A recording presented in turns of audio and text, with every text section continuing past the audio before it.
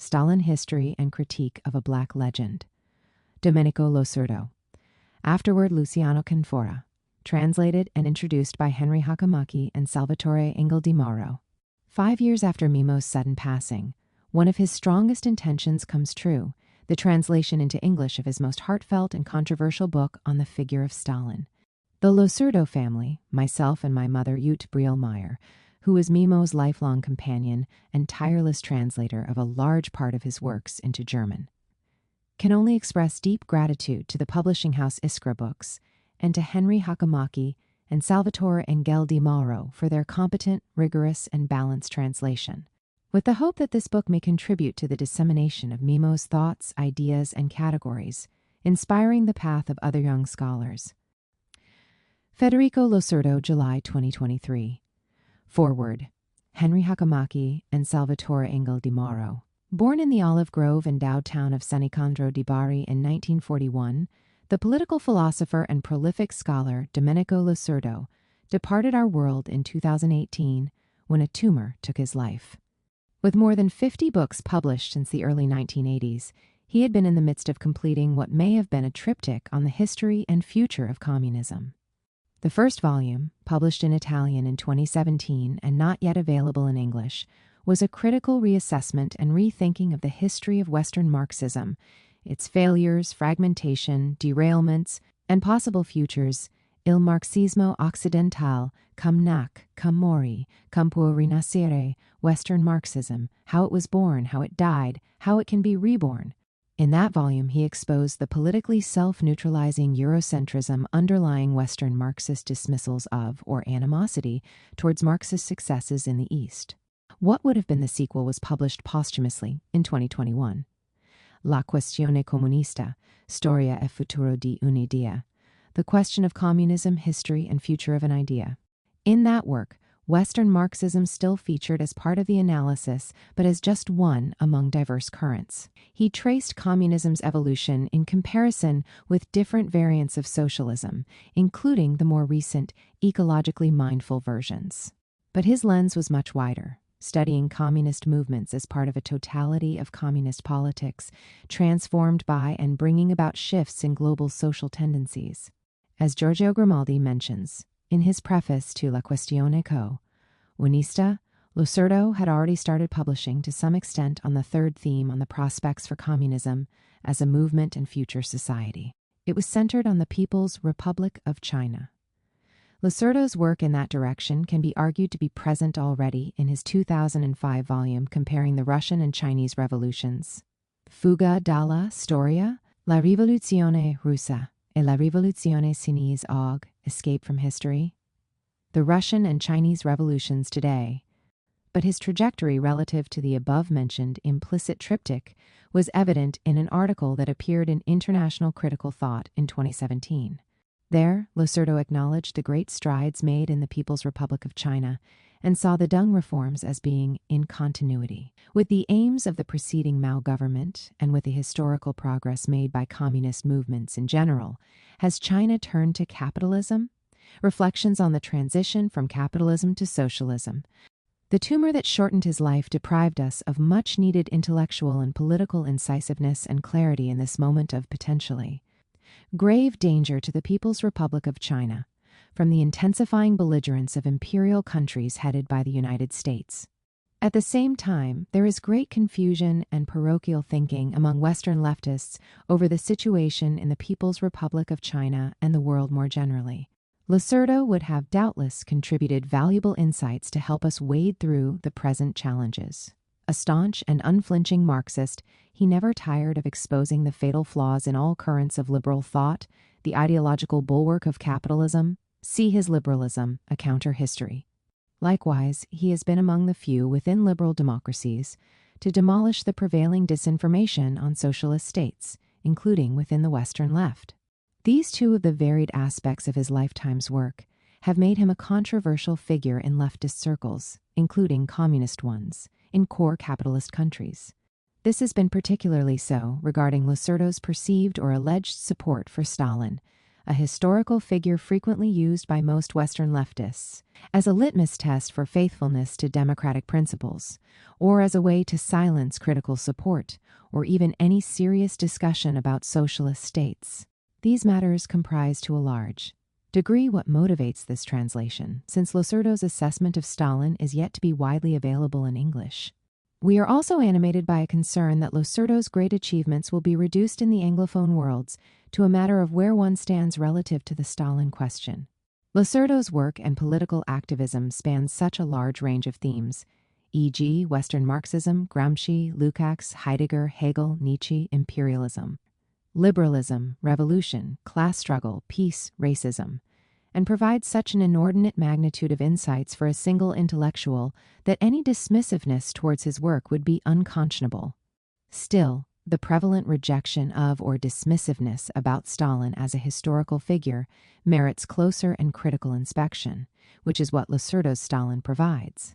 We encourage readers to make up their own mind on Losurdo's take on Stalin rather than uncritically accept received notions. In fact, it is precisely the now widespread caricatures of Stalin as personified evil, rife in liberal democracies and uncritically accepted by most Western leftists, that Losurdo shows to be more related to contingent ruling class preoccupations than actual evidence. Even pointing out such problems with conventional representations of Stalin brought a shower of accusations of Stalinism or neo-Stalinism upon Losurdo, who made it clear that Stalin is not a rehabilitation but a contribution to contextualizing and ending the demonization of Stalin, who was even praised by Gandhi in 1946. We would also add, to build on Losurdo's historical analysis of representations of Stalin, that Webb Du Bois was among the many calling Stalin a great man in an obituary in the National Guardian. Losurdo's work on the historical representations of Stalin, as well as other works like it, is perhaps more vital today than it ever has been. With the passage of time, we become further removed from the contemporary voices challenging the construction of what has become the hegemonic view of Stalin. These counter-hegemonic narratives have effectively been swept under the rug by the ruling ideological overlords and the media apparatuses they maintain and sustain, smothering any and all alternative and more constructive narratives.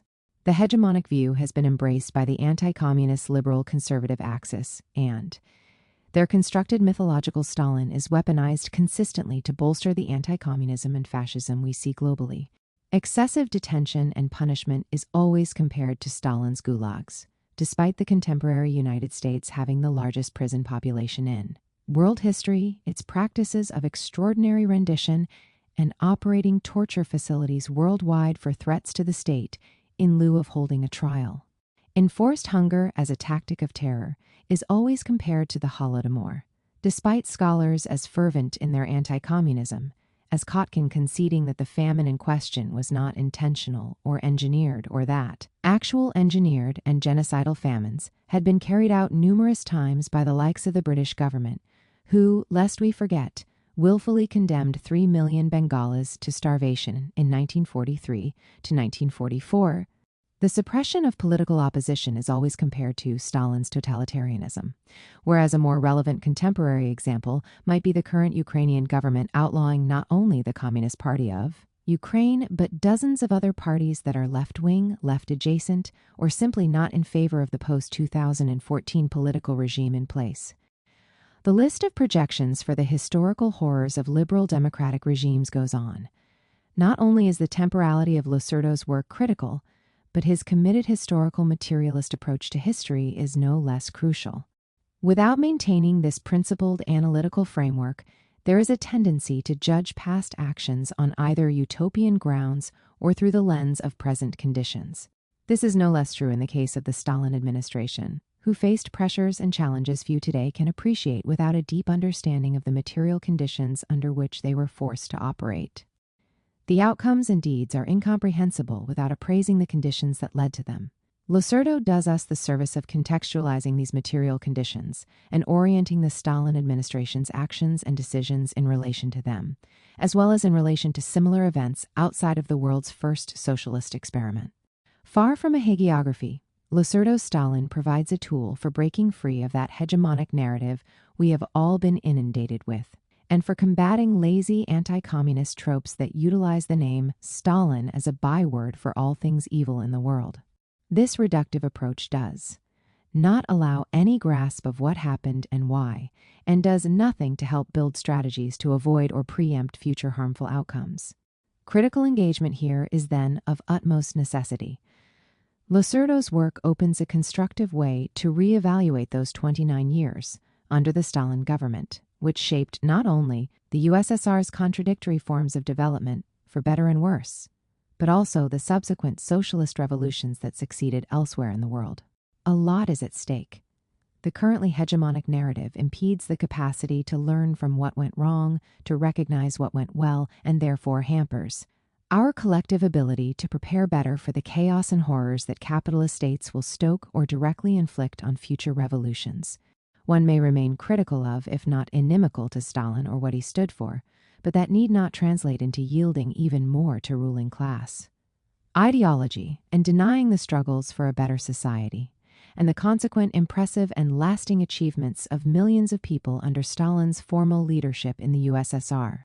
Among such achievements were the steady improvements in living standards for all, in such forms as effective sanitation infrastructure for the majority, secure jobs, guaranteed housing, the eventual defeat of the threat of famine, and, on the environmental side, the unprecedented and massive expansion of ecological protection areas, successful long-term afforestation and soil conservation, effective and increased biodiversity conservation, and much else. To erase all that would be as justifiable as erasing all the mistakes and terrible outcomes from the Stalin administration and the external mass murderous attacks on the USSR by capitalist regimes, whether liberal democratic, fascist, or monarchist. Losurdo teaches us, among other things, that historical contextualization and coeval comparisons are crucial to testing one's political philosophy and principles, to deepening our knowledge of socialist history, and at the same time a key to dismantling bourgeois ideologies. Lamentably, many of his works remain untranslated, and this effort will hopefully stimulate the translation of further works of that committed, deep, and forward-thinking scholar. Translator's note: this text has been carefully translated from the original Italian, with references made to and debts owed to other existing English translations by David Ferreira from the Portuguese edition, and Antonio Anton Fernandez from the Spanish edition. In an effort to remain faithful to the original work, we have, throughout the text, maintained Losurdo's notation system, as well as the in-text citations and reference list style, with only minor alteration for ease of translation and accessibility where applicable.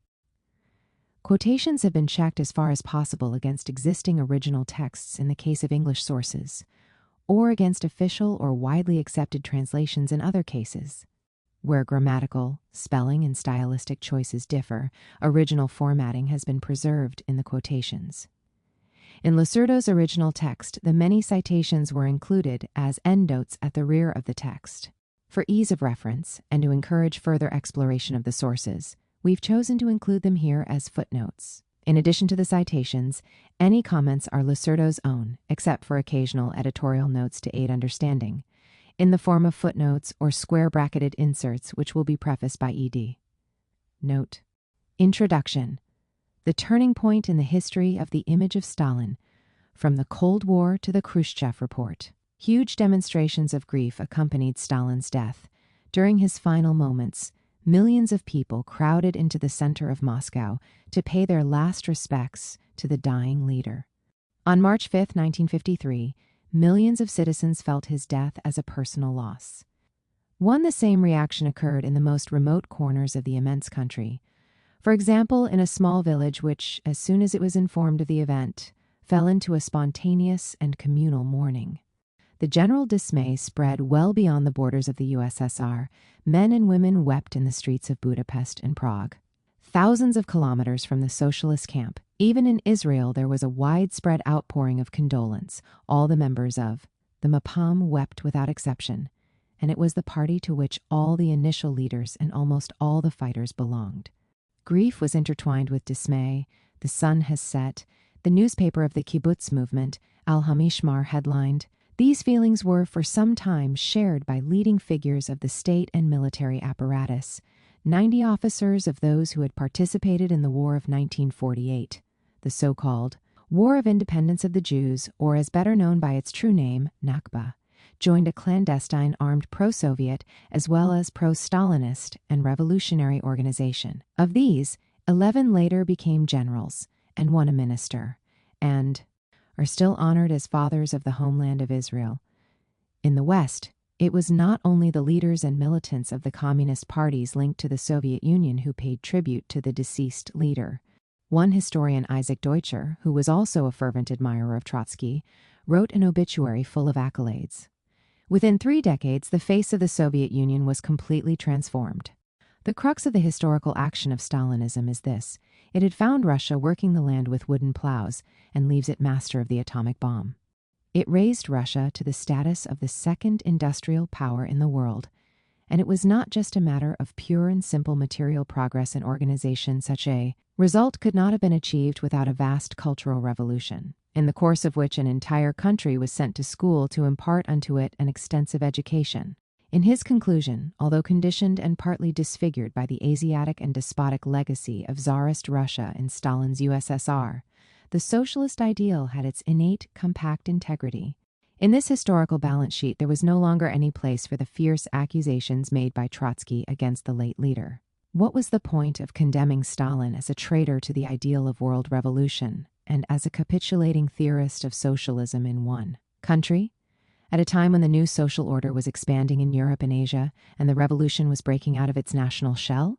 Laughed at by Trotsky as a minor provincial man, transferred as a joke of history to the plane of great world events, by 1950 Stalin had risen, in the eyes of an illustrious philosopher, Alexandra Koyeve, to the incarnation of the Hegelian world spirit and had thereby been called to unify and direct humanity, resorting if necessary to energetic methods and combining in his action both wisdom and tyranny.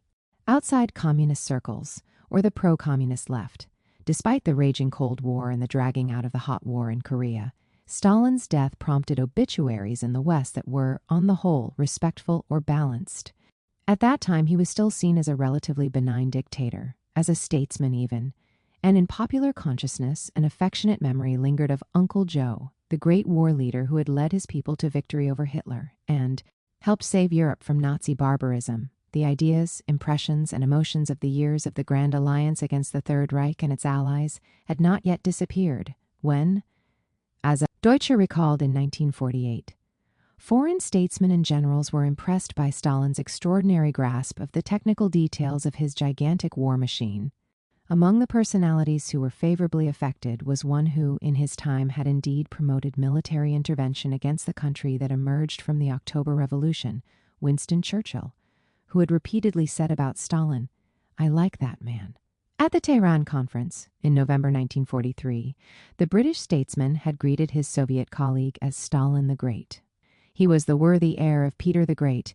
He had saved his country by enabling it to defeat the invaders.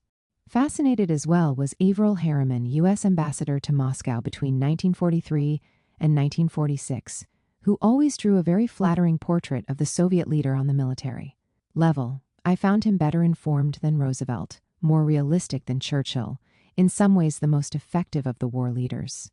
In 1944, Alcide de Gasperi expressed himself in even more emphatic terms, celebrating the immense historical enduring merit of the armies organized by the genius of Joseph Stalin. Nor were the recognitions of the eminent Italian politician limited to the purely military level.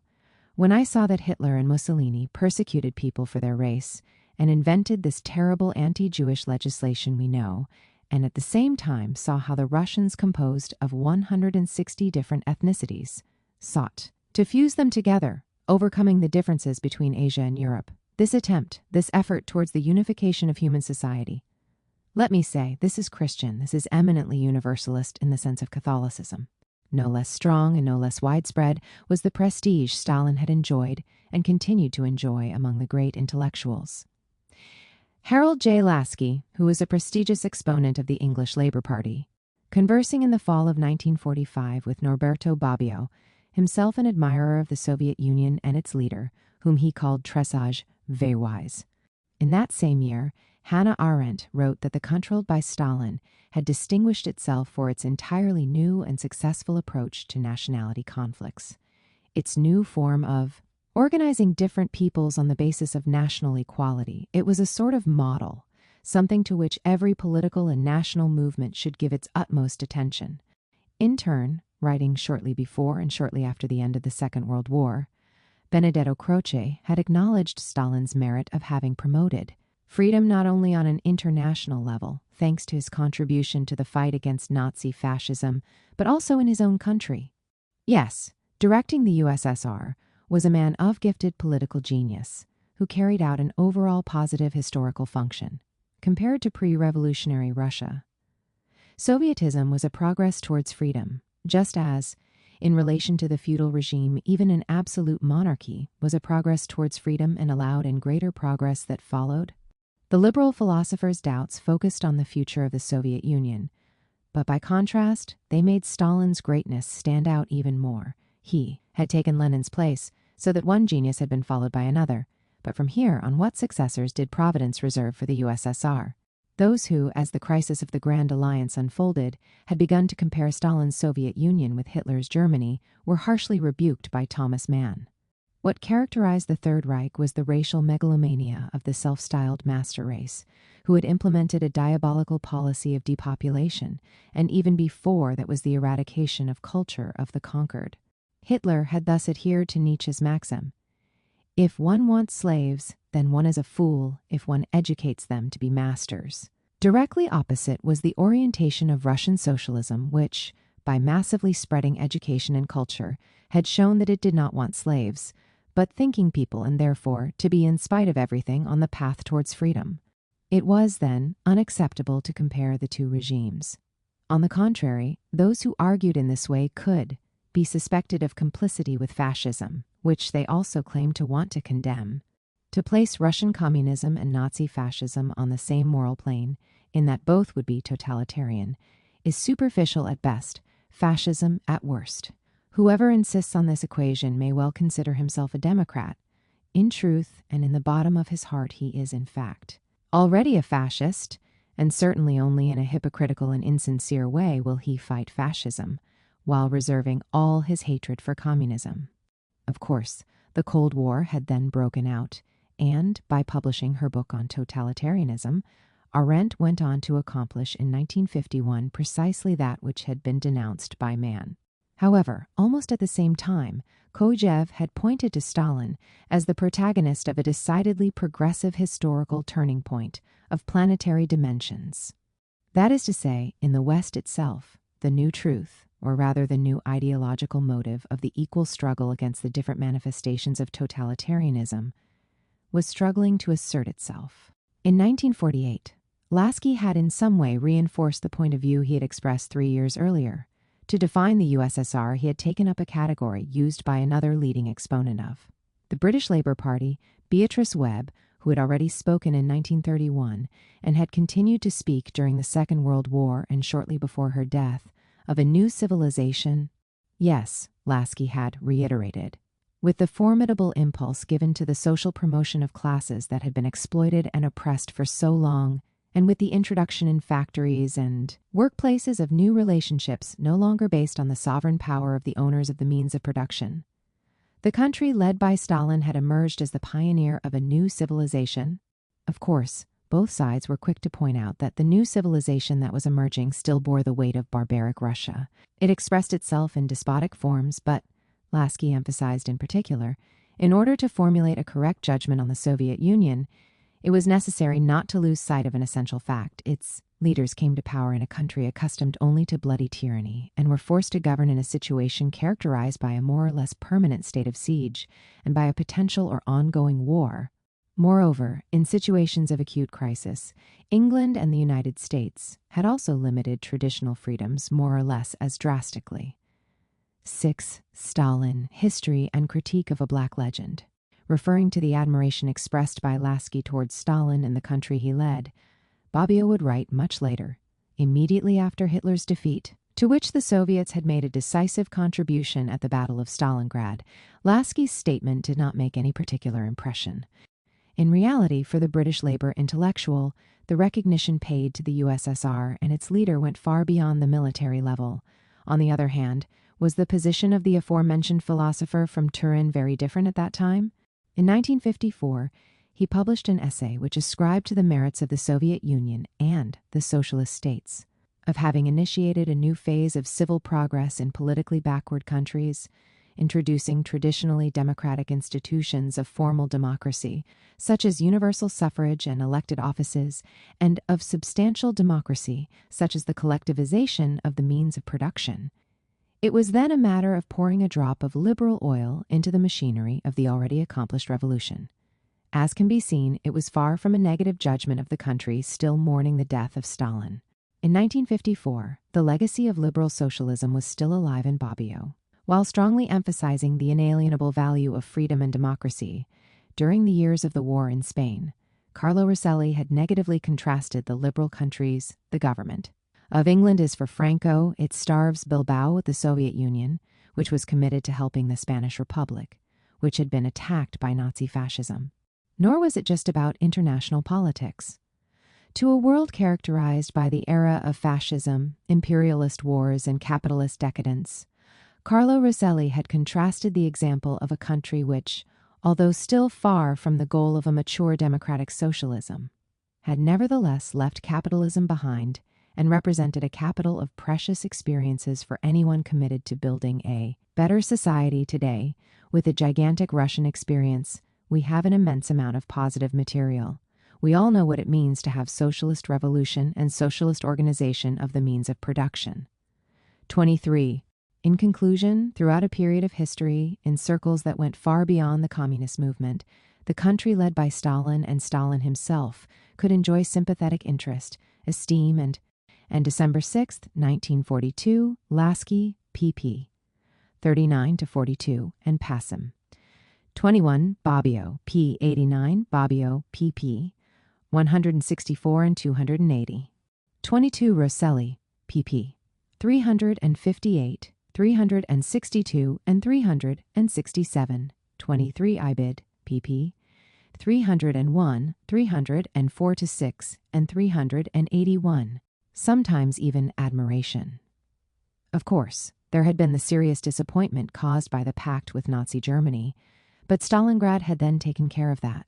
This is why in 1953, and in the years immediately following, the homage paid to the deceased leader that had united the socialist camp seemed at times to bring together the communist movement despite previous divisions, and ended up somehow finding an echo in the liberal West itself, which was also engaged in a Cold War waged by both sides with no holds barred. It is no coincidence that in the speech that officially opened the Cold War at Fulton, Churchill said, "I have a strong admiration and regard for the valiant Russian people, and for my wartime comrade, Marshal Stalin. There is no doubt that with the escalation of the Cold War, tones were gradually hardening." Yet still in 1952, a great English historian who had worked in the service of the Foreign Office, namely Arnold Toynbee, was able to compare the Soviet leader to a man of genius, Peter the Great. Yes, the tyrannical course of technological westernization followed by Stalin ended up being justified, like Peter's, by the evidence of the battlefield. Indeed, it continued to be justified even beyond the defeat inflicted on the Third Reich. After Hiroshima and Nagasaki, Russia again found itself having to make a forced march to bring itself up to par with a Western technology that had again, lightning fast, distanced it for an all-round comparative analysis.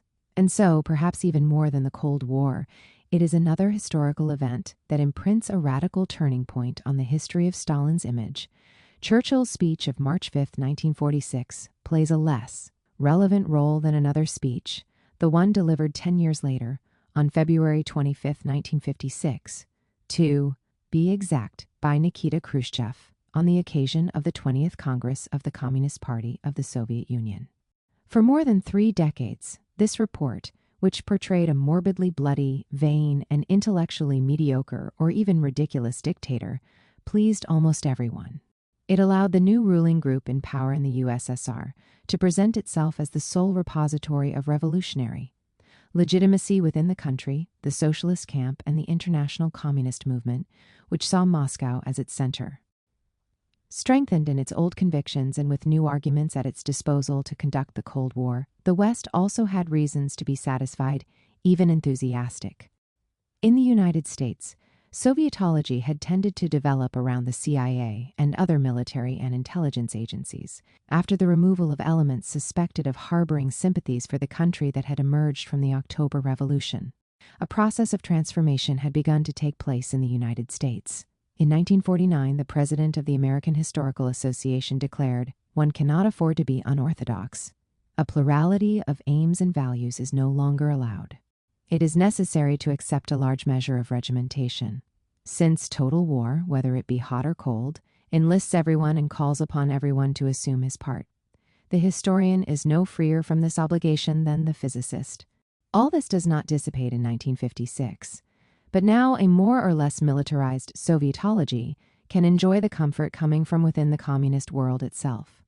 It is true that more than communism as such, the Khrushchev report put a single personality in a state of accusation, but in those years it was opportune. Even from the point of view of Washington and its allies, not to widen the target too much and concentrate the fire on Stalin's country. With the signing of the Balkan Pact in 1953, with Turkey and Greece Yugoslavia became a sort of external member of NATO, and about 20 years later, China also stipulated with the U.S. a de facto alliance against the Soviet Union. It is this superpower that is to be isolated and is pressured to proceed to an increasingly radical de-Stalinization until it is deprived of any form of identity and self-esteem and resigned to capitulation and final dissolution. Finally, thanks to the revelations coming from Moscow, the great intellectuals could easily forget or erase the interest, the sympathy, and even the admiration with which they had looked at the Stalinist USSR. In particular, those revelations gave comfort to intellectuals who had Trotsky as their point of reference. For a long time, it had been Trotsky himself who, in the eyes of the enemies of the Soviet Union, embodied the infamy of communism and represented in a privileged way the exterminator, or rather the Jewish exterminator, even in 1933, when he had already been in exile for some years. In the eyes of Spengler, Trotsky continued to represent the Bolshewistischer Massenmörder Bolshevist mass murderer. Beginning with the turning point of the 20th Congress of the Communist Party of the USSR, it was only Stalin and his closest collaborators who were confined to the Museum of Horrors.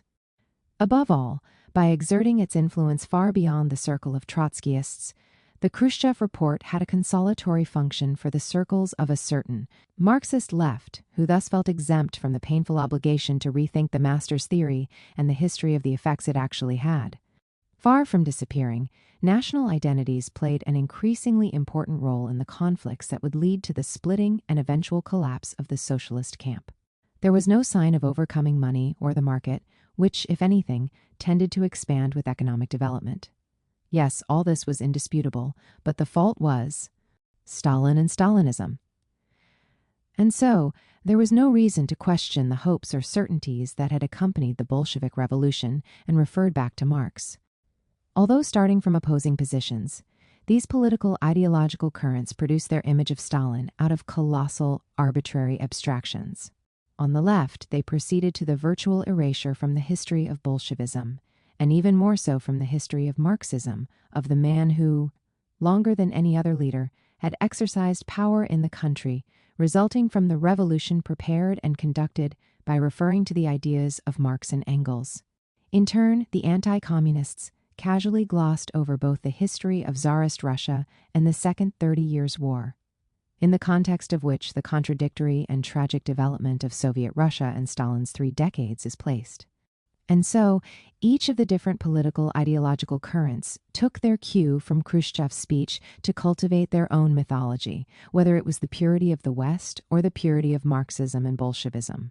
Stalinism was the horrible term of comparison that allowed each of the antagonists to celebrate, through opposition, their own infinite moral and intellectual superiority.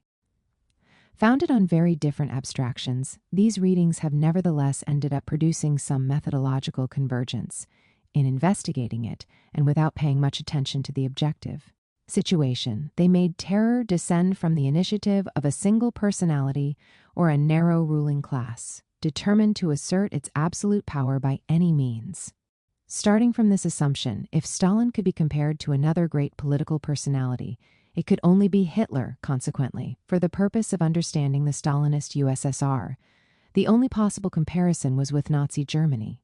This is a motif that already appeared in Trotsky at the end of the 1930s, who repeatedly used the category of totalitarian dictatorship and, within this genus, distinguished, on the one hand, the Stalinist species, and on the other, the fascist and above all Hitlerian species, using an approach that would later become common sense during the Cold War and in today's dominant ideology. Is this way of arguing persuasive, or is it better to resort to an all-round comparative approach, without losing sight of the history of Russia as a whole or of the Western countries involved in the Second 30 Years' War? It is true that in this way a comparison is made between countries and leaders with very different characteristics. But is this diversity to be placed exclusively on the account of ideologies? Or does the objective situation also play an important role, that is, the geopolitical position and the history behind each of the countries involved in the Second 30 Years' War? When we speak of Stalin, our thoughts immediately turn to the personalization of power, to the concentrationary universe, to the deportation of entire ethnic groups. But do these phenomena and practices refer only to Nazi Germany, as well as to the USSR, or do they manifest themselves in different ways, according to the greater or lesser acuteness of the state of exception, and its more or less prolonged duration, in other countries as well, including those with a more consolidated liberal tradition? Certainly, it is necessary not to lose sight of the role of ideologies. But can the ideology to which Stalin refers really be compared to that which inspired Hitler, or does comparative analysis in this field, conducted without prejudice, end up producing completely unexpected results? In spite of the theorists of purity, a political movement, a political regime cannot be judged by relying on the excellence of the ideals it claims to be inspired by in the evaluation of these same ideals. We cannot overlook the Wirkungsgeschichte, the history of effects produced by them. But should this approach be applied to the whole field or only to the movement that started from Lenin or Marx? These questions appear superfluous and even misleading to those who remove the problem of the changing image of Stalin from the belief that Khrushchev would finally bring to light the truth previously concealed. However, a historian who wanted to identify 1956 as the year of the final and ultimate revelation would be demonstrating a total lack of methodological understanding and would casually overlook the conflicts and interests that stimulated the campaign of de-Stalinization and its methods, and even before had stimulated the Sovietology of the Cold War. The radical contrast between the different images of Stalin should push the historian not to absolutize one of them, but to problematize all of them. How to cast a god into hell, the Khrushchev report. A huge, grim, whimsical, morbid, human monster. If we analyze today the document titled On the Cult of Personality and Its Consequences, read by Khrushchev in a closed session of the 20th Congress of the Communist Party of the Soviet Union, and which then became famous as the secret speech, one characteristic immediately catches the eye. We are in the presence of an indictment that aims to liquidate Stalin in every aspect. Accordingly, he was responsible for horrendous crimes, and was a despicable individual both morally and intellectually. Besides being ruthless, the dictator was also laughable. He knew the country and the agricultural situation only from films that, moreover, beautified reality to the point of making it unrecognizable. More than by a logic of politics or realpolitik, the bloody repression he unleashed was dictated by personal whim and by a pathological libido dominandi ed, note, lust for power. Thus emerged the portrait, as Deutscher smugly observed in June 1956, dazzled by Khrushchev's revelations, and forgetting the respectful, and at times admiring portrait of Stalin he had drawn 3 years earlier, of a huge, grim, whimsical, morbid, human monster. 2. The ruthless despot had been so unscrupulous that he was suspected of plotting the assassination of Kirov, the man who was, or who seemed to be, his best friend, in order to be able to accuse his real, potential, or imaginary opponents of this crime and liquidate them one by one. Nor had the ruthless repression fallen only on individuals and political groups. No, it had involved mass deportations of entire populations arbitrarily accused and condemned en bloc for connivance with the enemy. But had Stalin at least contributed to saving his country and the world from the horror of the Third Reich? On the contrary, Khrushchev urged, the Great Patriotic War had been won in spite of the dictator's madness. It was only thanks to his lack of foresight, his obstinacy, the blind trust he had placed in Hitler, that the Third Reich troops had initially succeeded in breaking deep into Soviet territory, sowing death and destruction on an enormous scale. Yes, because of Stalin, the Soviet Union arrived unprepared and defenseless at the tragic appointment. We started to modernize our military equipment only on the eve of the war. At the outbreak of the war, we did not even have sufficient numbers of rifles to arm the mobilized manpower. As if all this were not enough, after our severe initial disasters and defeats at the front, the man responsible for all this had abandoned himself to discouragement and even apathy. Overcome by the feeling of defeat, Lenin left us a great legacy and we've lost it. Unable to react, for a long time Stalin actually did not direct military operations and ceased to do anything whatsoever. True, after some time had passed, finally bowing to the insistence of the other members of the political bureau, he had returned to his post. If only he had not. At the time when it faced a mortal threat, the man who had despotically ruled the Soviet Union had been such an incompetent dictator that he didn't know the basics of conducting battle operations. It is an accusation on which the secret speech strongly insists. We should note that Stalin planned operations on a globe. Yes, comrades, he used to take a globe and trace the front line on it. In spite of everything, the war had ended favorably, and, nevertheless, the dictator's bloodthirsty paranoia had further escalated. At this point, one can consider the complete portrait of the morbid human monster that emerges, according to Deutscher's observation, from the secret speech. Only 3 years had passed since the demonstrations of condolence caused by Stalin's death, and his popularity was still so strong and persistent that, at least in the USSR, the campaign launched by Khrushchev initially met with a good deal of resistance. On March 5, 1950, 6 students in Tbilisi went out into the streets to lay flowers at the monument to Stalin on the 3rd anniversary of his death. Their gesture in honor of Stalin turned into a protest against the decisions of the XX Party Congress. The demonstrations and meetings continued for 5 days, and on the evening of 9 March tanks were brought into the city to restore order. Perhaps this explains the characteristics of the text we are examining. There was a bitter political struggle going on in the USSR and in the socialist camp, and the caricatured portrait of Stalin served excellently to delegitimize the Stalinists who might overshadow the new leader. The cult of personality, which until that moment had raged, did not allow more nuanced judgments. It was necessary to cast a god into hell. A few decades earlier, in the course of another political battle of different characteristics but no less bitter, Trotsky had also drawn a portrait of Stalin aimed not only at condemning him politically and morally, but also at ridiculing him on a personal level. He was a minor provincial, an individual characterized from the beginning by an irremediable mediocrity and clumsiness, who regularly gave proof of incompetence in the political, military, and ideological spheres, who never managed to overcome his peasant coarseness. Of course, in 1913, he had published an essay of undeniable theoretical value, Marxism and the National Question.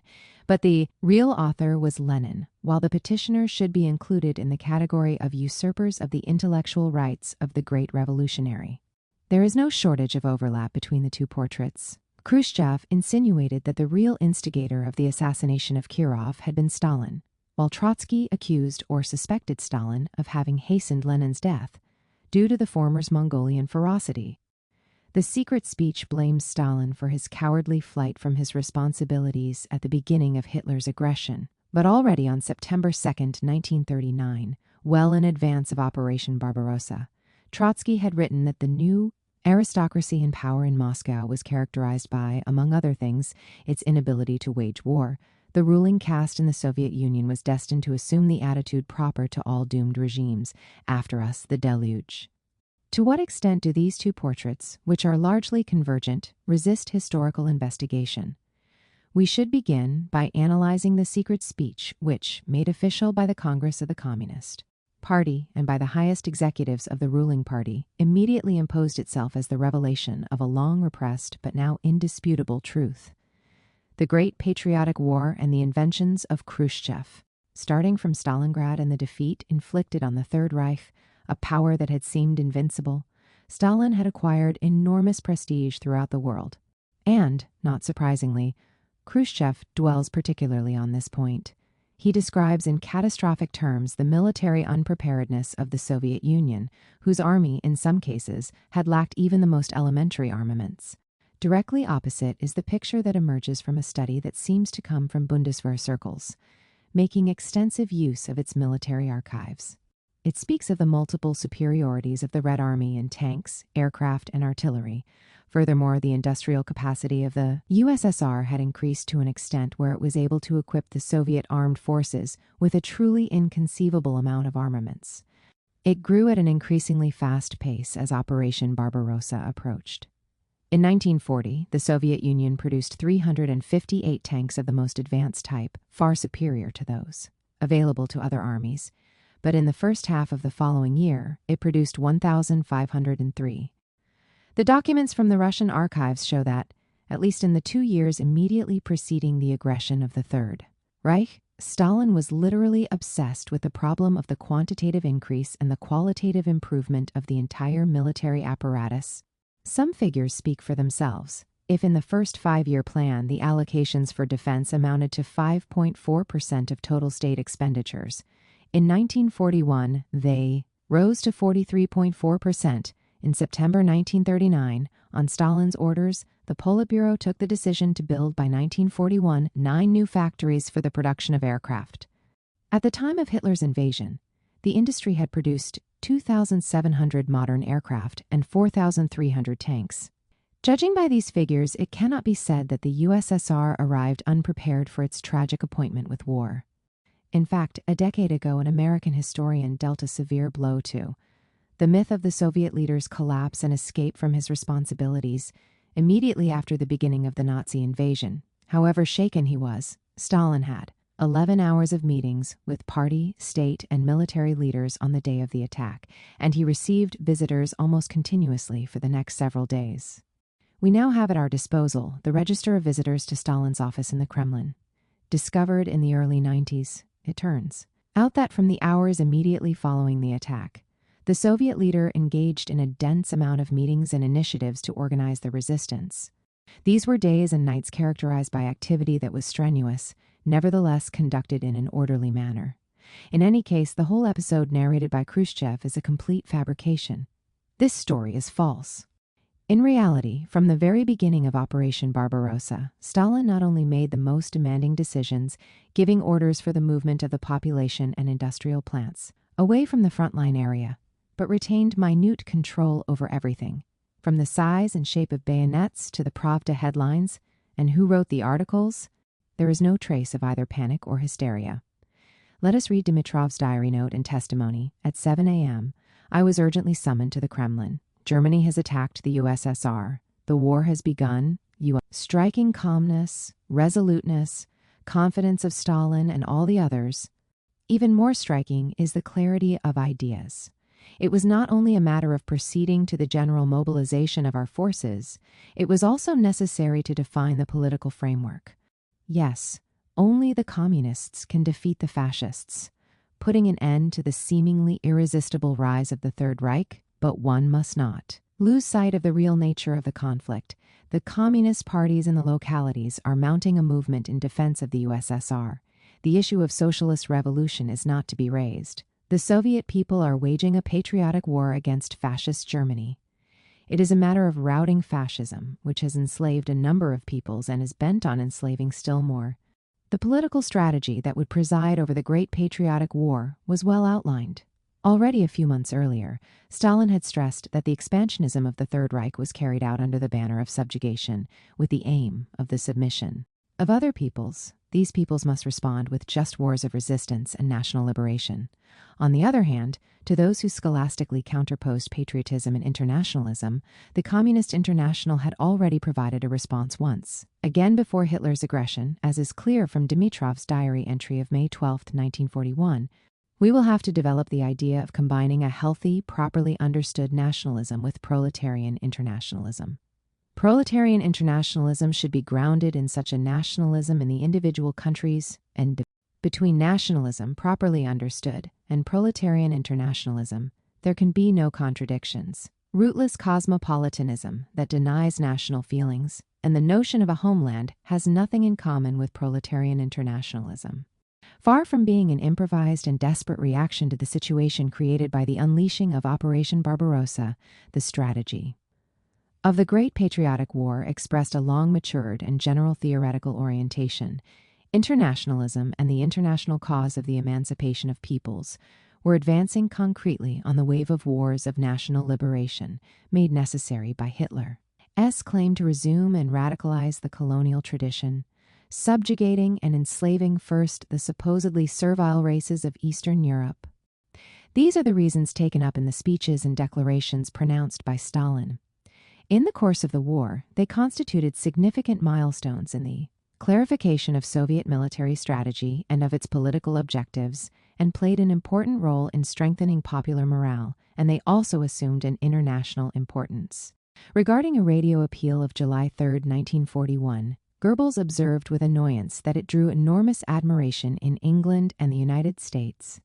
A series of disinformation campaigns and Operation Barbarossa. Even on the level of actual military conduct, the secret speech lost all credibility. According to Khrushchev, heedless of the warnings that came to him from many quarters about the imminence of the invasion, Stalin rushes into disaster. What to say about this accusation? At the same time, even information coming from a friendly country can turn out to be wrong. For example, on June 17, 1942, Franklin Delano Roosevelt warned Stalin about an imminent Japanese attack, which then did not occur. Furthermore, on the eve of Hitler's aggression, the USSR was forced to contend with gigantic diversionary and disinformation maneuvers. The Third Reich made a massive effort to make people believe that the massing of troops in the East was only meant to camouflage the imminent leap across the Channel, and this seemed all the more credible after the conquest of the island of Crete. All state and military apparatuses are mobilized, Goebbels smugly noted in his diary, to stage the first great wave of camouflage of Operation Barbarossa. Thus, 14 divisions are transported westward. Moreover, all troops deployed on the Western Front are put on high alert.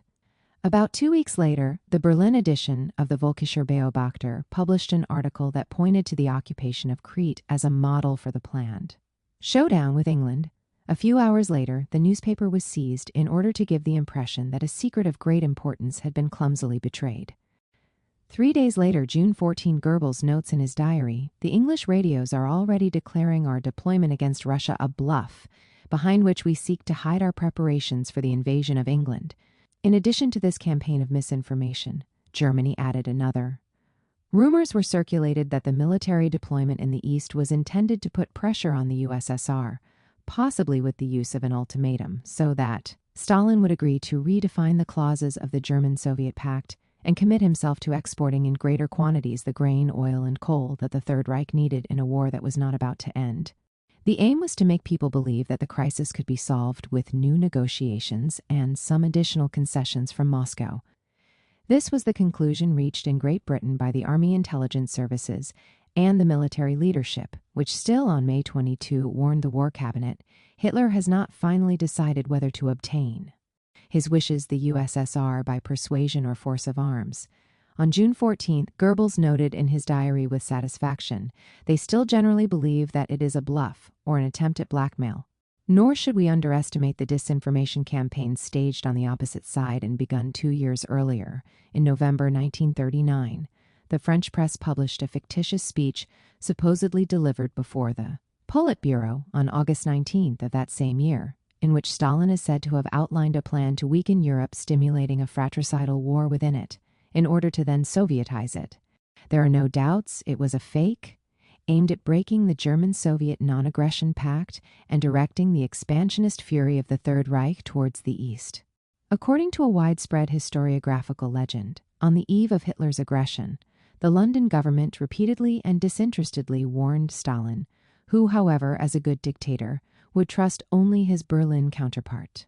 In fact, while on the one hand Great Britain communicated information to Moscow about Operation Barbarossa, on the other hand it spread rumors about an imminent attack by the USSR against Germany, or the territories occupied by it.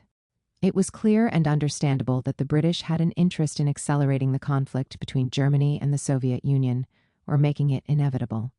Then the event of Rudolf Hess's mysterious flight to England intervened, clearly motivated by the hope of reconstituting the unity of the West in the fight against Bolshevism, thus giving concrete form to the program enunciated in Mein Kampf of alliance and solidarity of the Germanic peoples in their civilizing mission. Soviet agents abroad informed the Kremlin that the Nazi regime's second-in-command had taken this initiative in full agreement with the Führer. Prominent figures in the Third Reich continued until the end to support the thesis that Hess had acted on Hitler's encouragement. The latter, in any case, felt the need to immediately send Foreign Minister Joachim von Ribbentrop to Rome in order to dispel any suspicion in Mussolini that Germany was plotting a separate peace with Great Britain. Obviously, the concern aroused in Moscow by this coup d'etat is even greater, especially since the attitude of the British government further fueled it. It did not exploit the capture of the Deputy Führer to mock a maximum propaganda capital out of Hess's capture, something Hitler and Goebbels both expected and feared. On the contrary, the interrogation of Hess, reported from London to Stalin by Ambassador Ivan Maysky, was entrusted to an appeasement policy advocate. While leaving the door open to an Anglo-Soviet rapprochement, Her Majesty's Secret Services undertook to propagate the rumors, which by now were spreading, of an imminent separate peace between London and Berlin, all this in order to increase the pressure on the Soviet Union, which perhaps would have tried to prevent such dreaded strengthening of the alliance between Great Britain and the Third Reich with a preemptive attack by the Red Army against the Wehrmacht, and to raise the bargaining power of England. It is easy to understand the Kremlin's caution and mistrust. The danger of a repeat of Munich on a much larger and more tragic scale was lurking. It can also be assumed that the second disinformation campaign staged by the Third Reich played a role.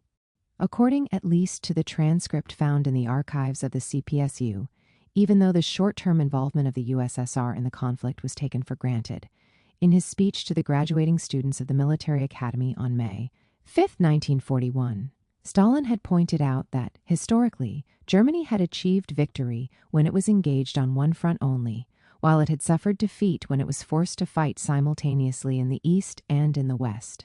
Here, Stalin may have underestimated the seriousness with which Hitler was prepared to attack the USSR. On the other hand, he well knew that a hasty total mobilization would provide the Third Reich on a silver platter with a justification for war, as had happened at the outbreak of World War I. There is, however, one fixed point. Although moving with circumspection in a very tangled situation, the Soviet leader proceeded with acceleration of his preparations for war. In fact, between May and June, 800,000 reservists were called up. In mid-May, 28 divisions were deployed in the western districts of the Soviet Union, while the work of fortifying the borders and camouflaging the most sensitive military targets proceeded at a rapid pace. On the night of June 22, this vast force was put on alert and warned to expect a surprise attack by the Germans. In order to discredit Stalin, Khrushchev insisted on the spectacular initial victories of the invading army, but glossed over the predictions made at the time in the West. After the dismemberment of Czechoslovakia and the entry of the Wehrmacht into Prague, Lord Halifax had continued to reject the idea of a rapprochement between England and the USSR. By resorting to this argument, it made no sense to ally with a country whose armed forces were insignificant. On the eve of Operation Barbarossa, or at the time of its unleashing, British intelligence had calculated that the Soviet Union would be liquidated in 8 to 10 weeks. In turn, the advisors of the American Secretary of State, Henry L. Stimson, had predicted on 23 June that everything would be concluded in a period of time between 1 and 3 months.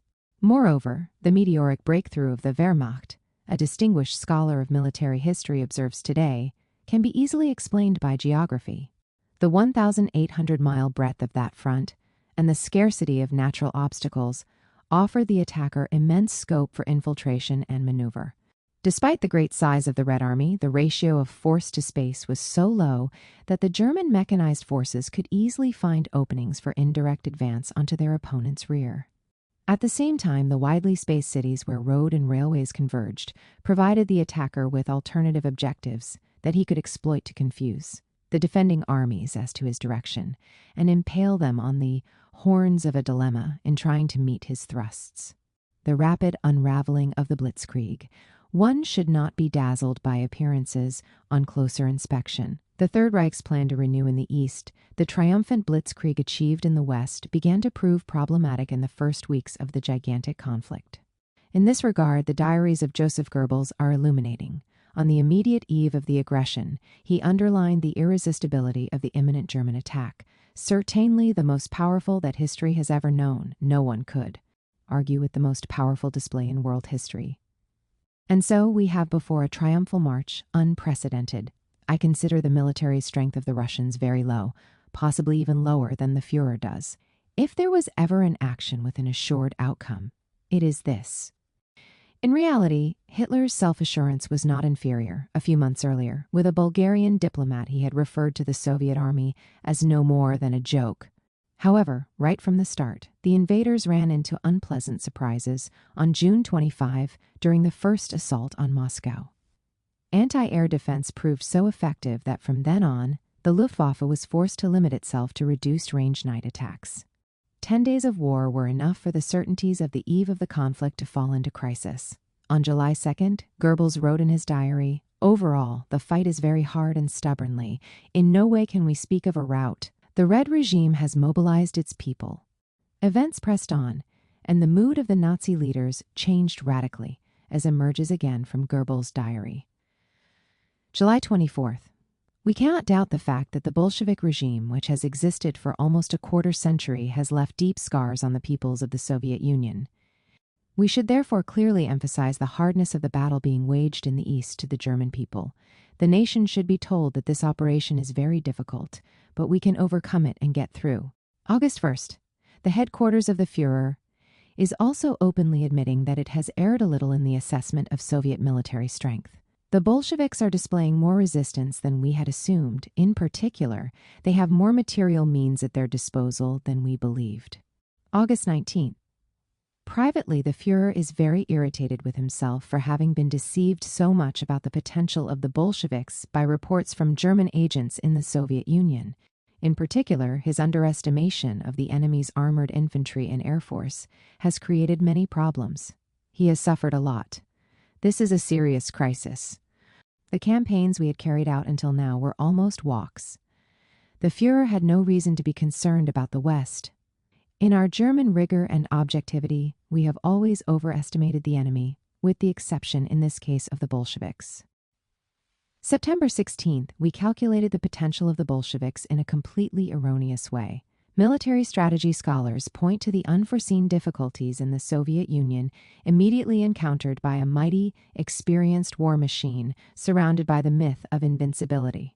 It is particularly significant for the success of the Eastern War Battle of Smolensk in the second half of July 1941, hitherto overshadowed by other events in investigations. The observation is by a distinguished German historian, who then reports these eloquent diary notes written by General Fedor von Bock on July 20 and 26. The enemy wants to recapture Smolensk at any cost and is constantly bringing in new forces. The hypothesis expressed somewhere that the enemy acts without a plan is not confirmed by the facts. It can be seen that the Russians have completed a new compact deployment of forces around the front, which I had built at the fore. In many places they seek to go on the offensive. Surprising for an adversary who has suffered such blows, he must possess an incredible amount of material. In fact, our troops even now complain of the strong effect of the enemy artillery. Even more uneasy, and indeed decidedly pessimistic, is Admiral Wilhelm Canaris, head of counterintelligence, who, speaking with General von Bock on July 17th, comments, "I see only black upon black, 47. Not only was the Soviet army not in disarray, even in the first days and weeks of the attack, and on the contrary it put up tenacious resistance, but it was well directed, as revealed among other things by Stalin's determination to stop the German advance at the point that was decisive for him. The results of this shrewd military guidance are also revealed at the diplomatic level. It is precisely because it was impressed by the stubborn clash in the Smolensk area that Japan, which was present there with observers, decided to reject the request of the Third Reich to participate in the war against the Soviet Union. The analysis of the proudly anti-communist German historian is fully confirmed by Russian scholars in the wake of the Khrushchev report, who distinguish themselves as champions of the fight against Stalinism. The German blitzkrieg plans had already been wrecked by mid-July. In this context, the homage paid by Churchill and F.D. Roosevelt to the splendid defense of the Soviet Army on August 14, 1941, does not appear merely formal. Even outside diplomatic and government circles, in Great Britain, a diary entry by Beatrice Webb informs us, ordinary citizens, and even those with conservative leanings, show lively interest in the surprising courage, initiative, and magnificent equipment of the Red Armed Forces, the one and only sovereign state that has been able to stand up to the almost mythical might of Hitler's Germany. In Germany itself, as early as 3 weeks after the start of Operation Barbarossa, rumors began to circulate that radically cast doubt on the triumphalist line of the regime. This is what emerges from the diary of an eminent German intellectual of Jewish origin. Apparently, in the East we were suffering. Tremendous losses had underestimated the Russians' power of resistance. In terms of troops and also of armaments, they were inexhaustible. Long read as an expression of military political ignorance or even blind trust in the Third Reich, Stalin's extremely cautious conduct in the weeks leading up to the outbreak of hostilities now appears in a completely different light. The relatively open concentration of Wehrmacht forces along the Soviet border, the violations of Soviet airspace, and numerous other provocations had only a single purpose: to draw the main forces of the Red Army as close to the border as possible. Hitler wanted to win the war in one gigantic battle. Even valiant generals felt attracted by the trap and, in anticipation of the enemy's eruption, pressed for a massive movement of troops to the frontier. Later, having seen the strategic plans of the architects of Operation Barbarossa, Marshal Georgy Zhukov recognized the wisdom of the line adopted by Stalin. Hitler's command was counting on us bringing our main forces up to the border with the intention of surrounding and destroying them. In fact, in the months leading up to the invasion of the USSR, discussing with his generals, the Führer observed, "Problem of Russian space. The infinite range of space requires the concentration at decisive points." Later, when Operation Barbarossa had already begun, he further clarified his thoughts in a conversation. "In the history of the world, there have only been 3 battles of annihilation so far: Cannae, Sedan, and Tannenberg. We can be proud of the fact that 2 of them were fought victoriously by German armies. However, for Germany, the third and greatest decisive battle of encirclement and annihilation coveted by Hitler was increasingly elusive." A week later, Hitler is forced to acknowledge that Operation Barbarossa had seriously underestimated the enemy. The Russian military preparation must be considered fantastic. Transparent here is the gambler's desire to justify the failure of his predictions. And, however, the already mentioned English scholar of military strategy comes to a similar conclusion. The reason for the defeat of the French lies not in quantity or quality of equipment, but in their theory. Moreover, the Army's overly advanced deployment acts ruinously, largely coasting away its strategic flexibility. A similar error was also committed by Poland, buttressed by national pride and military overconfidence. None of this occurs in the Soviet Union. More important than the individual battles is the overall picture. The Stalinist system succeeded in mobilizing the vast majority of the population, and almost all of the resources. In particular, extraordinary was the ability of the Soviets, in a situation as difficult as the one created in the first months of the war, to evacuate and then reconvert a considerable number of industries for military production. Yes, set up 2 days after the German invasion, the Committee for Evacuation succeeded in moving 1,500 large industrial companies to the east, at the end of titanic operations of great logistical complexity. This process of evacuation, however, had not always been easy. Moreover, this process of dislocation had already begun in the weeks or months preceding Hitler's aggression, further confirming the fanciful nature of the accusation launched by Khrushchev. There is more. The Soviet ruling group had in some way guessed the modalities of the war, which was looming on the horizon, already at the moment in which it had promoted the industrialization of the country. With a radical change from the previous situation, it had identified a focal point in Asiatic Russia, far away and sheltered from the presumptive aggressors. In fact, Stalin had insisted on this repeatedly and vigorously. On January 31, 1931, he called for the creating of new, technically well-equipped industries in the Urals, in Siberia, in Kazakhstan.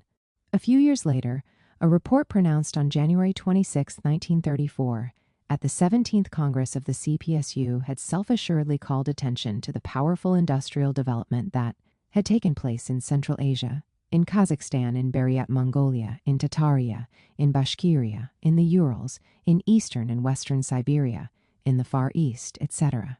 The implications of all this had not escaped Trotsky, who a few years later, in analyzing the dangers of war and the degree of preparedness of the Soviet Union, and in emphasizing the results achieved by the planned economy in the military sphere, had observed, "The industrialization of the outlying regions, especially Siberia, has given a wholly new value to the steppe and forest spaces. Only now did the great spaces take on their full value and make the blitzkrieg strategy traditionally desired and prepared for by the German General Staff more problematic than ever. It was precisely in the area of the industrial apparatus built up in anticipation of the war that the Third Reich was forced to record its bitterest surprises, as emerges from two of Hitler's comments." November 29, 1941. How can such a primitive people manage such technical achievements in such a short time? August 26, 1942. With regard to Russia, it is incontestable that Stalin has raised living standards. The Russian people were not being starved at the time of the start of Operation Barbarossa. Overall, we must recognize that workshops of the scale of the Hermann Göring work have been built where 2 years ago there were only unknown villages. We are discovering railway lines that are not on the maps. At this point, I would like to give the floor to three very different scholars, one Russian and the other two Westerners. The first, who at one time directed the Soviet Institute of Military History and who shared the militant anti-Stalinism of the Gorbachev years, seems inspired by the intention to resume and radicalize the indictment of the Khrushchev report, and yet from the very results of his research, he feels compelled to formulate a much more nuanced judgment. Without being a specialist and much less the genius depicted by official propaganda, already in the years preceding the outbreak of war, Stalin was intensely concerned with the problems of defense, the defense industry, and the war economy as a whole. Yes, on a strictly military level, only through trial and error, including serious examples of the latter, and thanks to the hard practice of everyday military life, did he gradually learn the principles of strategy. In other areas, however, his thinking turns out to be more developed than that of many Soviet military leaders. Thanks also to his long practice of managing political power, Stalin never loses sight of the central role of the war economy, and he contributes to strengthening the resistance of the USSR by transferring the war industries inward. It is almost impossible to overestimate the importance of this endeavor. Finally, the Soviet leader paid great attention to the political moral dimension of war. In this field, he had ideas quite out of the ordinary, as evidenced by the courageous and far-sighted decision, made despite the skepticism of his collaborators, to carry out the military parade celebrating the anniversary of the October Revolution on November 7, 1941, in a Moscow besieged and pressed by the Nazi enemy. In summary, it can be said that compared to the career military and the circle of his collaborators in general, Stalin testifies to a more universal thought. And it is a thought, one can add, that does not neglect even the most minute aspects of the life and morale of the soldiers. Having been informed of the fact that they had run out of cigarettes, thanks also to his ability to handle a Herculean workload, he made time during the Battle of Stalingrad to telephone Akaki Magaladze, party boss of Abkhazia where the tobacco was grown.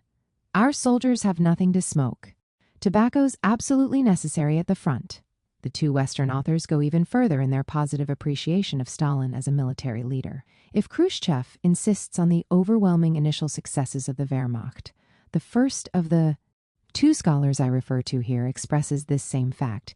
In very different language, it is not surprising that the greatest invasion in military history achieved initial successes, and therefore the Red Army's recovery after the devastating blows of the German invasion in June 1941 was the greatest feat of arms the world had ever seen. The second scholar, a professor at a U.S. military academy, starting from an understanding of the conflict from a long-term perspective and from the attention paid to the rear as well as to the front and to the economic and political dimension, as well as to the more properly military dimension of the war, speaks of Stalin as a great strategist, indeed as the first true strategist of the 20th century. It is an overall judgment that also finds full agreement with the other Western scholars cited here, whose basic thesis, summarized in the cover flap of his book, identifies Stalin as the greatest military leader of the 20th century. One can obviously discuss or nuance such flattering judgments, but the fact remains that, at least as far as the subject of war is concerned, the portrait drawn by Khrushchev has lost all credibility. All the more so since, at the time of the ordeal, the USSR revealed itself to be very well prepared also from another essential point of view. Let us return to Goebbels, who, in explaining the unforeseen difficulties of Operation Barbarossa, refers not only to the enemy's war potential, but also to another factor.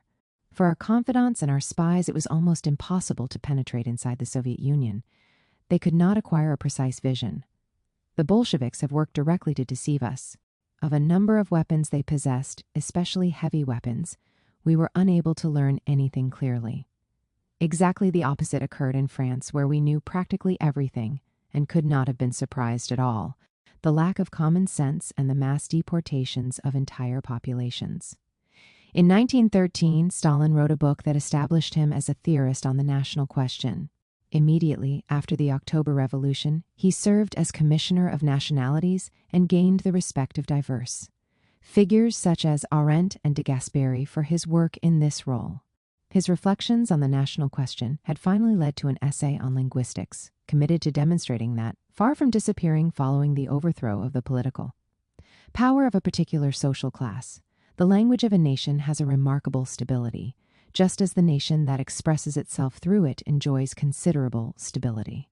This essay, too, had helped solidify Stalin's reputation as a theorist of the national question. Still, in 1965, even in a context of harsh condemnation, Louis Althusser attributed to Stalin the merit of having opposed the madness that pretended making strenuous efforts to prove language a superstructure. Thanks to these simple pages, the French philosopher concluded, we could see that there were limits to the use of the class criterion. The desecration liquidation in which Khrushchev engaged in 1956 therefore made a point of targeting, in order to ridicule, Stalin's reputation as a theorist and politician who had devoted particular attention to the national question. In condemning the mass deportations of entire nations, the secret speech declares, "No Marxist-Leninist, no man of common sense can grasp how it is possible to make whole nations responsible for inimical activity, including women, children, old people, communists, and komsomols, members of the Young Communist League, to use mass repression against them, and to expose them to misery and suffering for the hostile acts of individual persons or groups of persons. It is indisputable that collective punishment and deportation imposed on populations suspected of little patriotic loyalty is horrific.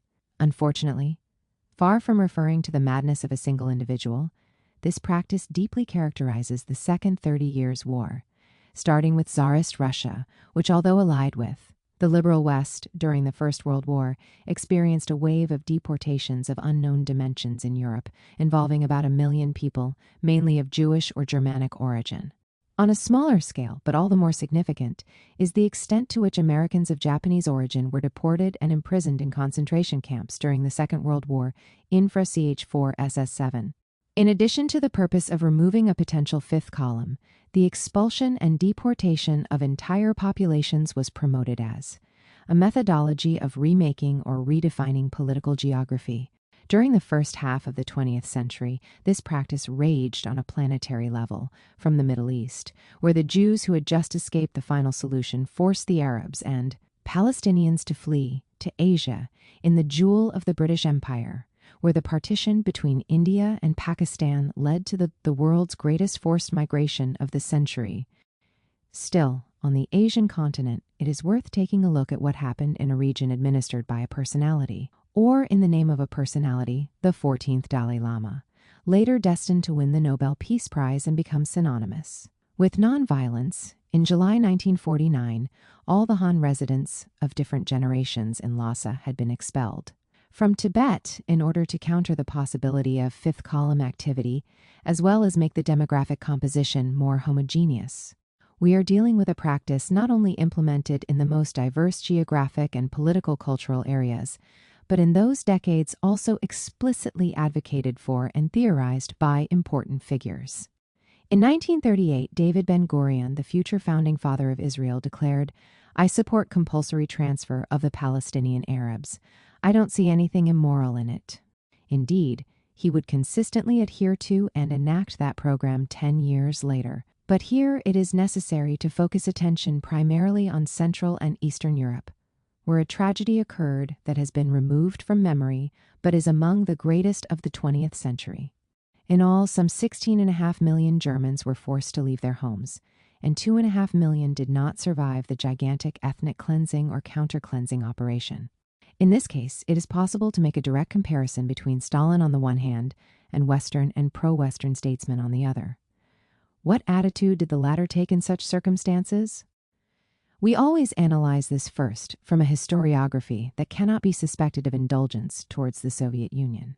It was the British government that from 1942 pushed for a general transfer of population from the East German territories and the Sudetenland. Farther than anyone else was Under-Secretary of State Sargent, who called for an investigation whether Britain should not encourage the transfer of Germans from East Prussia and Upper Silesia to Siberia. Speaking in the House of Commons on December 15, 1944, on the planned transference of several millions Germans, Churchill clarified his thoughts thus: "For expulsion is the method which, so far as we have been able to see, will be the most satisfactory and lasting. There will be no mixture of populations to cause endless trouble, as has been the case in Alsace-Lorraine. A clean sweep will be made. I am not alarmed by the prospect of the disentanglement of populations, nor even by these large transferences, which are more possible in modern conditions than they ever were before." The deportation plans were then adhered to in June 1943 by F.D. Roosevelt. Almost at the same time, Stalin consented to Beneš's pressure for the expulsion of the Sudeten Germans from Czechoslovakia to be restored. A U.S. historian then believes that from this he must draw this conclusion: in the end, there was virtually no difference between non-communist and communist politicians on the issue of the expulsions of Germans in post-war Czechoslovakia or Poland. When it came to the issue of the forced deportation of the Germans Beneš and Gottwald, Mikolajczyk and Bierut, Stalin and Churchill all danced to the same tune. This conclusion alone would be enough to refute the black and white contrast implied by the Khrushchev secret speech. In reality, at least with regard to the Germans in Eastern Europe, it was not Stalin who took the initiative in the mass deportations of entire populations. The responsibilities were not distributed equally.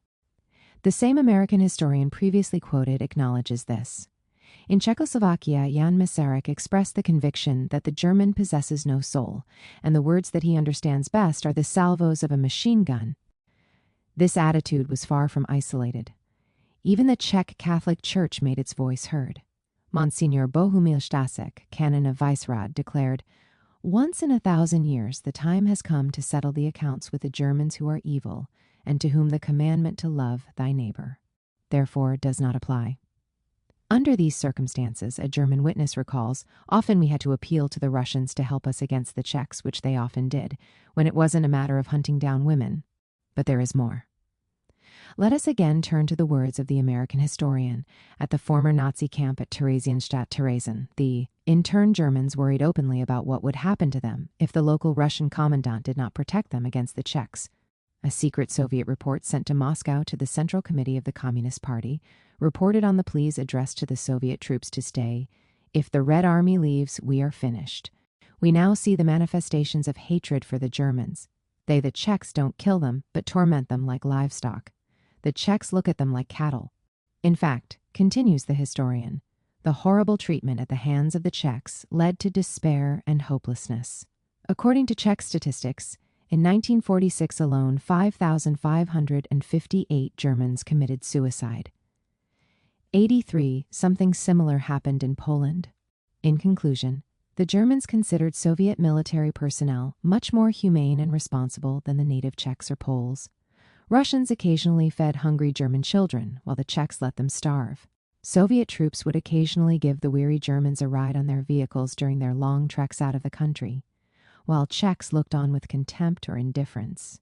The U.S. historian speaks of Czechs, or Poles in general, but not quite correctly, as is evident from his own account. The Czechoslovak communists, and other communists as well, found themselves in a difficult position when it came to the question of expelling the Germans. During the war, the communist position, articulated by Georgy Dimitrov in Moscow, was that those Germans responsible for the war and its crimes should be tried and sentenced, while the German workers and peasants should be re-educated. In fact, in Czechoslovakia, it was the communists who put an end to the persecution of the few remaining ethnic minorities after they seized power in February 1948.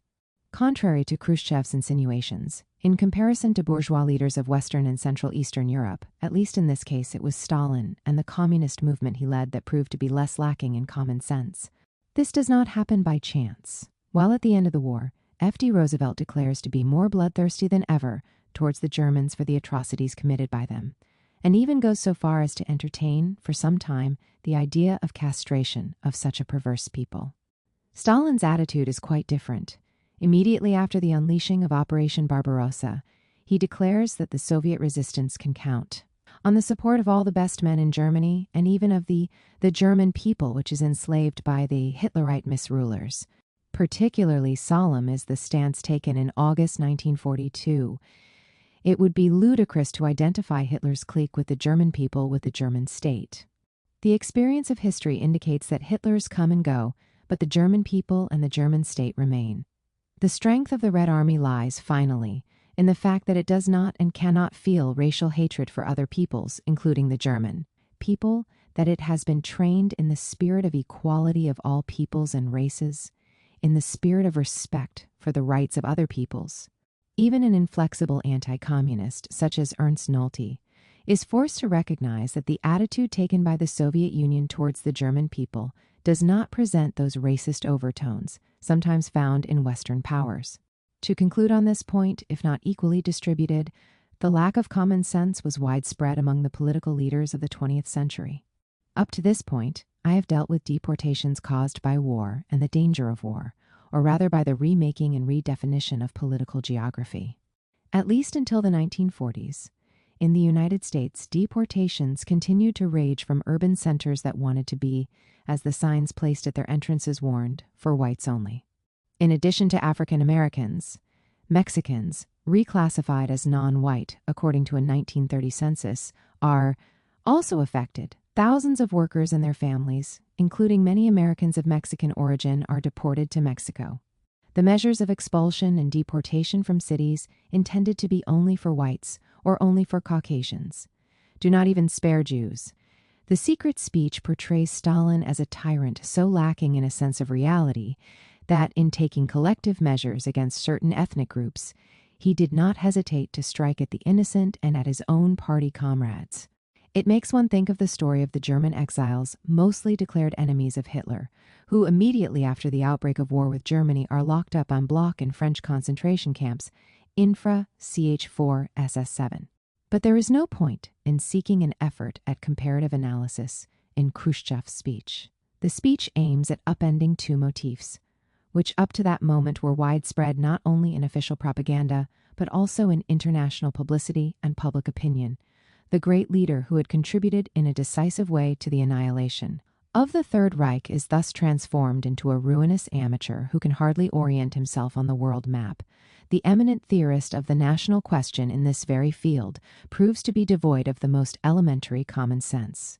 The recognitions paid to Stalin up to that moment are all put on the account of a cult of personality that now we have to liquidate once and for all. The cult of personality in Russia from Kerensky to Stalin. The denunciation of the cult of personality is Khrushchev's strong point. In his report, however, a question is absent that should be asked. Are we dealing with the vanity and narcissism of a single political leader, or with a more general phenomenon rooted in a specific, objective context? It may be interesting to read the observations made by Bukharin while in the U.S. as the country was engaged in fervent preparations for intervention in the First World War. In order for the state machine to be better prepared for military tasks, it transforms itself into a military organization at whose command there is a dictator. This dictator is President Wilson. He has been granted exceptional powers. He has almost absolute power, and attempts are made to install in the people servile feelings for the great president. as in ancient Byzantium where they had deified their monarch.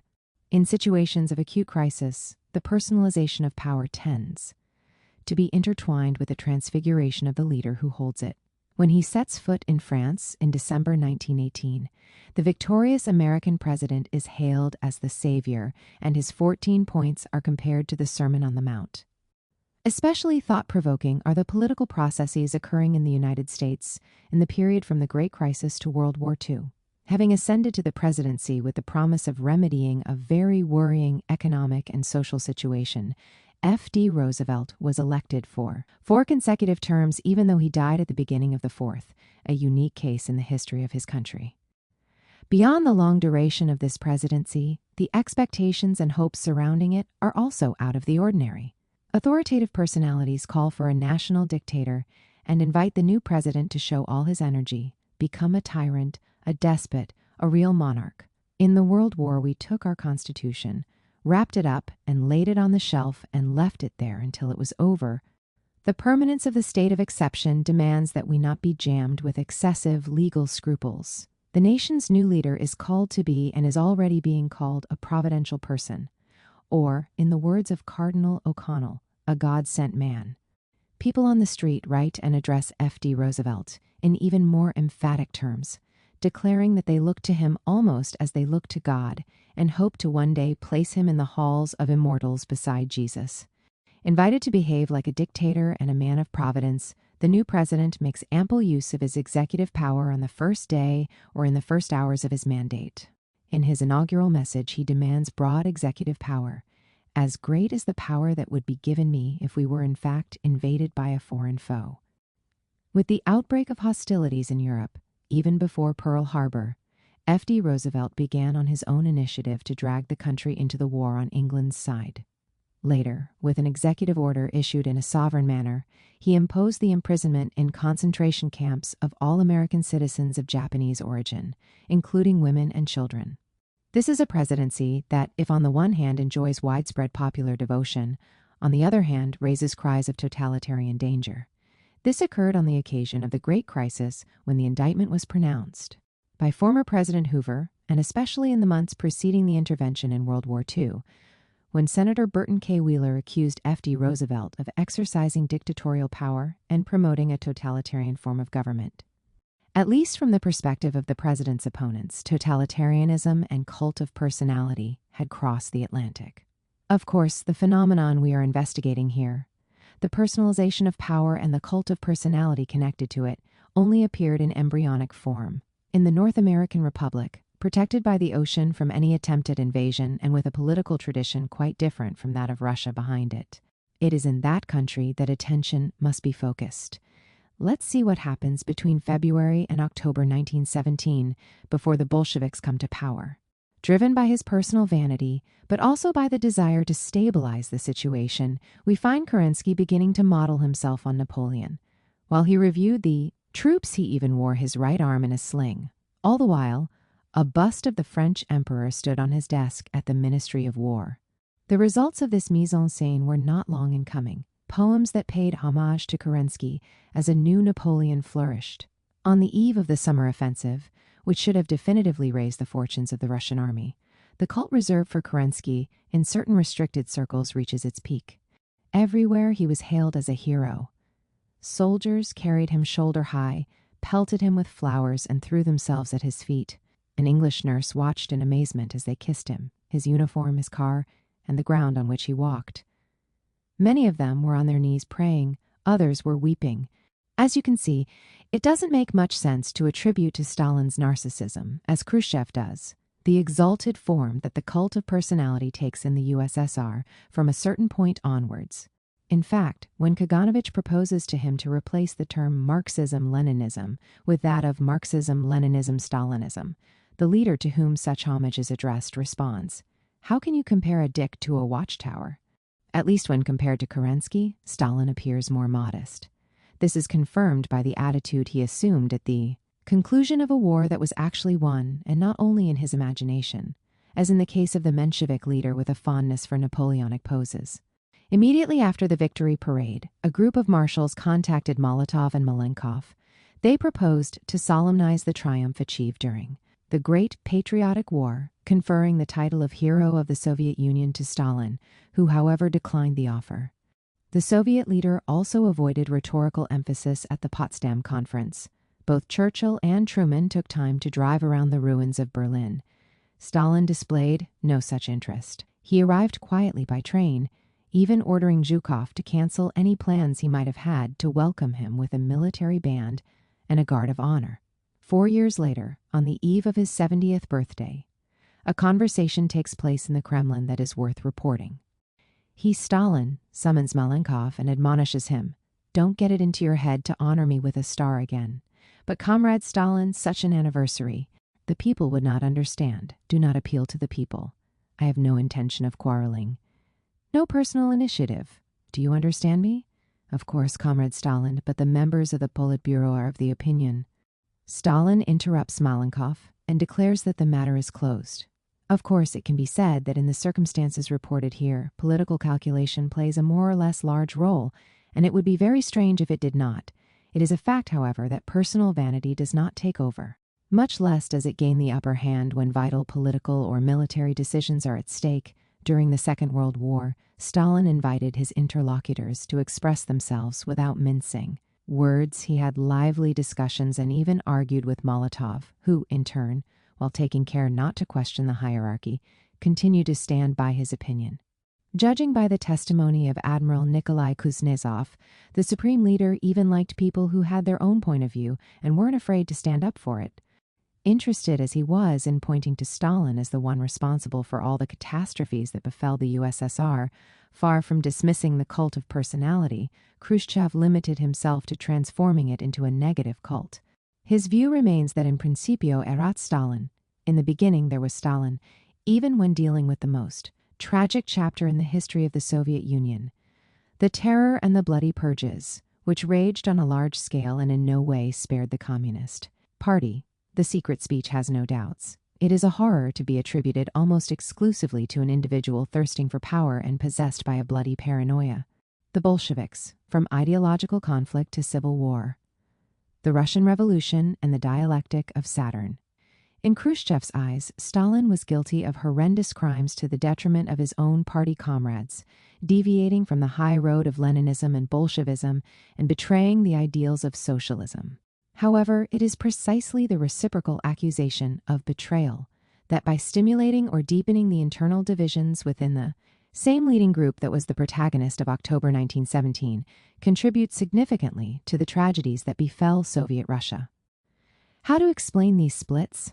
The dialectic on the basis of which Saturn devours his children is certainly not an exclusive characteristic of the October Revolution. The choral unity that presides over the overthrow of an ancient regime now disliked by the majority of the population inevitably cracks or disappears when it comes to deciding on the new order to be built. This also applied to the English Revolution and the American Revolution. But this dialectic manifested itself in Russia in a particularly violent and prolonged way. Already at the moment of the collapse of the Tsarist autocracy, while attempts at monarchical restoration or the establishment of a military dictatorship followed one another, within the ranks of those who were determined to avoid a return to the past, there were nonetheless painful choices to be made. Should they commit oneself first and foremost to peace, or, as the Mensheviks thought, maintain or even expand the war effort, stirring support now in Russia as well for democratic interventionism? The victory of the Bolsheviks certainly does not put an end to Saturn's dialectic, which, on the contrary, becomes even more bitter. Lenin's call for the conquest of power and for the socialist transformation of the revolution appears as an intolerable deviation from Marxism in the eyes of Kamenev and Zinoviev, who make the Mensheviks aware of the situation and thus attract in turn the accusation of betrayal launched by the majority of the Bolshevik Party. It is a debate that goes beyond the borders of Russia and of the communist movement itself. The Social Democrats are the first to cry out in rage at the abandonment of orthodoxy, which excluded the socialist revolution in a country that had not yet gone through full capitalist development, while Karl Kautsky and Rosa Luxemburg are on one side condemning the Leninist acceptance of the slogan of land to the peasants as an abandonment of the path to socialism. But here we should concentrate on the divisions that occurred within the Bolshevik leadership proper, explaining the particularly devastating force that the dialectic of Saturn assumes are the messianic expectations aroused by an interweaving of circumstances, objective and subjective. There was a universally diffused dismay and indignation at the immense carnage and the configuration of different states in struggle in World War I as bloodthirsty Molochs, determined to sacrifice millions and millions of people on the altar of the defense of the homeland, hiding the real motives of imperialistic competition for world hegemony. This stimulated the push for a totally new political social order. It was a question of cutting once and for all the roots of the horrors that had been manifested since 1914. Further fueled by a worldview which with Marx and Engels seems to invoke a future devoid of national borders, mercantile relations, state apparatus, and even juridical coercion, and by an almost religious relationship with the texts of the founding fathers of the communist movement. This claim cannot fail to be disappointed as the construction of the new order begins to take shape. This is why, long before it burst into the center of Trotsky's reflection and denunciation, after having already appeared at the moment of the collapse of the Tsarist autocracy, the motif of the revolution betrayed accompanied the history that began with the rise to power of the Bolsheviks like a shadow. The accusation or suspicion of betrayal emerged at every turning point of this particularly tortuous revolution, pushed by the needs of government, action to rethink certain original utopian motives, and still forced to limit its great ambitions with the extreme difficulty of the objective situation. The first challenge faced by the new power was represented by the disintegration of the state apparatus and by the spread of an irreducible anarchism among the peasants, still beyond any state and national vision, therefore substantially indifferent to the drama of the cities, deprived of food and resources, and inclined to found ephemeral peasant republics. The same occurred among the deserters, now averse to any discipline, as is confirmed by the emergence in a district of Bessarabia of a free republic of deserters. In this case, they branded Trotsky as a traitor who, as a leader of the army, was in the front line in the work of reestablishing central power and the very principle of the state. Here, then, were the peasants, the deserters among whom there is no shortage from the Red Army, and the displaced invoking true socialism, and true Soviets lamenting Lenin, who had endorsed or stimulated the revolt against state power, and identifying Trotsky and Jews as vulgar usurpers. The uprising of the sailors of Kronstadt in 1921 can be inserted in this same context. Apparently, on that occasion, Stalin pronounced himself in favor of a more cautious approach, i.e., waiting for the besieged fortress to run out of food and fuel. But, in a situation in which the dangers of internal civil war and the intervention of counter-revolutionary powers had not yet disappeared, the immediate military solution ended up being imposed. And again, to be branded as supporter of the bureaucratic organization, dictator, and ultimately traitor to the original spirit of the revolution is the gendarme, or rather Marshal Trotsky. The latter, in turn, suspected Zinoviev of having fueled for weeks the agitation that led to the revolt, demagogically waving the flag of workers' democracy, as in 1917. As we can see, the first accusation of treason marks the passage, inevitable in every revolution, but all the more painful in a revolution that broke out in the name of the extinction of the state, from the moment of the over to ed. Note, incipient anti-Semitism permeated the culture of the Russian Empire, including many leftist formations, which carried over into the revolutionary state. This phenomenon tragically brought to life Marx's remarks from Critique of the Gotha program that any new society is stamped with the birthmarks of the old society from whose womb it comes. Legislating against anti-Semitism and the protection of the rights of national minorities was enshrined in the Soviet Constitution of 1918. See later chapters for in-depth discussions of anti-Semitism. In this text, anti-Semitism and its related grammatical forms will be used except where a direct quotation use anti-Semitism and its respective forms. Throw of the old regime to the construction of the new order, from the libertarian phase to the authoritarian one. And, of course, the accusation or suspicion of treason is intertwined with personal ambitions and the struggle for power. The Ministry of Foreign Affairs will close up shop. The patriotic rhetoric and national hatreds, partly spontaneous and in part cleverly stirred up, had resulted in the slaughter of imperialist war. The need to put an end to all this appeared urgent. Thus emerged in certain sectors of the communist movement a completely unrealistic internationalism, which tended to dismiss the different national identities as mere prejudice. Let us see in what terms. At the beginning of 1918, Bukharin opposed not only the Peace of Brest-Litovsk, but any attempt by the Soviet power to use the contradictions between the various imperialist powers, making agreements or compromises with one or the other. What are we doing? We are turning the party into a dung heap.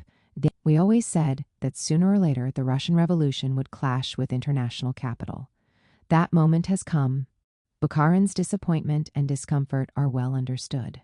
About 2 years earlier, he had contrasted the war to the death between the great capitalist powers and between the various nation-states and the chauvinistic turn of social democracy with the prospect of a humanity finally unified and united, thanks to the social revolution of the international proletariat, which overthrows the dictatorship of finance capital with an armed hand, with the socialist epigones of Marxism, responsible for having forgotten or obscured the well-known thesis of the Communist Manifesto, according to which the workers have no fatherland, defeated along with the bourgeoisie, the last limitation of the proletariats.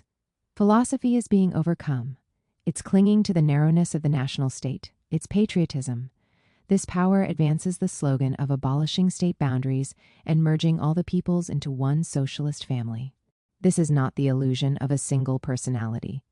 In assuming the post of People's Commissar for Foreign Affairs, Trotsky had declared, "I will issue a few revolutionary proclamations to the peoples of the world, then I will close up shop." With the advent on the ruins of the war and on the wave of the world revolution of a unified humanity on a planetary level, the first ministry to prove superfluous would be the one that normally presides over the relations between the different states. Compared to this exciting prospect, how mediocre and degenerate the reality and the political project highlighted by the Brest-Litovsk negotiations appeared, with the reemergence of state and national borders and the reappearance even of the return of the state's raison d'etre. Not a few Bolshevik militants and leaders experienced this event as the collapse, indeed, as the cowardly and treacherous abandonment of an entire world of ideals and hopes. Certainly, it was not easy to resist the army of Wilhelm II, but to yield to German imperialism only because the Russian peasants, meanly attached to their interests and oblivious to the task imposed by the world revolution, refused to continue to fight. Was this not proof of the incipient peasant degeneration of our party and of Soviet power? At the end of 1924, Bukharin describes the spiritual climate at the time of Brest-Litovsk that was dominant among the left communists, pure-blooded and the circles of Comrade Trotsky's sympathizers that sympathized with Comrade Trotsky. In particular, he pointed out Comrade Ryazanov, who then left the party, because we had, as it were, lost our proletarian innocence. Beyond individual personalities, it was important party organizations that declared in the interests of the world revolution. We consider it expedient to accept the possibility of losing Soviet power, which is now becoming purely formal. These words were strange and monstrous to Lenin, who, however, at a certain moment, was the subject of these accusations or suspicions of betrayal, and seemed to be the target of a project, albeit vague, of a coup d'etat, which Bukharin was considering. All the prestige and energy of the great revolutionary leader was needed to overcome the crisis. However, it reappeared a few years later. With the defeat of the Central Empires and the breakout of the revolution in Germany, Austria, and Hungary, and its overbearing appearance in other countries, the perspective from which the Bolsheviks had been forced to take leave in Brest-Litovsk seems to regain new vitality and relevance. In concluding the First Congress of the Communist International, Lenin himself declared, "The victory of the proletarian revolution on a world scale is assured. The founding of an international Soviet republic is on the way." Thus, the imminent defeat of capitalism on a world scale would quickly be followed by the fusion of the various nations and states into a single body. Once again, the Ministry of Foreign Affairs was about to become superfluous. The sunset of these illusions coincides with Lenin's illness and death. All the more serious is the new crisis because of the fact that now, within the Bolshevik Party, an undisputed authority is missing. From the point of view of Trotsky and his allies and followers, there could be no more doubts. The choice of socialism in one country, with the consequent abandonment of the idea of world revolution, was not dictated by political realism and the calculation of the relations of force, but only by bureaucratic routine, opportunism, cowardice, and ultimately betrayal. To be hit by this accusation is first and foremost Stalin, who from the beginning had paid particular attention to the national question, aiming for the victory of the revolution at the international level, but first and foremost in Russia. Between February and October 1917, he had presented the proletarian revolution he hoped for as the necessary instrument not only to build a new social order, but also to reaffirm the national independence of Russia. The Entente was trying to force Russia by every means to continue fighting and bleeding itself dry, and was aiming in some way to turn it into a colony of Britain, America, and France. Worse, the Entente behaved in Russia as they would in Central Africa. In this operation, the Mensheviks were accomplices who, with their insistence on the continuation of the war, were bowing to imperialist diktat were inclined to. The gradual bartering away of Russia to foreign capitalists were leading the country to ruin, and thus had revealed themselves as the true traitors of the nation. In contrast to all this, the revolution to be carried out would not only promote the emancipation of the popular classes, pave the way for the real emancipation of Russia. After October, the counter-revolution, unleashed by the white-supported or aided by the Entente, had been defeated thanks to the appeal of the Bolsheviks to the Russian people to reject the invasion of imperialist powers determined to reduce Russia to a colony or semi-colony of the West. It was on this basis that the new Soviet power had also given their support to officials of noble descent. And in promoting this line, Stalin had again distinguished himself, and had thus described what was at stake in the course of the Civil War. The victory of Denikin and Kolchak would mean the loss of Russia's independence, would turn her into a milch cow of the British and French plutocrats. In this respect, the Denikin-Kolchak government is a supremely anti-popular, anti-national government. In this respect, the Soviet government is the only popular and only national government, in the best sense of the words, because it brings with it not only the emancipation of the working people from capitalism, but also the emancipation of the whole of Russia from the yoke of world imperialism, the conversion of Russia from a colony into an independent and free country. On the battlefields, they faced, on the one hand, Russian officers, who have forgotten Russia, have lost all sense of honor, and are ready to desert to the enemies. Of workers' and peasants' Russia, on the other, were Red Army soldiers, consciously fighting not to protect capitalist profits, but for the emancipation of Russia.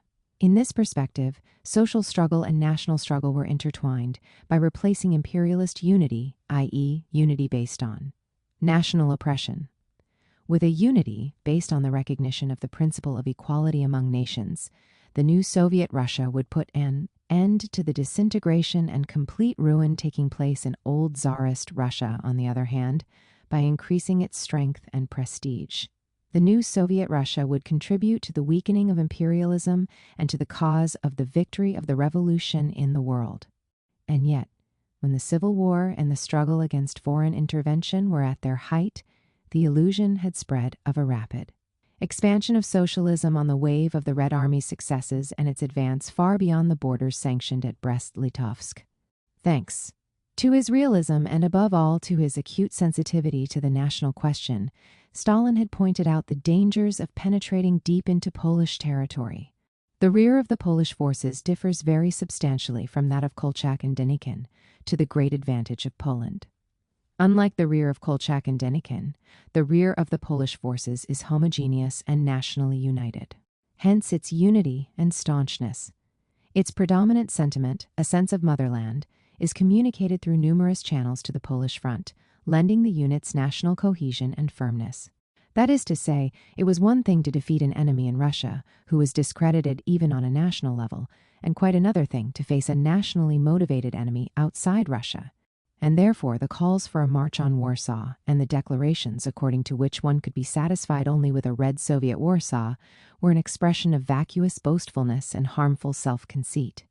The failure of the attempt to export socialism to Poland, which until some time before had been part of the Tsarist Empire, had strengthened Stalin in his convictions. In 1929, he highlighted the need to take note of a phenomenon largely unsuspected by the protagonists of the October Revolution, the colossal power of stability possessed by nations. They seemed destined to be a vital force for a long period of history, and therefore, for a long historical period, humanity would continue to be divided not only between different social systems, but also between different linguistic, cultural, and national identities. What relationship would come to be established between them? In 1936, in an interview with Roy Howard of The Times, Stalin declares, "The idea of exporting a revolution is nonsense. Every country, if it wants one, will produce its own revolution. And if it doesn't, there will be no revolution." Thus, for instance, our country wanted to make a revolution and made it. An outraged Trotsky commented, again, we have quoted verbatim, "From the theory of socialism in a single country, it is a natural transition to that of revolution in a single country. We more than once announced the duty of the proletariat of countries in which the revolution had conquered to come to the aid of oppressed and insurrectionary classes, and that not only with ideas, but if possible, with arms. Nor did we limit ourselves to announcements. We in our own time aided the workers of Finland, Latvia, Estonia, and Georgia with armed force.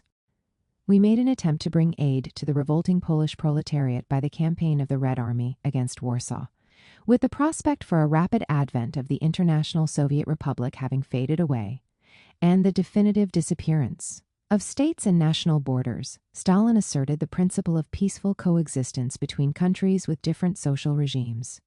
But this new principle, which was the result of a learning process, and which guaranteed to the Soviet Union the right to independence in a hostile and militarily stronger world, appeared, in Trotsky's eyes, as the betrayal of proletarian internationalism, as the desertion of the obligations of active mutual solidarity between the oppressed and the exploited of the whole world.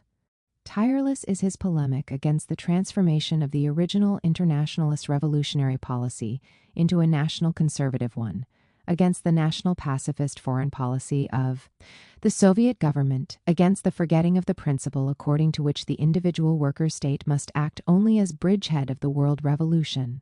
In any case, just as the peaceful transition from capitalism to socialism is unthinkable, a socialist state cannot peacefully merge Heinen-Waxen with a world capitalist system. This is an attitude that Trotsky reiterated again in 1940. It would have been better not to engage in war with Finland, but once it had begun, it should be carried through to the end. That is, to the Sovietization of Finland, twilight of the money economy and mercantile morality. The dialectic of Saturn manifests itself in numerous other areas of political and social life. Internally, how is the equality that the October regime was called upon to achieve to be understood? The war and the shortages had produced a communism based on the more or less equal distribution of very poor food rations. Compared to this practice, and to the ideology that had developed on this basis, the shockwave raised by the new economic policy NEP was unsettling, with the emergence of new, strident inequalities made possible by the tolerance granted to certain sectors of the capitalist economy. The feeling of betrayal was a mass phenomenon, and it hit the Bolshevik Party hard. In 1921-22, literally, tens of thousands of Bolshevik workers tore up their membership cards in disgust with the NEP. They dubbed it the new exploitation of the proletariat. Even outside of Soviet Russia, we see a French communist leader resigning himself to the turning point, but at the same time writing, "In Le Humanite, the NEP brings with it a bit of the capitalist rot that had totally disappeared at the time of war communism. Sometimes one has the impression that it is not certain aspects of economic reality that are looked upon with distrust or indignation, but this reality as a whole. We must not lose sight of the messianic expectation that characterizes revolutions, which involve the deepest strata of the population and come about after a crisis of a long duration. In France in 1789, even before the storming of the Bastille, already present from the meeting of the Estates General and the agitation of the Third Estate, in the popular soul the ancient millenarianism, the anxious expectation of the revenge of the poor and the happiness of the humiliated will be deeply impregnated in the revolutionary mentality. In Russia, stimulated by Tsarist oppression, and above all by the horror of the First World War, Messianism had already manifested itself forcefully on the occasion of the February Revolution. Hailing it as an Easter of resurrection, Christian circles and important sectors of Russian society had expected a total regeneration, with the emergence of an intimately unified community and the disappearance of the division between rich and poor, and even of theft, lies, gambling, blasphemy, and drunkenness. Disappointed by Menshevik politics and the prolongation of war and carnage, this messianic expectation had subsequently inspired quite a few adherents to the Bolshevik Revolution. This is the case, for example, of Pierre Pascal, a French Catholic who was later deeply disappointed by the transition to the NEP, but who had initially greeted the October 1917 turning point in this way. This is the very realization of the fourth psalm of the Sunday Vespers, and the Magnificat, the powerful cast from their throne and the poor man lifted from his hovel. There are no more rich people, only poor and poorer. Knowledge no longer confers either privilege or respect. The former worker promoted to director gives orders to the engineers. Salaries, high and low, are getting closer to each other. The right to property is reduced to the rags on one's back. Judges are no longer obliged to apply the law if their sense of proletarian equity contradicts it. Reading this passage marks a statement that nothing is easier than to give Christian asceticism a socialist tinge comes to mind. One should not think that this view circulates only among avowedly religious circles. It is the manifesto of the Communist Party that points out that the first movements of the proletariat are often characterized by claims under the banner of universal asceticism and social leveling in its crudest form. This is what occurs in Russia following the catastrophe of the First World War. In the 1940s, a Bolshevik effectively described the spiritual climate prevailing in the period immediately following the October Revolution, the climate that emerged from the horror provoked by the war caused by imperialist contention for the plundering of colonies, for the conquest of markets and raw materials, by the capitalist hunt for profit and super profits. We young communists had all grown up in the belief that money was done away with once and for all. If money was reappearing, wouldn't rich people reappear too? Weren't we on the slippery slope that led back to capitalism? This spiritual climate also finds expression in the work of eminent Western philosophers. In 1918, the Young Bloc called on the Soviets to put an end not only to all private economy, but also the money economy, and with it, the mercantile morality that consecrates all that is most evil in man. Only by liquidating this rot in its entirety was it possible to put an end once and for all to the struggle for wealth and domination, and for the conquest of colonies and hegemony, which had catastrophically led to war. In publishing the second edition of The Spirit of Utopia in 1923, Bloch considered it appropriate to eliminate those previously mentioned passages that were of a decidedly messianic nature. Nevertheless, the mood and vision that had inspired them did not fade away, either in the Soviet Union or outside it. Although the healing of the wounds opened by the First World War, the civil wars against the whites and the kulaks, and the economic recovery attenuated to some extent, this moral crisis is nonetheless reignited. Especially after the completion of the collectivization of agriculture and the consolidation of the new regime, it was no longer possible to refer to capitalist residues and the immediate danger of collapse to explain the phenomenon of the persistence of wage differences. Were they tolerable, and to what extent? In the Phenomenology of Spirit, Hegel highlights the aporia contained in the idea of material equality, which is at the basis of the claim of the community of goods. If one proceeds to the equal satisfaction of the different needs of individuals, it is clear that there is inequality. In relation to the share of participation, that is the distribution of goods. If, on the other hand, one proceeds to an equal distribution of goods, then it is clear that the satisfaction of needs, different from time to time, is unequal in individuals. In any case, the commonality of goods fails to fulfill the promise of material equality. Marx, who knew the Phenomenology of Spirit very well, resolved the difficulty by matching, in the critique of Gotha's program, the two different ways of rejecting equality, which always remains partial and limited, to two different stages of development of post-capitalist society. In the socialist stage, distribution according to an equal right, i.e., paying with an equal yardstick the work provided by each individual and different, from time to time, produces an obvious inequality in pay and income. In this sense, the equal right is nothing but the right of inequality. In the communist stage, the equal satisfaction of the various needs also entails an inequality in the distribution of resources, only that the enormous development of the productive forces, by fully satisfying the needs of all, renders this inequality irrelevant. That is to say, in socialism, the equal satisfaction of the various needs is the result of an unequal distribution of resources. In other words, in socialism, material equality is not possible. In communism, it no longer makes sense. Notwithstanding the inequality in the distribution of resources, the passage from the unequal satisfaction to the equal satisfaction of needs presupposes, beyond the overthrow of capitalism, the prodigious development of the productive forces, and this can be achieved only through the affirmation, in the course of the socialist stage, of the principle of the remuneration of each individual on the basis of the different work performed. Hence Marx's insistence on the fact that, once it has conquered power, the proletariat is called upon to commit itself not only to the transformation of social relations, but also to the development of the forces of production. On the other hand, however, in celebrating working-class Paris as opposed to the French bourgeoisie, which wallows in luxury at the same time as it is engaged in bloody repression, Marx points to a measure passed by the Commune as a model. The public service had to be done at workman's wage. In this case, equality of pay and material. Equality tend to take shape as an objective of socialist society. It is not easy to reconcile the two perspectives, and their divergence will play a not insignificant role in irreparably tearing the Bolshevik leadership and party apart. As it grew stronger, Soviet power was led to pay increasing attention to the problem of economic construction, in order both to consolidate the social base of consensus and to achieve national legitimacy in the eyes of the Russian people, and to defend the country of socialism from the threats looming on the horizon.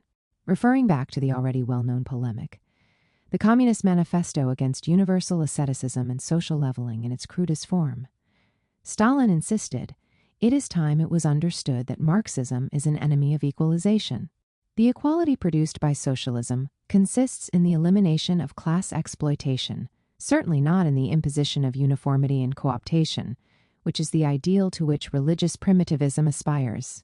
Equalization in the sphere of requirements and personal, everyday life is a reactionary petty bourgeois absurdity, worthy of some primitive sect of ascetics, but not of a socialist society organized on Marxist lines, for we cannot expect all people to have the same requirements and tastes, and all people to mold their personal, everyday life on the same model. By equality, Marxism means not equalization of personal requirements in everyday life, but the abolition of classes. Religious primitivism can express itself through the aspiration to a community life, within which individual differences are erased, with serious damage also to the development of productive forces. Leftist blockheads at one time idealized the agricultural communes to such an extent that they even tried to set up communes in mills and factories where skilled and unskilled workers, each working at his trade, had to pool their wages in a common fund, which was then shared out equally. You know what harm these infantile equalitarian exercises of the left blockheads caused our industry. Stalin's long-term goal is very ambitious, both socially and nationally, to make our Soviet society the most prosperous of all societies, to achieve the possibility of converting our country into the most prosperous of all countries. But in order to achieve this result, our country must have a productivity of labor which surpasses that of the foremost capitalist countries. 37. Which again entails recourse to material as well as moral incentives, and thus overcoming the egalitarianism the Soviet leader considered crude and mechanical. And once again, and indeed more than ever, religious primitivism makes itself felt, with its mistrust not only of wage differences, but above all of wealth as such. If everyone becomes prosperous, they go on to say, and the poor cease to exist, upon whom then are we Bolsheviks to rely in our work? Thus argued and agonized those who Stalin referred to as the leftist blockheads, who idealize the poor as the eternal bulwark of Bolshevism under all conditions. 38.1 is reminded of the critical remarks developed by Hegel regarding the evangelical commandment to help the poor by losing sight of the fact that it is a conditional precept and making it absolute. Christians end up making even poverty absolute, which alone can give meaning to the norm that demands help for the poor. On the contrary, the seriousness of helping the poor is measured by the contribution made to overcoming poverty as such. In the climate of horror at the carnage caused by capitalism and the Orisakra fame's accursed hunger for gold, a religious distrust of gold, and of wealth as such is reproduced, alongside the idealization of poverty, or at least of scarcity, understood and experienced as an expression of spiritual fullness or revolutionary rigor. And Stalin felt compelled to emphasize a central point. It would be absurd to think that socialism can be built on the basis of poverty and privation, on the basis of reducing personal requirements and lowering the standard of living to the level of the poor.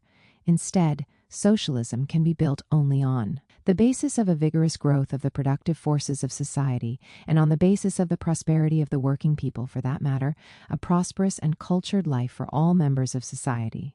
Like the Christian precept of helping the poor, the revolutionary precept, which calls communist parties to take root primarily among the exploited and the poor, is conditional and is only truly taken seriously when it is understood in its conditionality.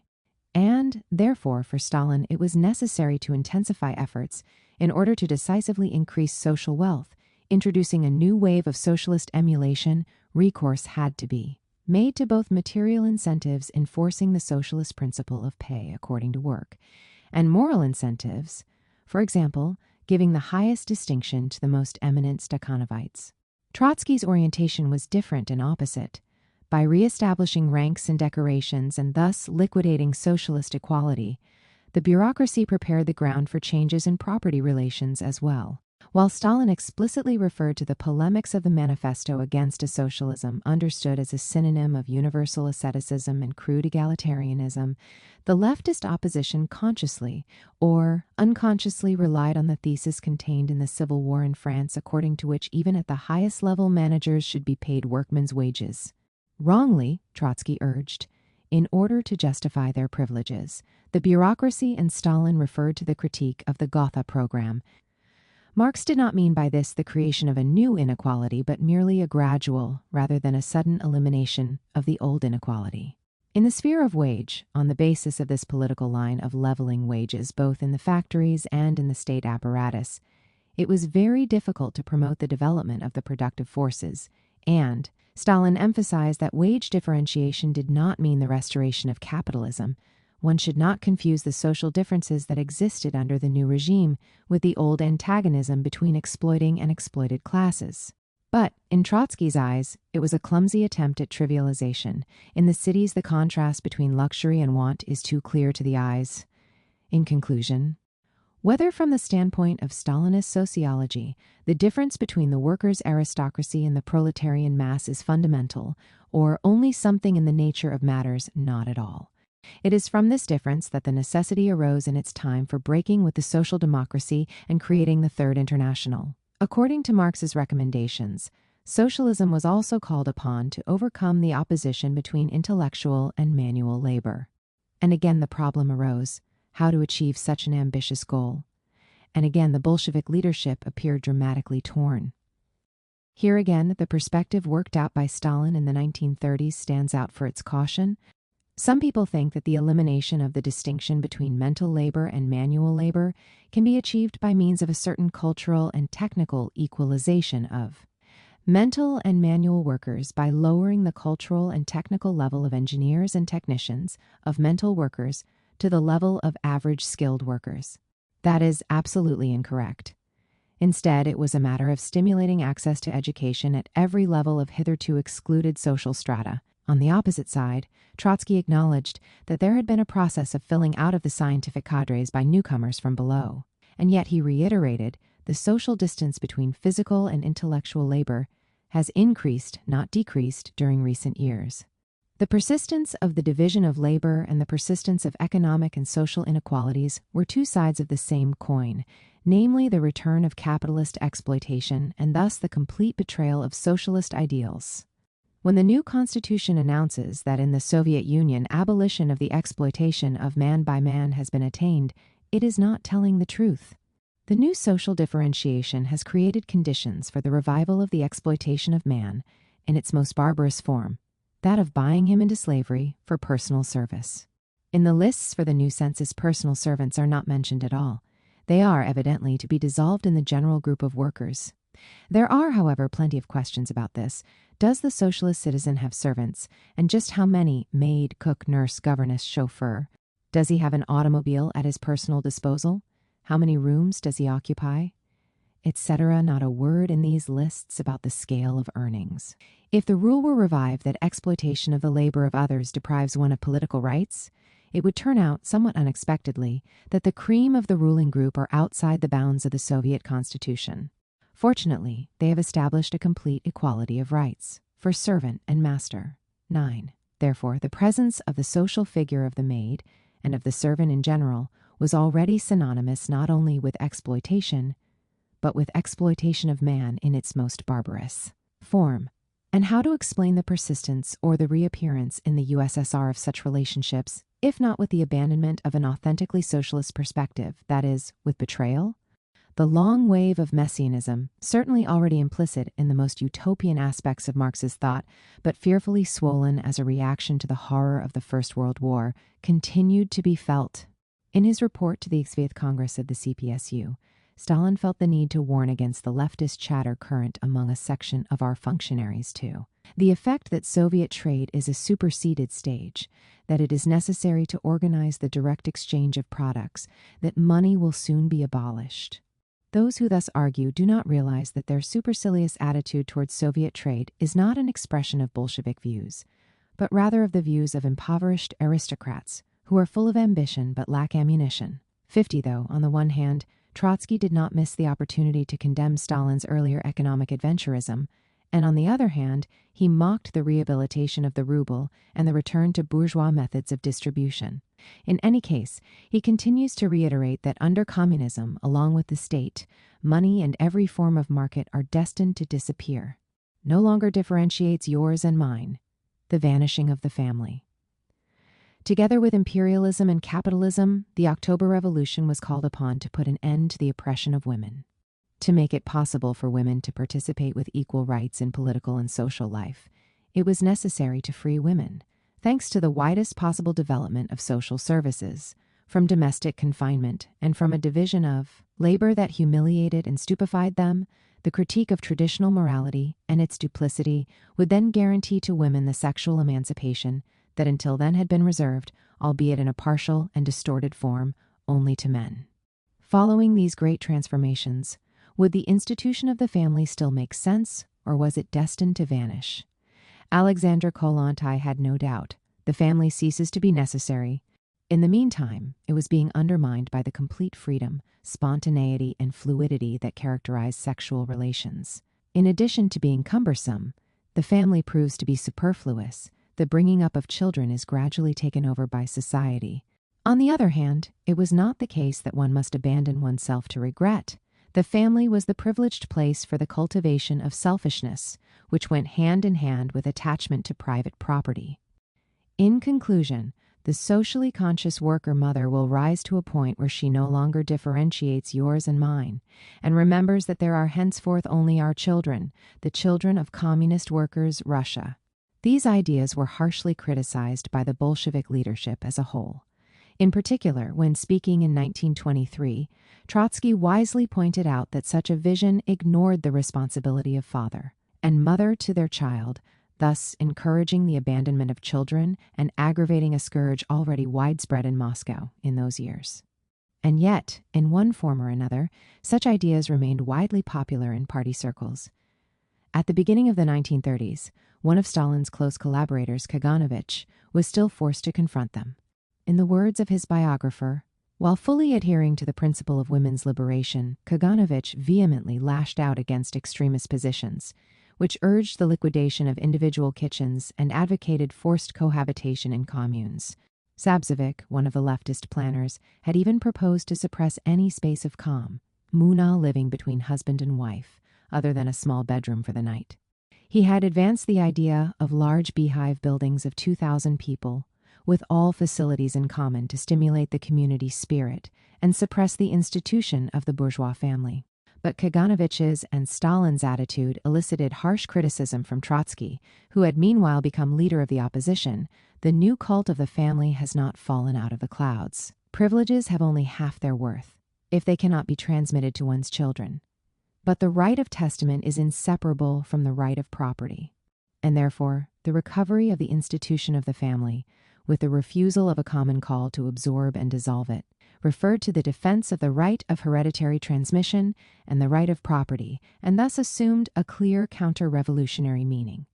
And, in fact, by a providential coincidence, Trotsky ironizes, the triumphal rehabilitation of the family takes place simultaneously with the return of the honoring of money. The resurrection of the family goes hand in hand with the increase of the educative role of the ruble. The consecration of conjugal fidelity goes hand in hand with the consecration of private property, to put it in religious terms, along with the seventh. The fifth commandment is also fully restored to its rights as yet, to be sure, without any references to God. In fact, upon closer inspection, this invocation is already looming on the horizon. In intervening on the draft Constitution of 1936, Stalin polemicized against those who would like to prohibit the celebration of religious ceremonies and to have the ministers of religion be disenfranchised. And again, Trotsky intervened to denounce this unacceptable retreat from the initial projects of definitive liberation of society. From the shackles of superstition, the storming of heaven is now brought to a stop. The bureaucracy, concerned about their reputation for respectability, have ordered the young godless to surrender their fighting armor and sit down to their books. In relation to religion, there is gradually being established a regime of ironical neutrality, but that is only the first stage. This new chapter in the indictment of betrayal was also based on the dialectic we already know. By putting an end to the bourgeois family, with its petty interests, inveterate prejudices, and dead rules, the revolution would have opened a space marked exclusively by love, freedom, and spontaneity.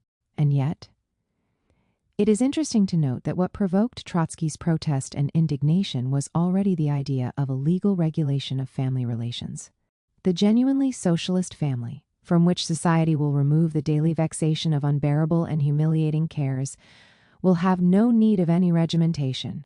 And the very idea of laws about abortion and divorce will sound no better within its walls than the recollection of houses of prostitution or human sacrifices. State apparatus, one really worthy to be called socialist, Soviet, to improve administrative work, and to do all this without hesitating to learn from the best models of Western Europe, but doesn't massively extending the state apparatus and forcefully posing the problem of its improvement mean effectively renouncing the ideal of the extinction of the state? Of course, the realization of this ideal can be postponed to a very remote future, but in the meantime, how should public property, which has now undergone an enormous expansion, be managed? And what forms should power take in Soviet Russia as a whole? Even in State and Revolution, written at a time when the denunciation of representative regimes co-responsible for the World War I massacre was, at its most bitter, and could not fail to be, we can read that even the most developed democracy cannot do without representative institutions. And yet the expectation of the extinction of the state continued to fuel mistrust of the idea of representation at the very moment in which the leaders of Soviet Russia multiply. Representative bodies, as the Soviets undoubtedly were, not shying away from second or third degree representation, the lower-level Soviets elect their delegates to the higher-level Soviet. Controversy was not slow to flare up. The problem of re-establishing order and revitalizing the productive apparatus, with the related recognition of the principle of competence, also arose in the factories. Already at the beginning of the new regime, social and political circles reluctant to change denounced the coming to power of bourgeois specialists, or rather of a new bourgeoisie, and once again they targeted Trotsky in particular, who at that time occupied a very prominent role in the direction of the state military apparatus. It is a controversy that also rebounds outside of Russia. Significant was the criticism by Gramsci, who celebrated the new state taking shape in the country of the October Revolution and paid homage to the Bolsheviks as an aristocracy of statesmen and to Lenin as the greatest statesman of contemporary Europe. They were able to put an end to the dark abyss of misery, barbarism, anarchy, and dissolution opened by a long and disastrous war. But, an anarchist objected, this apologia, full of lyricism, of the state and of statolatry, of state socialism, authoritarian, legalitarian parliamentarism, is in contradiction with the Soviet Constitution itself, which is committed to establishing a regime in which there will be no more class divisions, nor state power. It is not just from self-identified anarchist circles and authors who adopted a critical position. Some of those expressing dissatisfaction, disappointment, and sharp dissent were also exponents of the international communist movement. Let us give the word to one of them, namely Pannekoek, who can no longer recognize himself in the political action of the Bolsheviks, the technical and administrative cadres in the factories and in the state apparatus exercise greater authority than is commensurate with developed communism. Thus, a new bureaucracy inevitably arose from the new leaders and functionaries.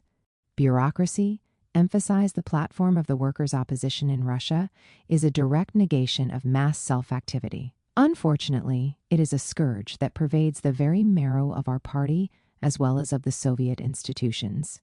Beyond Russia, these criticisms also and primarily were directed at the West. They called for an end to the bourgeois system of representation, to parliamentarism. More than the Bolshevik dictatorship, it was the principle of representation that was condemned. Yes, some third person decides your fate. This is the whole essence of bureaucracy. The degeneration of Soviet Russia already lay in the fact that it was a single person who assumed a given office. In the factories, as at every level, collective management is being replaced by one-man management, which is a product of the individualist conception of the bourgeois class, and which expresses in principle an unrestricted, isolated free will of one man, disconnected from the collective. Rather than a mass politics, Massenpolitik, the Third International now conducts a politics of leaders, Führerpolitik. As we can see, what made people cry betrayal of the original ideals, even more than the abuse of power, was the recourse to the usual organs of power, all based on the distinction opposition between rulers and ruled, between leaders and masses, between managers and managed, and therefore all based on the exclusion of direct action or of the mass politics.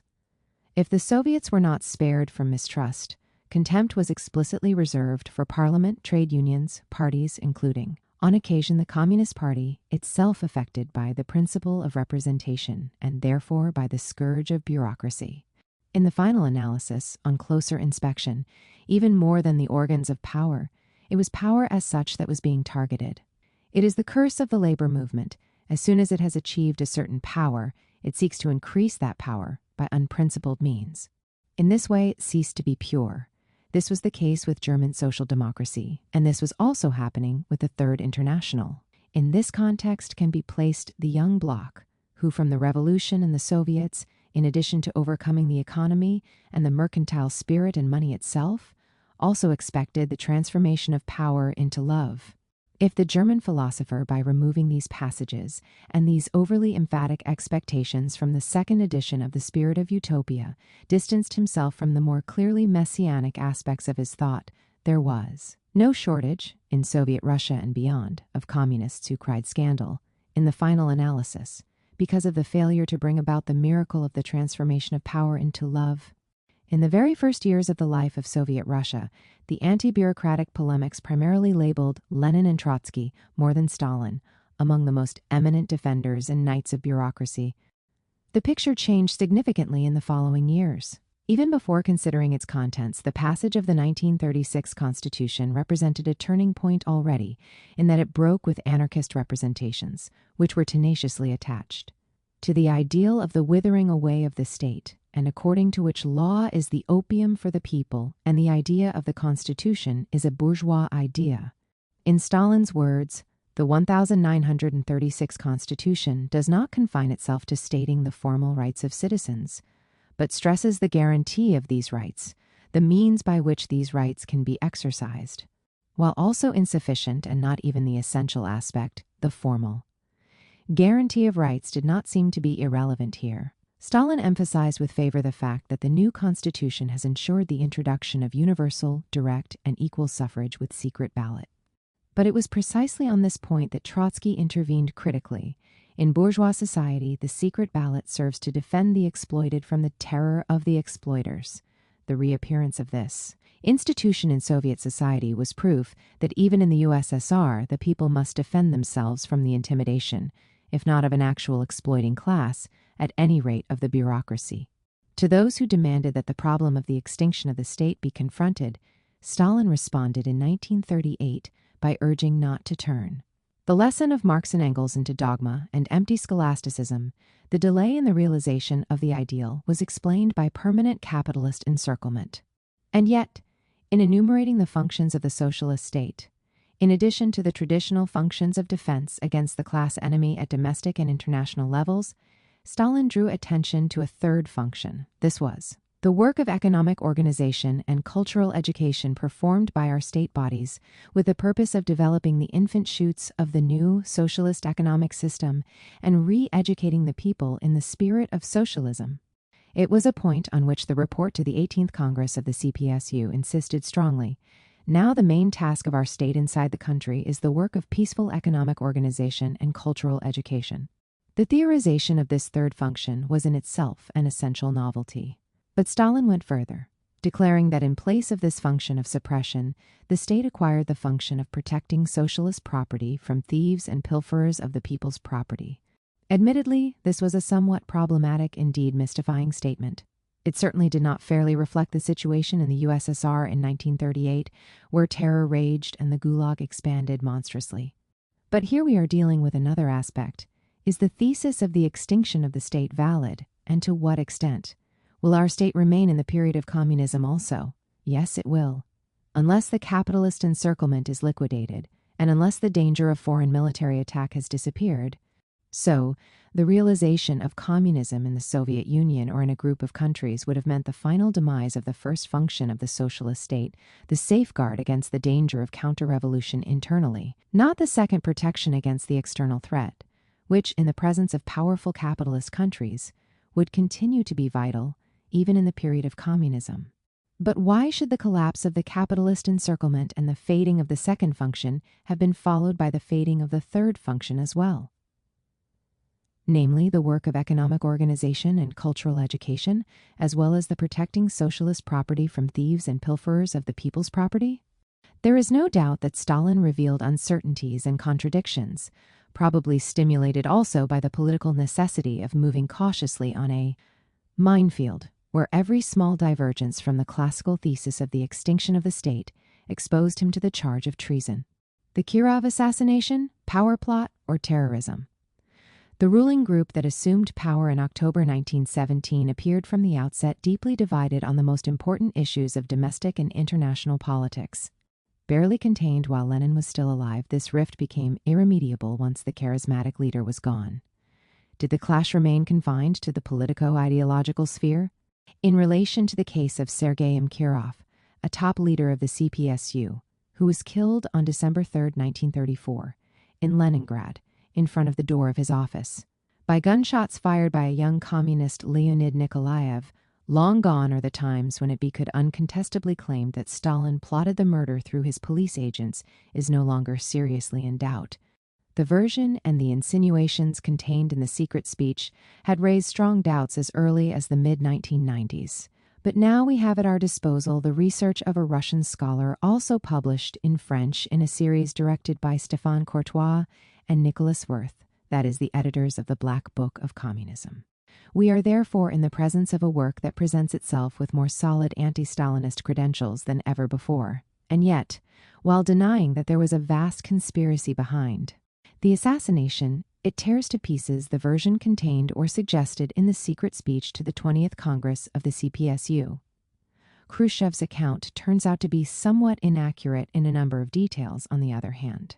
Its author knew that he needed weighty arguments to provoke a psychological shock in the followers of the little father of the peoples. Well, the thesis of Stalin's conspiracy against Kirov admirably met this need. The real relationships of cooperation and friendship between the leader and his collaborator, on the other hand, was clearly shown from the portrait that the Russian historian drew of Kirov. This open-minded man loved neither intrigue, nor lies, nor deception. Stalin had to appreciate these character traits that were the basis of their relationship. According to the testimonies of his contemporaries, Kirov was indeed able to make objections to Stalin, to dampen his suspicious spirit and roughness. Stalin genuinely was enthused by him, and he had confidence in him. Passionate about fishing and hunting, he often sent fresh fish and game to Moscow. Stalin had such confidence in Kirov that he invited him several times to the sauna, an honor only General Vlasic, head of his personal security, shared. Until the end, nothing intervened to disturb this relationship, as confirmed by the research of another Russian historian, Nothing emerges from the archives that points in the direction of a political divergence or rivalry between the two. The conspiracy thesis is all the more ridiculous, given the fact that Kirov had a minimal role in the highest bodies of the party, in the Politburo, and concentrated instead on the administration of Leningrad. But if the idea of a rivalry pitting Kirov against Stalin rests on nothing, Trotsky's reaction, on the other hand, gives food for thought. The turn to the right in foreign and domestic policies could not fail to arouse alarm among the more class-conscious elements of the proletariat. To this must be added to dull rumbling among the youth, particularly among that section that, being close to the bureaucracy, observes its arbitrariness, its privileges, and its abuses.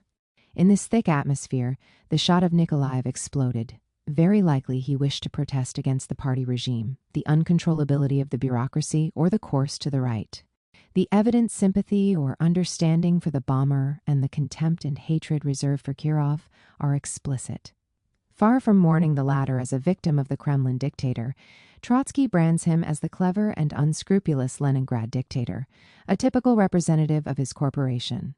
And again, in crescendo, the assassinated Kirov, a rude satrap, does not call forth any sympathy. It is an individual against whom the revolutionary's wrath has been brooding for some time and who has been struck down. As for the latest outburst of terrorism, it does not rest either upon the old ruling classes or upon the kulak. The terrorists of the latest draft are recruited exclusively from among the young, from the ranks of the communist youth and the party. At least at this time, between 1935 and 1936, there is no mention whatsoever of the Kirov assassination attempt as staged. Yes, it is stated that the whole thing can be instrumentalized by the bureaucracy as a whole, but at the same time it is stressed, not without complacency, that every single bureaucrat trembles before the terror coming from below.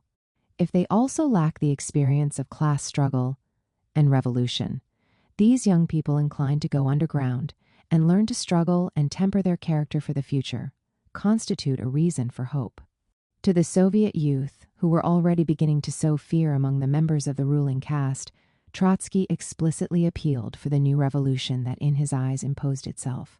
The bureaucratic regime had unleashed the struggle against the youth, as he had already denounced in the title of one of his central works, The Revolution Betrayed. Now the oppressed will overthrow the oppressors. Every revolutionary party finds its chief support in the younger generation of the rising class. Political decay expresses itself in a loss of ability to attract the youth under one's banner. The Mensheviks relied upon the more respectable, skilled upper stratum of the working class, always prided themselves on it, and looked down upon the Bolsheviks. Subsequent events harshly showed them their mistake. At the decisive moment, the youth carried with them the more mature stratum and even the old folks. It is a dialectic destined to repeat itself. However immature the forms it may initially take, the revolt against oppression still has a positive value. After reiterating his contempt and hatred for Kirov, Trotsky adds, "Our relation to the assassin remains neutral only because we know not what motives guided him. If it became known that Nikolaev acted as a conscious avenger for workers' rights trampled upon by Kirov, our sympathies would be fully on the side of the assassin. Like Irish terrorists or those from other countries, Russian terrorists, too, deserve respect. Initially, the authorities' investigations turn in the direction of the White Guards. In fact, in Paris, these circles were well organized. They had managed to carry out a number of attacks on Soviet territory. In Belgrade, similar circles were operating. The monthly magazine they published specified, in the November 1934 issue, that, in order to overthrow the leaders of the country of the Soviets, it was convenient to use the weapon of the terrorist attack. Among those leaders to be eliminated was precisely Kirov. And yet, these investigations did not lead to results. The Soviet authorities then began to look in the direction of the leftist opposition. As we have seen, corroborating the new lead is Trotsky, who not only emphasizes the revolutionary ebullience of the Soviet youth, but also makes it clear that those resorting to violence are not and cannot be classes that are definitively defeated and therefore now renounced. The history of individual terror in the Soviet Union clearly marks the stages in the general evolution of the country. At the dawn of Soviet power, in the atmosphere of the still unfinished Civil War, terrorist deeds were perpetrated by White Guards or social revolutionaries. When the former ruling classes lost hope of a restoration, terrorism also disappeared. The Kulak terror, echoes of which have been observed up to very recent times, had always a local character and supplemented the guerrilla warfare against the Soviet regime. As for the latest outburst of terrorism, it does not rest either upon the old ruling classes or upon the Kulak. The terrorists of the latest draft are recruited exclusively from among the young, from the ranks of the communist youth and the party, not infrequently from the offspring of the ruling stratum.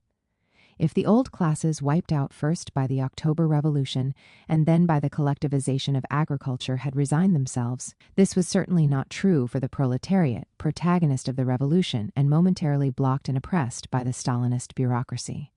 It is the latter that must tremble.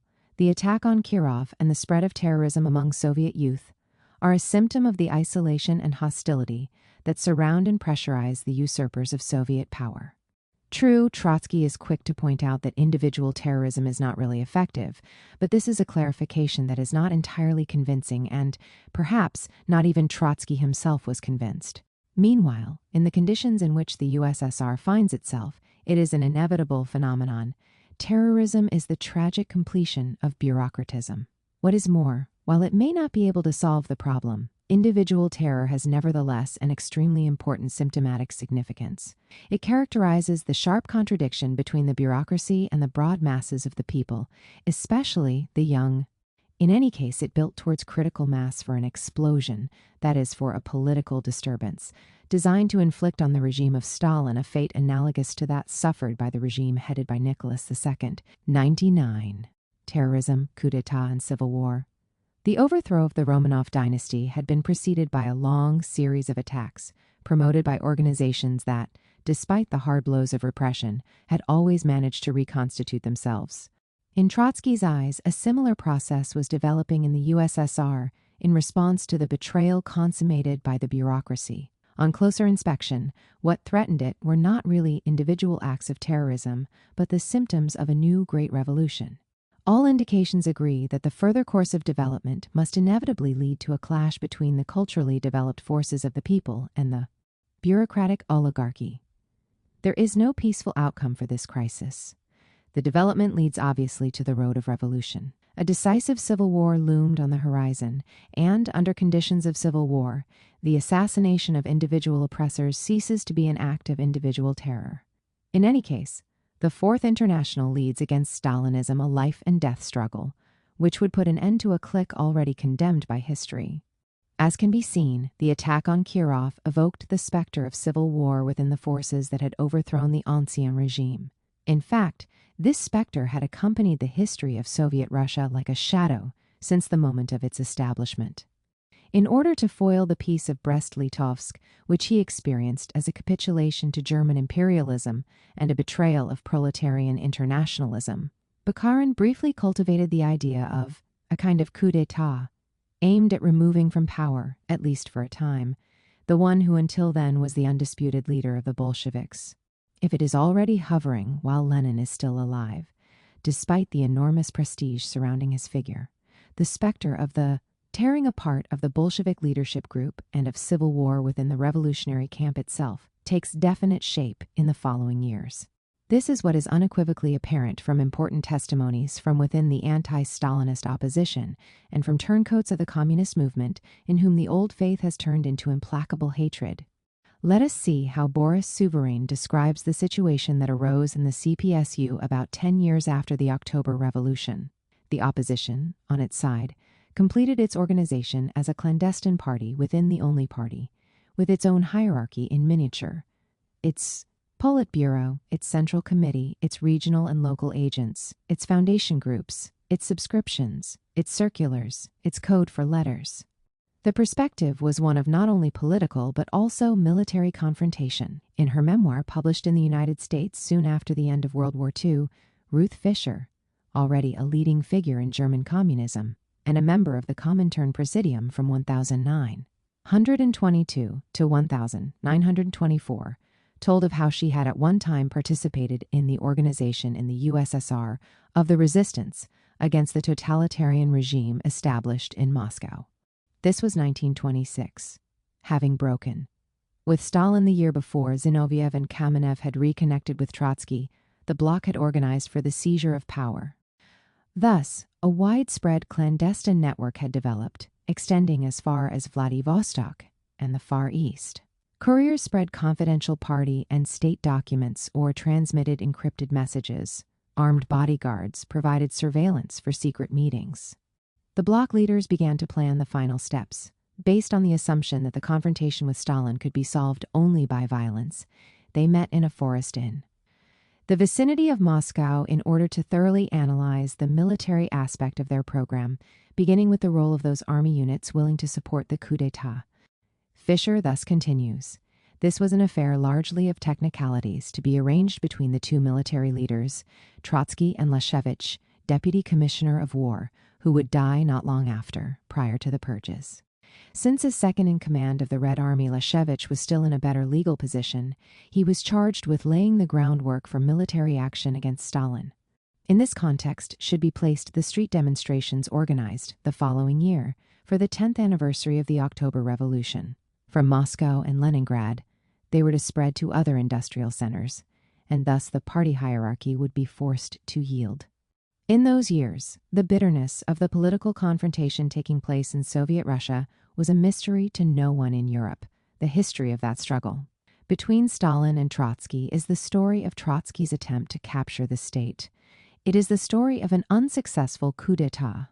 The brilliant organizer of the Red Army, still surrounded by tremendous popularity, certainly did not resign himself to defeat. His overweening and cynical pride turned him into a kind of Red Bonaparte backed by the army, the working masses, and the young communist's spirit of revolt against Lenin's old guard and against the hierarchy of the party.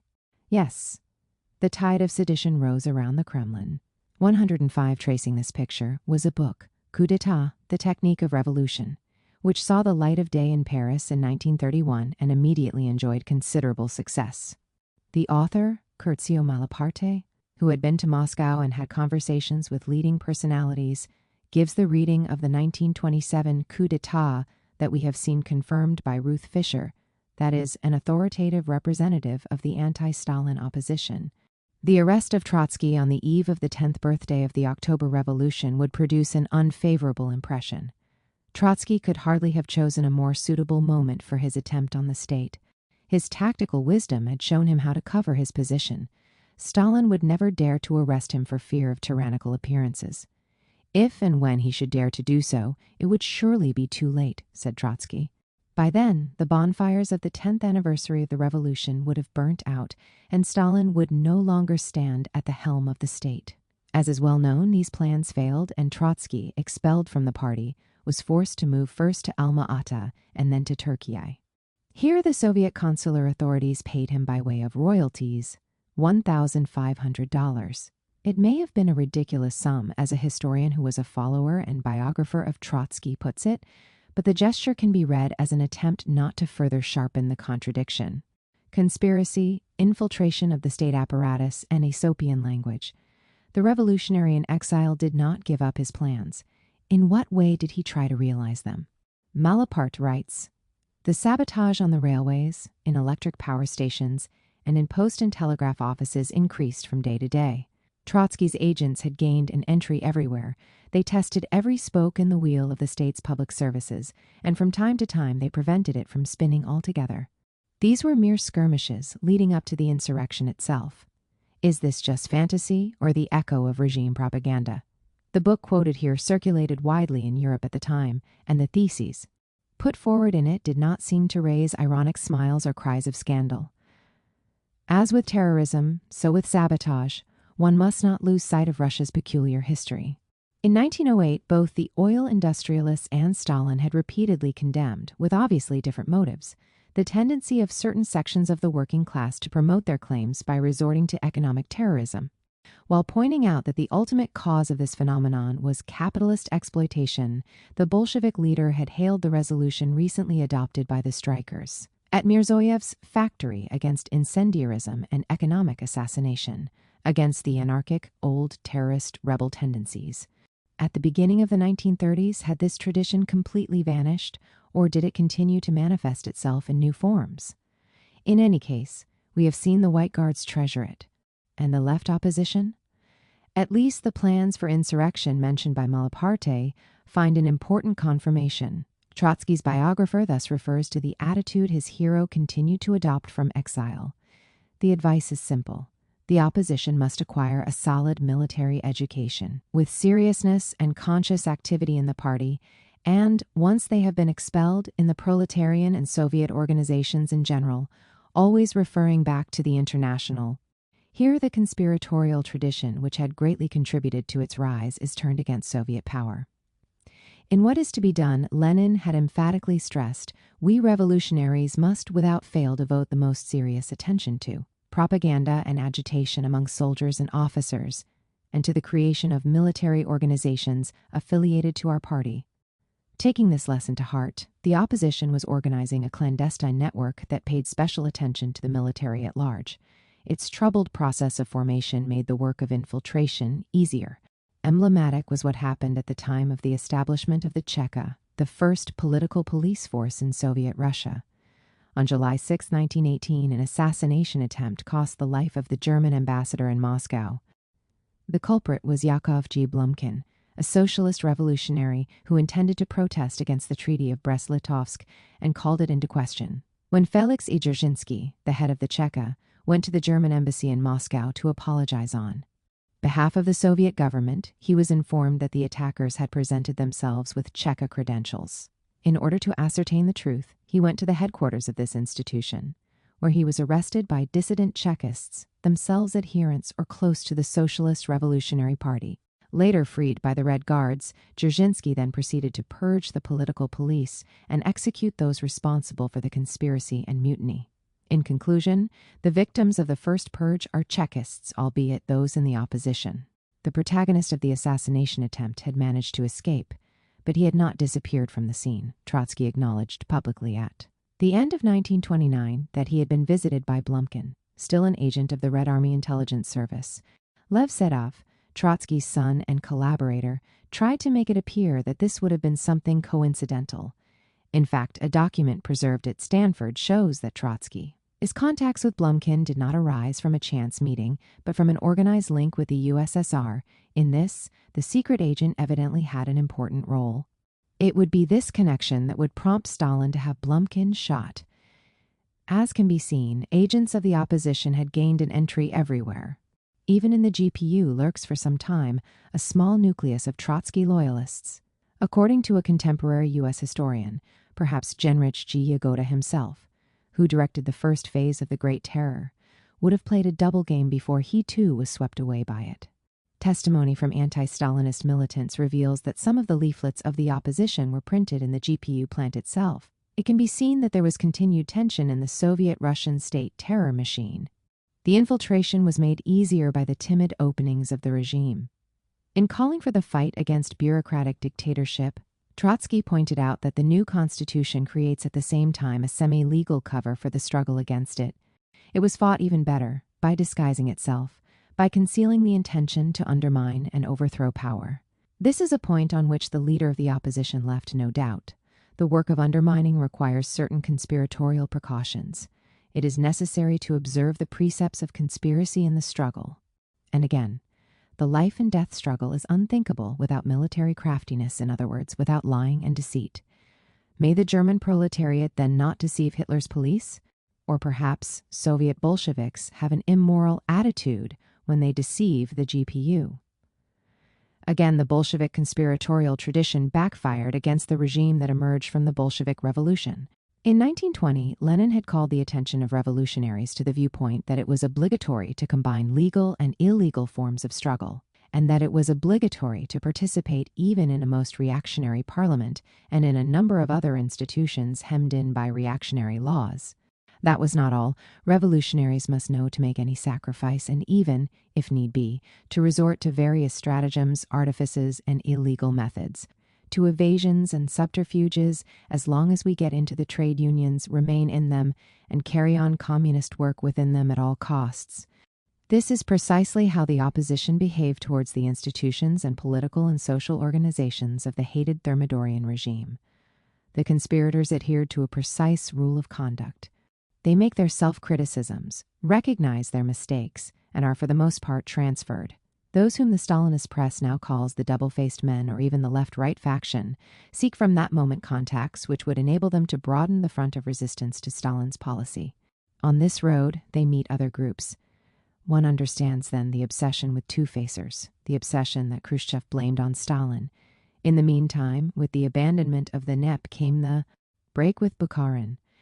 Regarding the latter's attitude, it may be interesting to read the testimony of Humbert Draws, a Comintern leader who was expelled from the Swiss Communist Party in 1942 for his disagreements with Stalin.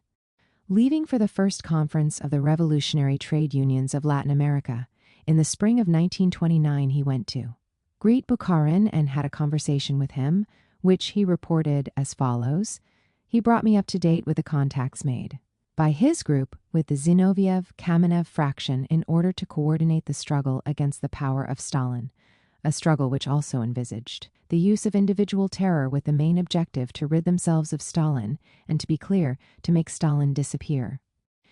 3 years later, it was another exponent of the right, namely Martemian and Ryutin, who drew up and circulated a document which passed from hand to hand and which branded Stalin as an agent provocateur who had to be got rid of, resorting even to tyrannicide. When Bukharin set out his plans, Humbert Draws objected to him that the introduction of individual terror into the political struggles born from the Russian Revolution would strongly risk turning against those who employed it, but Bukharin was unimpressed. On the other hand, even so severe an objection couldn't appeal to a man who by now, as Bukharin confidentially revealed, in 1936 harbored a deep hatred towards Stalin, indeed hatred so absolute as the sort to be reserved for a devil. While thus expressing himself in private, Bukharin edited the Soviet government organ Izvestia. Was this a glaring inconsistency? Not so from the point of view of the Bolshevik leader, who continued to combine legal and illegal work in order to overthrow a regime he now hated, and who seemed to treasure another recommendation from Lenin. With reference to Tsarist Russia in What Is to Be Done, we can read, "In a country ruled by an autocracy, with a completely enslaved press, in a period of desperate political reaction in which even the tiniest outgrowth of political discontent and protest is persecuted, the theory of revolutionary Marxism suddenly forces its way into the censored literature, and, though expounded in Aesopian language, is understood by all the interested." This is precisely how Bukharin used the platform of the Soviet government. His condemnation of the omnipotent, total state, based on blind discipline, on Jesuitical obedience, on the glorification of the leader, feigned to refer only to Hitler's Germany but actually targets the USSR as well. The Aesopian language recommended by Lenin became immediately transparent when the denunciation encompassed cruel, uncultured provincialism. This was clearly the portrait which the opposition drew of Stalin. We have seen Trotsky speak of him as a minor provincial man, and in confidential conversations, it was Bukharin himself who expressed his disdain for a leader who had succeeded Lenin while completely ignorant of foreign languages, dwelling on the efficacy deployed in Tsarist Russia by the revolutionary message expounded in Aesopian language.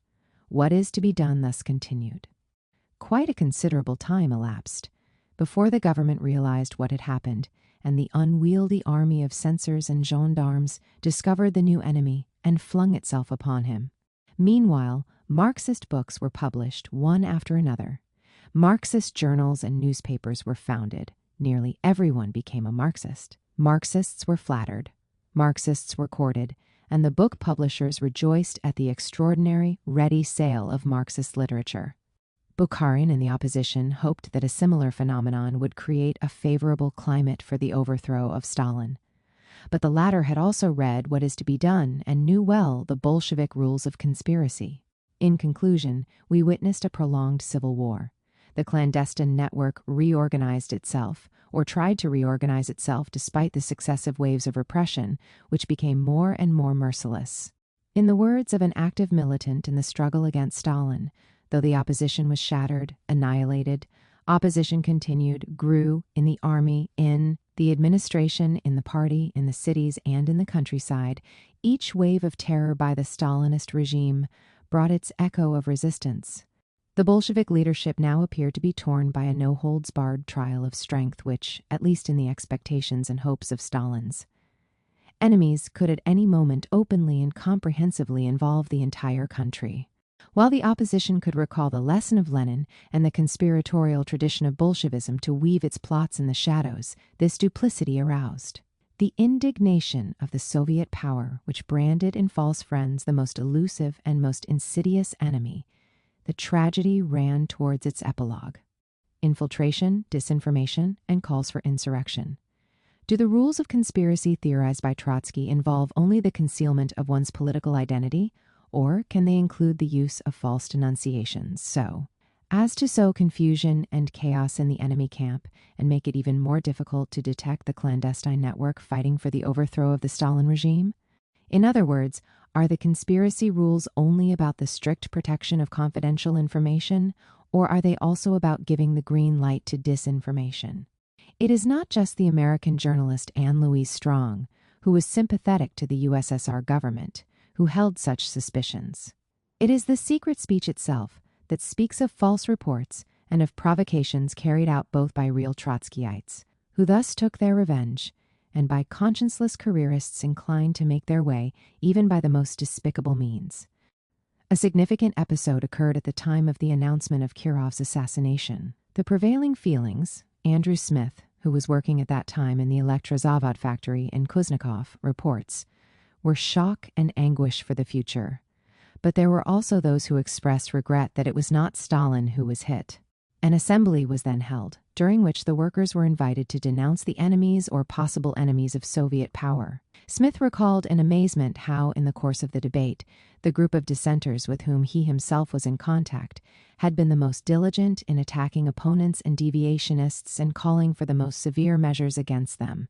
Symptomatic is also an episode that takes place outside the USSR, but that can serve to understand what happens inside this country. When General Alexander M. Orlov, formerly a leading collaborator of the NKVD and in 1938 a defector to the United States, was accused by the journalist Louis Fisher of having participated during the Spanish Civil War in the liquidation of anti-Stalinist communist cadres, he responded with the false revelation that his accuser was actually a spy in the service of Moscow. In the Soviet Union of the 30s, we have seen the opposition infiltrate the highest levels of the apparatus of repression. It would be very strange if, after having achieved this result, it had limited itself to carrying out Stalin's orders. Disinformation, which has the twofold advantage of hampering the machine of repression and of getting rid of some particularly hated enemies precisely through it, is an integral part of war, and this is what it is now, judging at least from an intervention in July 1933 by Trotsky, who considers the counter-revolutionary civil war already in progress, unleashed by Stalinist bureaucracy and resulted in the base persecutions of the Bolshevik Leninists to be going on right now. It is then necessary to take note of the new situation. The slogan of the reform of the CPSU no longer makes sense. A frontal struggle is necessary. The party and the international led by Stalin, by now at the end of their tether, can give nothing to the world. Proletariat, absolutely nothing except evil. On the opposite side, the authentic revolutionaries certainly could not be inspired in their action by the petty bourgeois pacifists. There is no doubt the bureaucracy can be compelled to yield power into the hands of the proletarian vanguard only by force.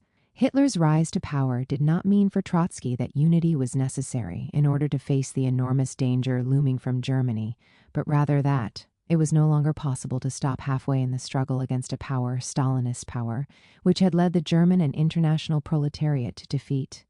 As we can see, it is the leader of the opposition himself who speaks of civil war within the party that had jointly directed the October Revolution and early Soviet Russia.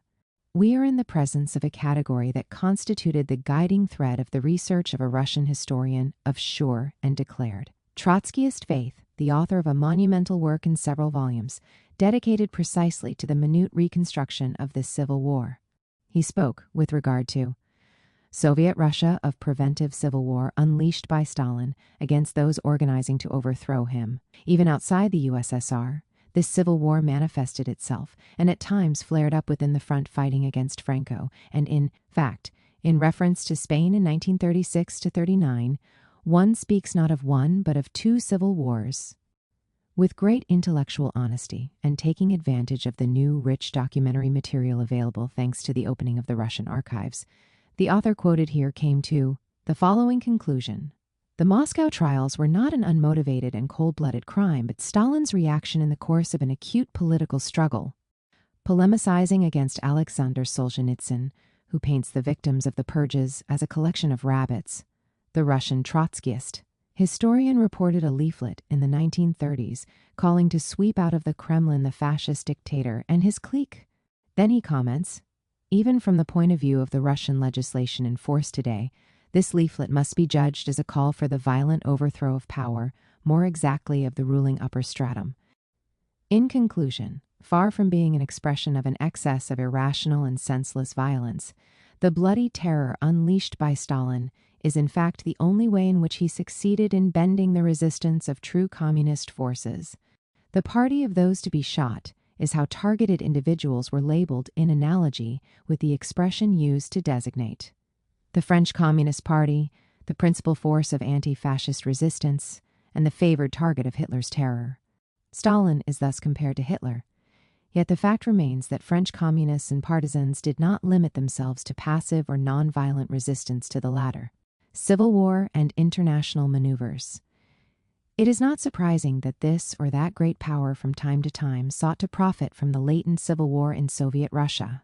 Sometimes it is a defeated group who, believing in no other chance of success, urge or want to provoke foreign intervention. This dialectic developed as early as the first months of Soviet Russia's existence. Let us return to the assassination attempt of July 6, 1918. It was an integral part of a very ambitious project. On the one hand, the left socialist revolutionaries promoted counter-revolutionary risings against the Soviet government in several centers, or even an insurrection in Moscow in the hope of overthrowing. The communist government, on the other hand, they also decided to assassinate several leading Germans in order to provoke a German military reaction and consequent resumption of the war. Such an outcome would have been met by the Russian people's mass revolt, which would have inflicted a defeat at once to the government of traitors and the invading enemy. The protagonist of the attack on the German ambassador was a sincere revolutionary. Well before making contact with Trotskyist circles, he intended to emulate the Jacobins, protagonists of the most radical phase of the French Revolution and of the heroic mass resistance against the invasion of the counter-revolutionary powers. In the eyes of the Soviet authorities, however, Blumkin could only be a provocateur. The success of his plan would have resulted in a new advance by Wilhelm II's army, and perhaps the collapse of the power born of the October Revolution. At every historical turning point, domestic and international politics get intertwined. Hitler's coming to power, with the annihilation or devastation of the strongest section of the Communist International, was a hard blow for the Soviet Union. How will it have weighed in on the balance of internal politics?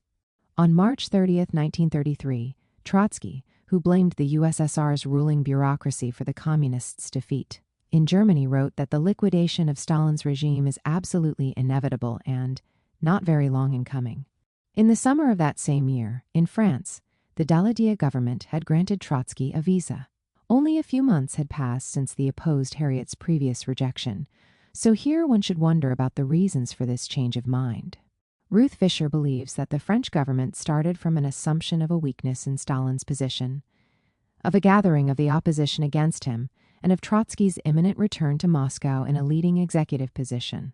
A new dramatic turning point came with the outbreak of the Second World War. In the spring of 1940, the Soviet Union was still out of the gigantic clash. Indeed, it continued to be linked to Germany through the Non-Aggression Pact. It was an intolerable situation for countries already hit by Hitler's aggression, which, using the Russian-Finnish conflict as a pretext, drew up plans to bomb Baku's oil centers.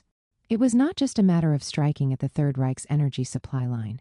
The Franco-British war plans aimed to make the Soviet Union break its military alliance with Germany through attacks on the Caucasus oil industries and bring a post-Stalinist regime to their fold against Germany. Let us go back for a moment to the assassination attempt on German Ambassador Mirbach. The man in charge had certainly aimed to provoke Germany's attack, but not because he had hoped for its victory. On the contrary, he had hoped that the whiplash would have awakened Russia, leading it to a decisive redemption. Later, we saw Blumkin take part in the conspiracy directed by Trotsky, and the latter, in turn, in order to clarify his position, compared himself in 1927 to the French Prime Minister Clemenceau, who, during the First World War, took over the leadership of the country after denouncing the lack of his predecessor's war effort, and thus putting himself forward as the only statesman capable of leading France to victory against Germany. From the massive successive interpretations and reinterpretations of this analogy, only one firm point has emerged. Not even the invasion of the Soviet Union would put an end to the opposition's attempts to seize power. Even more disturbing is the comparison already seen of Stalin with Nicholas II. In the course of the First World War, read and denounced as an imperialist war, the Bolsheviks had launched the watchword of revolutionary defeatism and had identified the Tsarist autocracy and the internal enemy as the main enemy, the one that in the first place they had to fight and defeat. In the years that followed, Trotsky went far beyond evoking the spirit of Clemenceau. On April 22, 1939, he spoke out for freeing the so-called Soviet Ukraine from the Stalinist boot. Once independent, it would then unite with Western Ukraine to be wrested from Poland and with Carpathian Ukraine annexed shortly before by Hungary. Let us reflect on the timing of this stance. The Third Reich had just completed the dismemberment of Czechoslovakia, and rumors began to grow that the Soviet Union, and in particular the Ukraine, was Germany's next target. Under these circumstances, in July 1939, even Kerensky had taken a stand against Trotsky's wondrous project, which, the Menshevik leader observed, only favored Hitler's policy. The same opinion is held also by the Kremlin, Trotsky promptly retorted, who, on the other hand, had already written in the 22 April article that with the independence of the Ukraine, the Bonapartist clique in Moscow will reap what it has sown. Better that the present Bonapartist caste is undermined, upset, crushed, and swept away. Only this way could the road be paved for a genuine defense of the Soviet Republic and its socialist future. Immediately after the start of the invasion of Poland, Trotsky went even further. In predicting the final ruin of the Third Reich, he adds, "On the road to the abyss, Hitler can not only crush Poland, but he can give the Soviet Union such blows as to cost the Kremlin oligarchy their heads." This prediction, or this wish for a liquidation, even physical, of the clique or Bonapartist caste by a revolution from below, or even by a military invasion, could not fail to appear to Stalin's eyes as the confirmation of his suspicions about the at least objective convergence between the Nazi leadership and the Trotskyist opposition. Both had an interest in provoking the USSR's collapse from within, even if the former saw in this collapse the prerequisite to the Slavic countries' enslavement, and the latter the unleashing of a new revolution. Nor was this a particularly damning suspicion. Posing as a new Lenin, Trotsky aspired to use to his advantage the dialectical process that had led to the defeat of the Russian army, the collapse of the Tsarist autocracy, and the victory of the October Revolution. Once again, the history behind Bolshevism had backfired on Soviet power. Kerensky, who in 1917 had denounced the Bolsheviks' treachery, now warned against the treachery of self-defined Bolshevik Leninists. From Stalin's point of view, there had been a radical change since the First World War. He was now dealing with a political party or faction, which, at least as far as the initial phase of the conflict was concerned, took into account the collapse of the country resulting from the October Revolution, and the military triumph of a Germany not already worn down by 3 years of war, as was that of Wilhelm II, but in the fullness of its power and explicitly committed to building its colonial empire in the East. Given these assumptions, the emergence of the charge of treason is hardly surprising.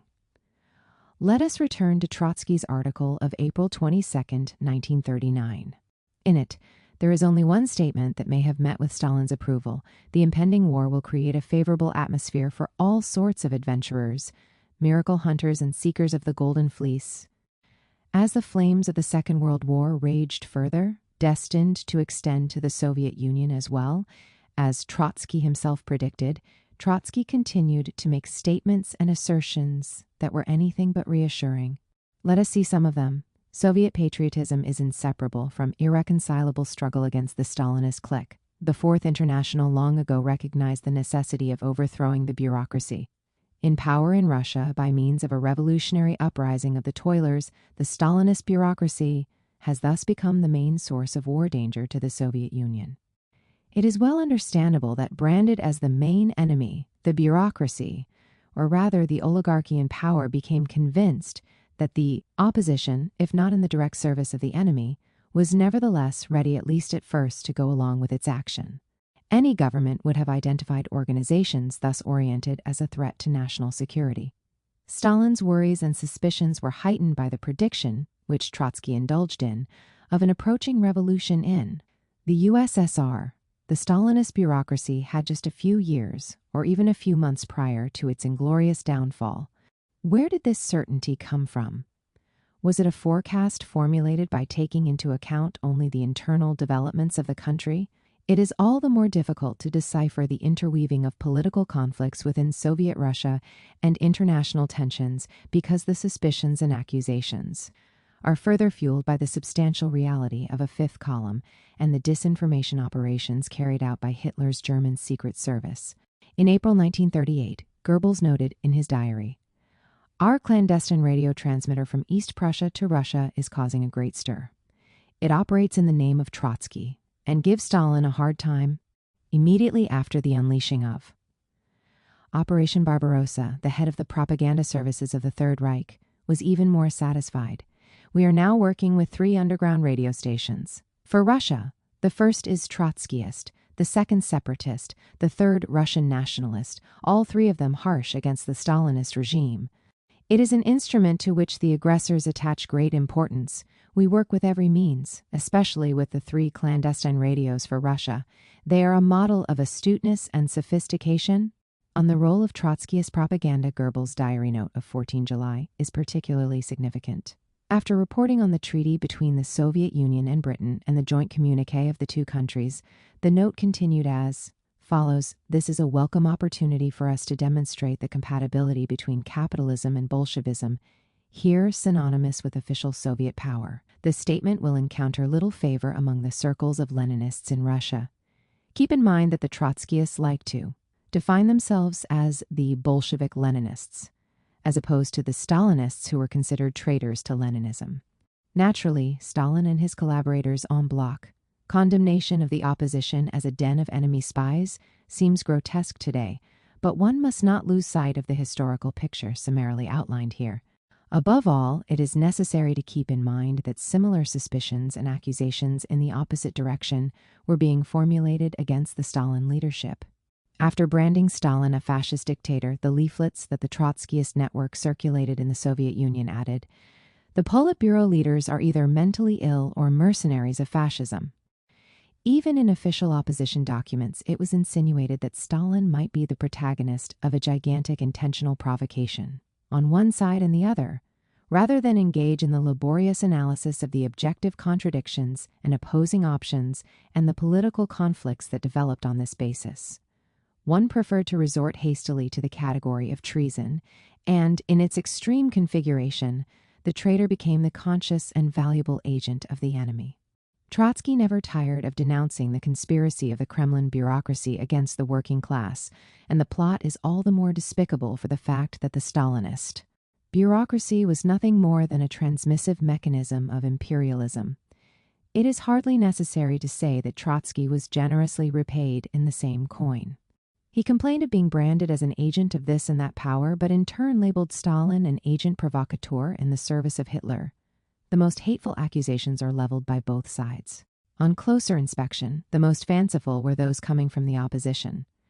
The contradictory and tormented state of mind of its leader has been finely analyzed by a Russian historian hardly susceptible of Stalinist sympathies.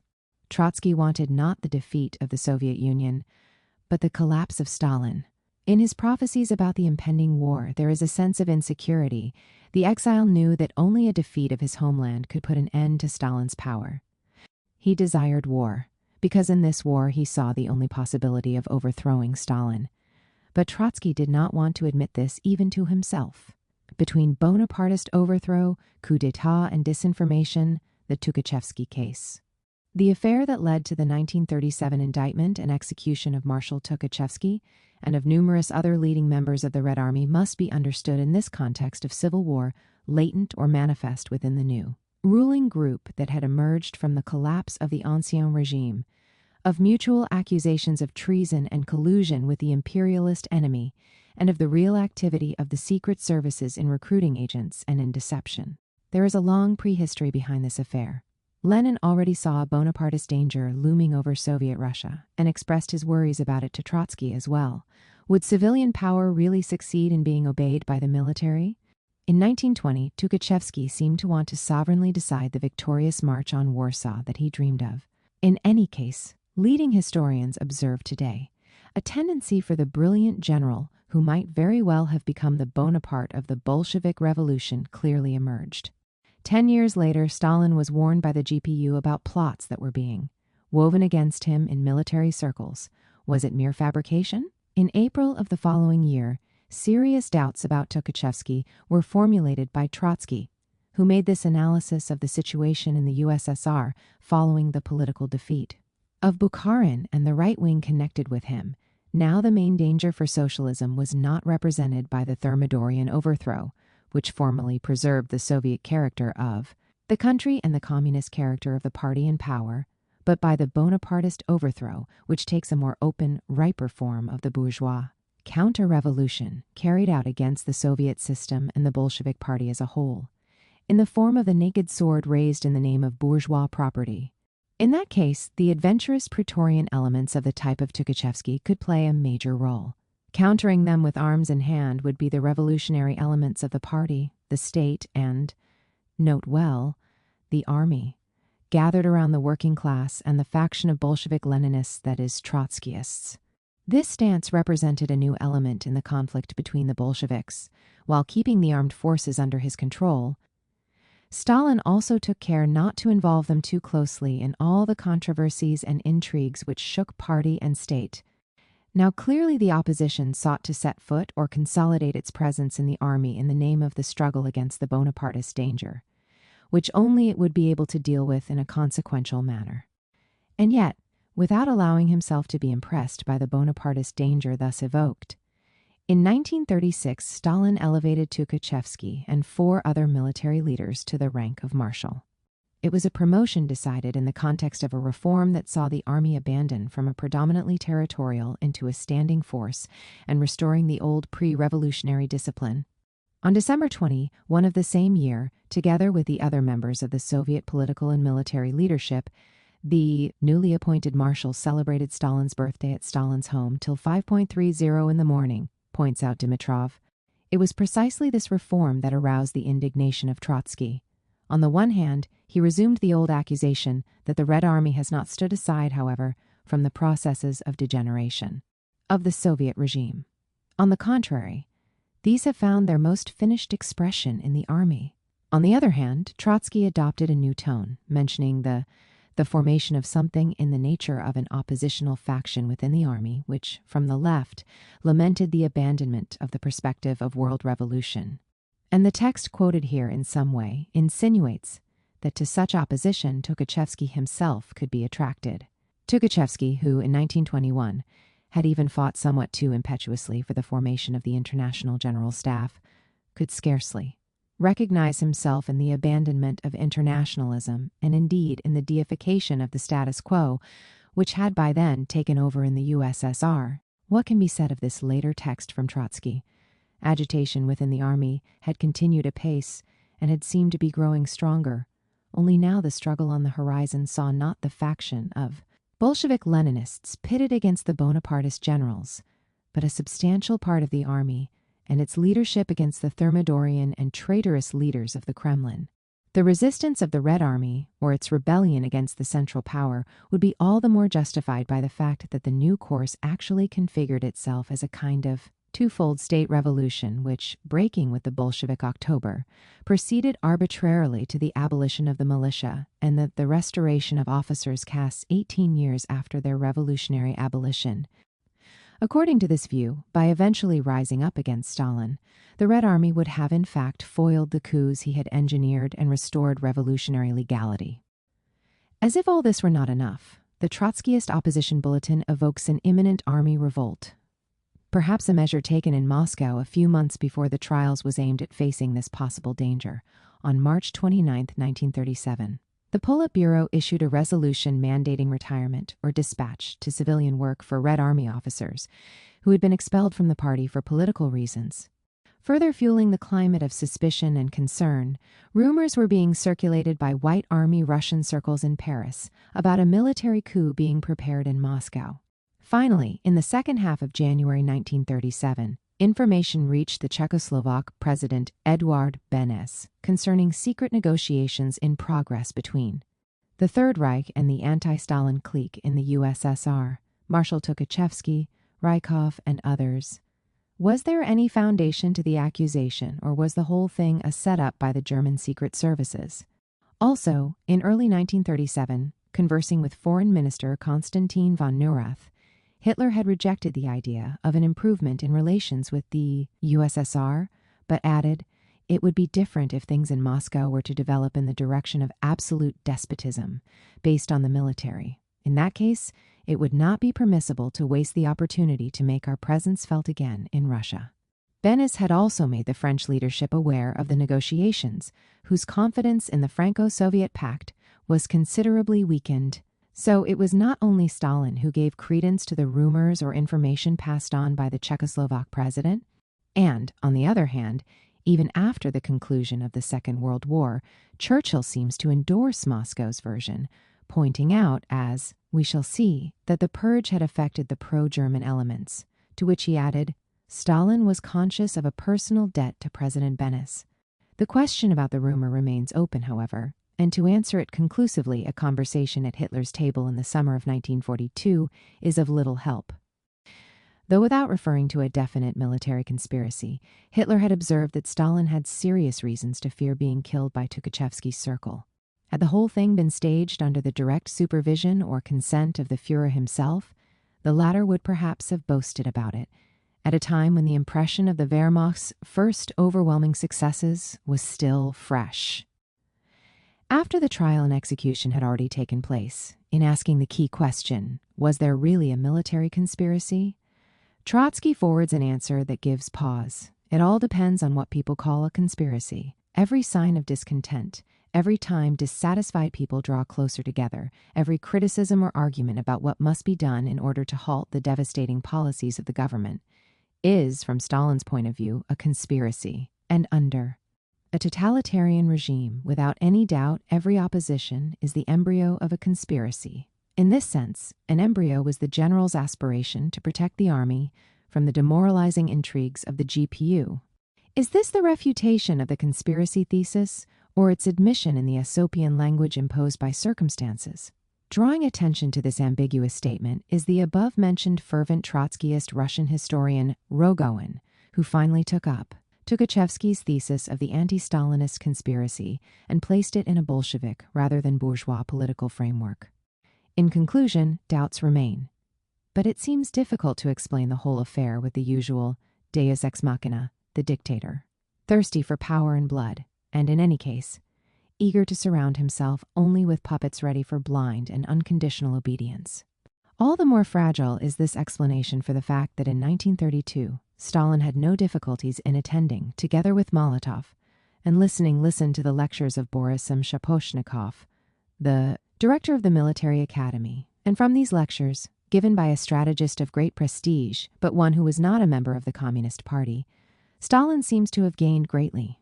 On the other hand, military art was one of the few politically important domains in which Stalin encouraged the original and experimenting mind, so that the officers' corps was able to show remarkable independence of mind. The generals who took the place of Tukhachevsky and his collaborators were those who, far from being passive executors, expressed their opinions frankly and argued with autonomous judgment, without hesitating to contradict the supreme leader who, moreover, encouraged and sometimes rewarded this attitude. 3 civil wars.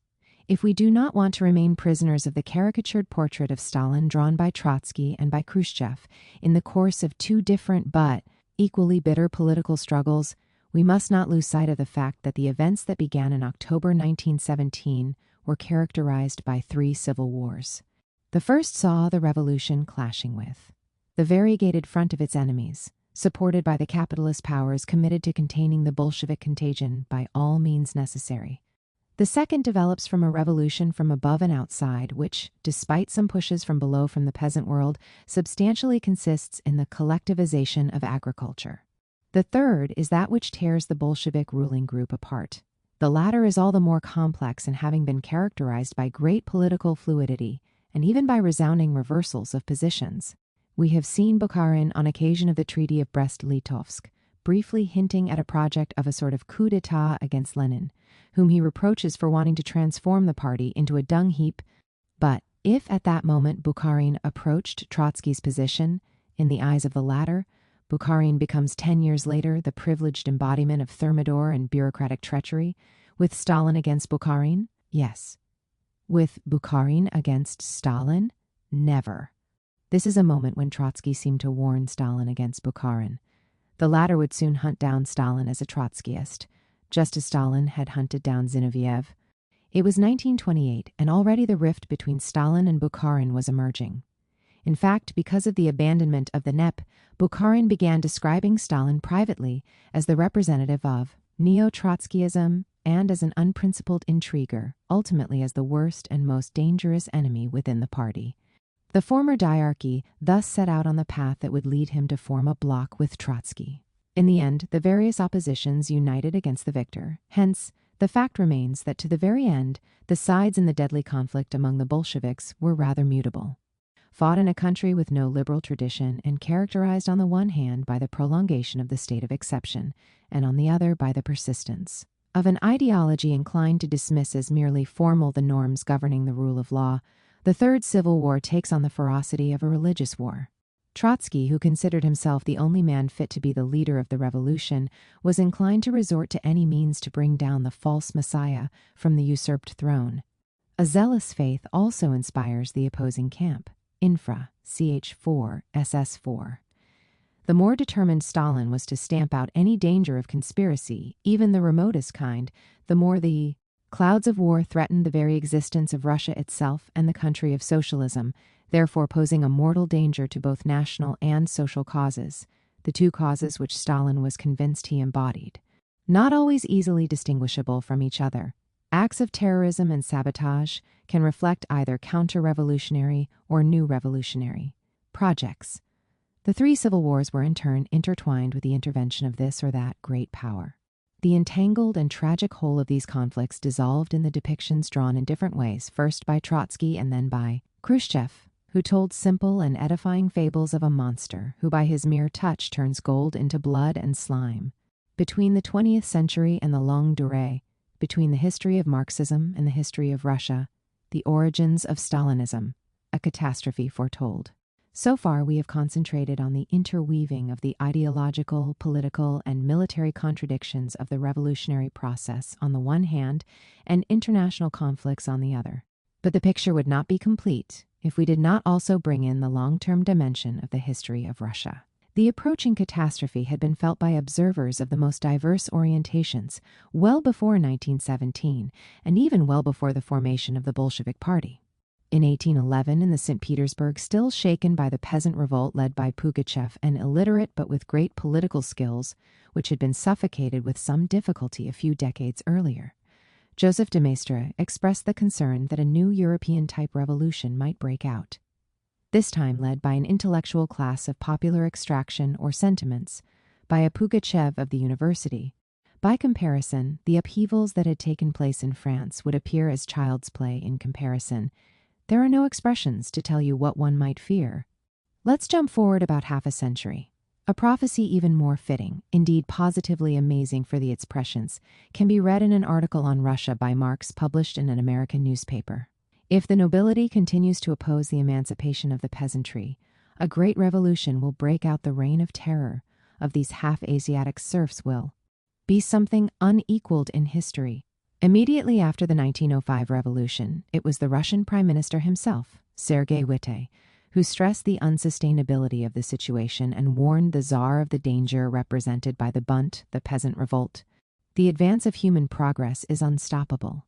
The idea of human freedom will triumph if not by way of reform, then by way of revolution.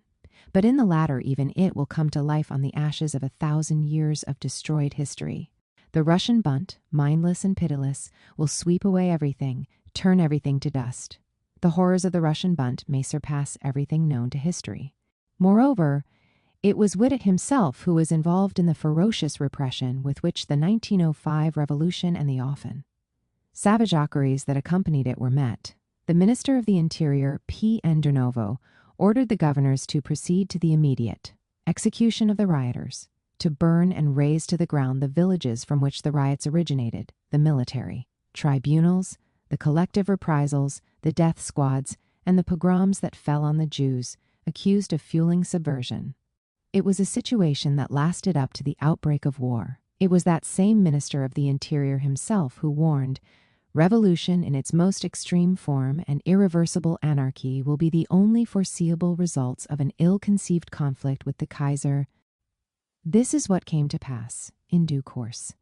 Let's consider the picture that Russia presents on the eve of the accession to power of the Bolsheviks. The myth of a country which, following the collapse of autocracy, was happily set on the road to liberalism and democracy, but has now fallen into crisis.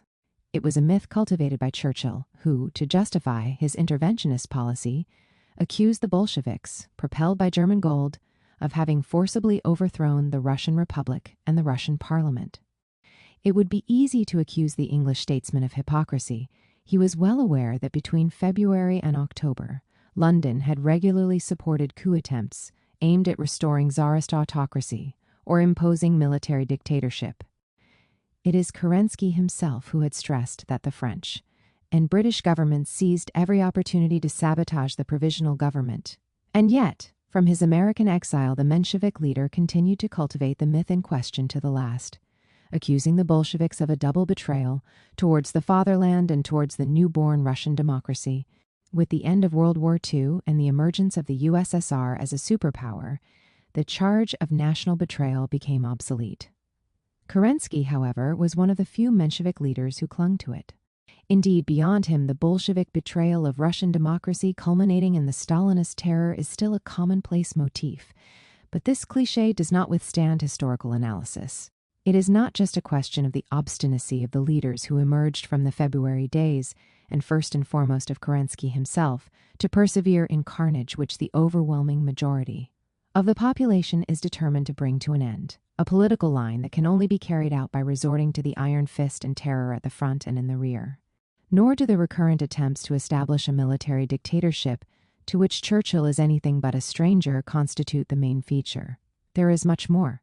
The idea that the February days were a bloodless revolution, and that the violence of the crowd did not really take off until October, was a liberal myth.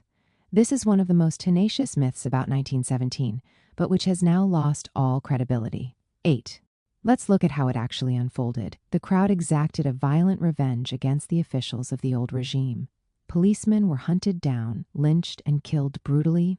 In St. Petersburg, in a few days, the number of dead amounted to about 1,500, with the often ferocious lynching of the most hated representatives of the Ancien Regime. The most serious violence, however, was perpetrated by the sailors of Kronstadt, who mutilated and murdered hundreds of officials.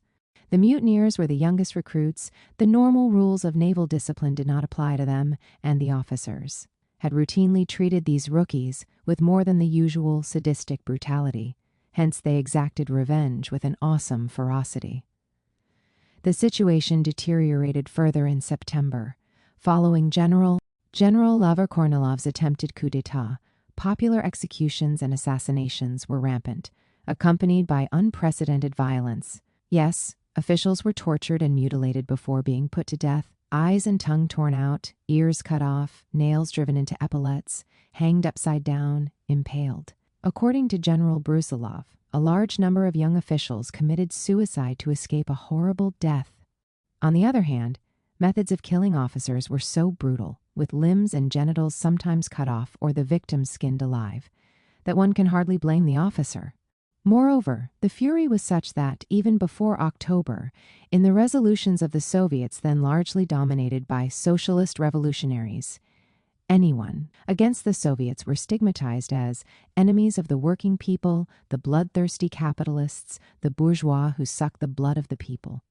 On the other hand, the crisis of town-country trade, well before the Bolsheviks seized power, created a new, acute hotbed of violence.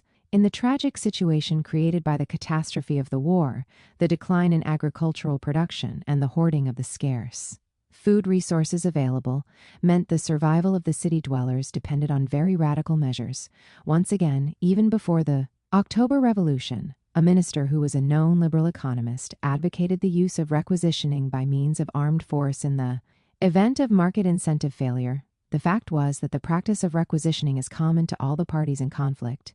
The interweaving of these multiple contradictions causes a bloody anarchy, with the collapse of all authority and institutional frameworks, with the explosion of savage violence from below, of which the protagonists are first and foremost the millions of deserting or disbanded soldiers, and with a general militarization and brutalization of social behavior and political practices. It was a level of brutalization incomparable to that known to Western societies.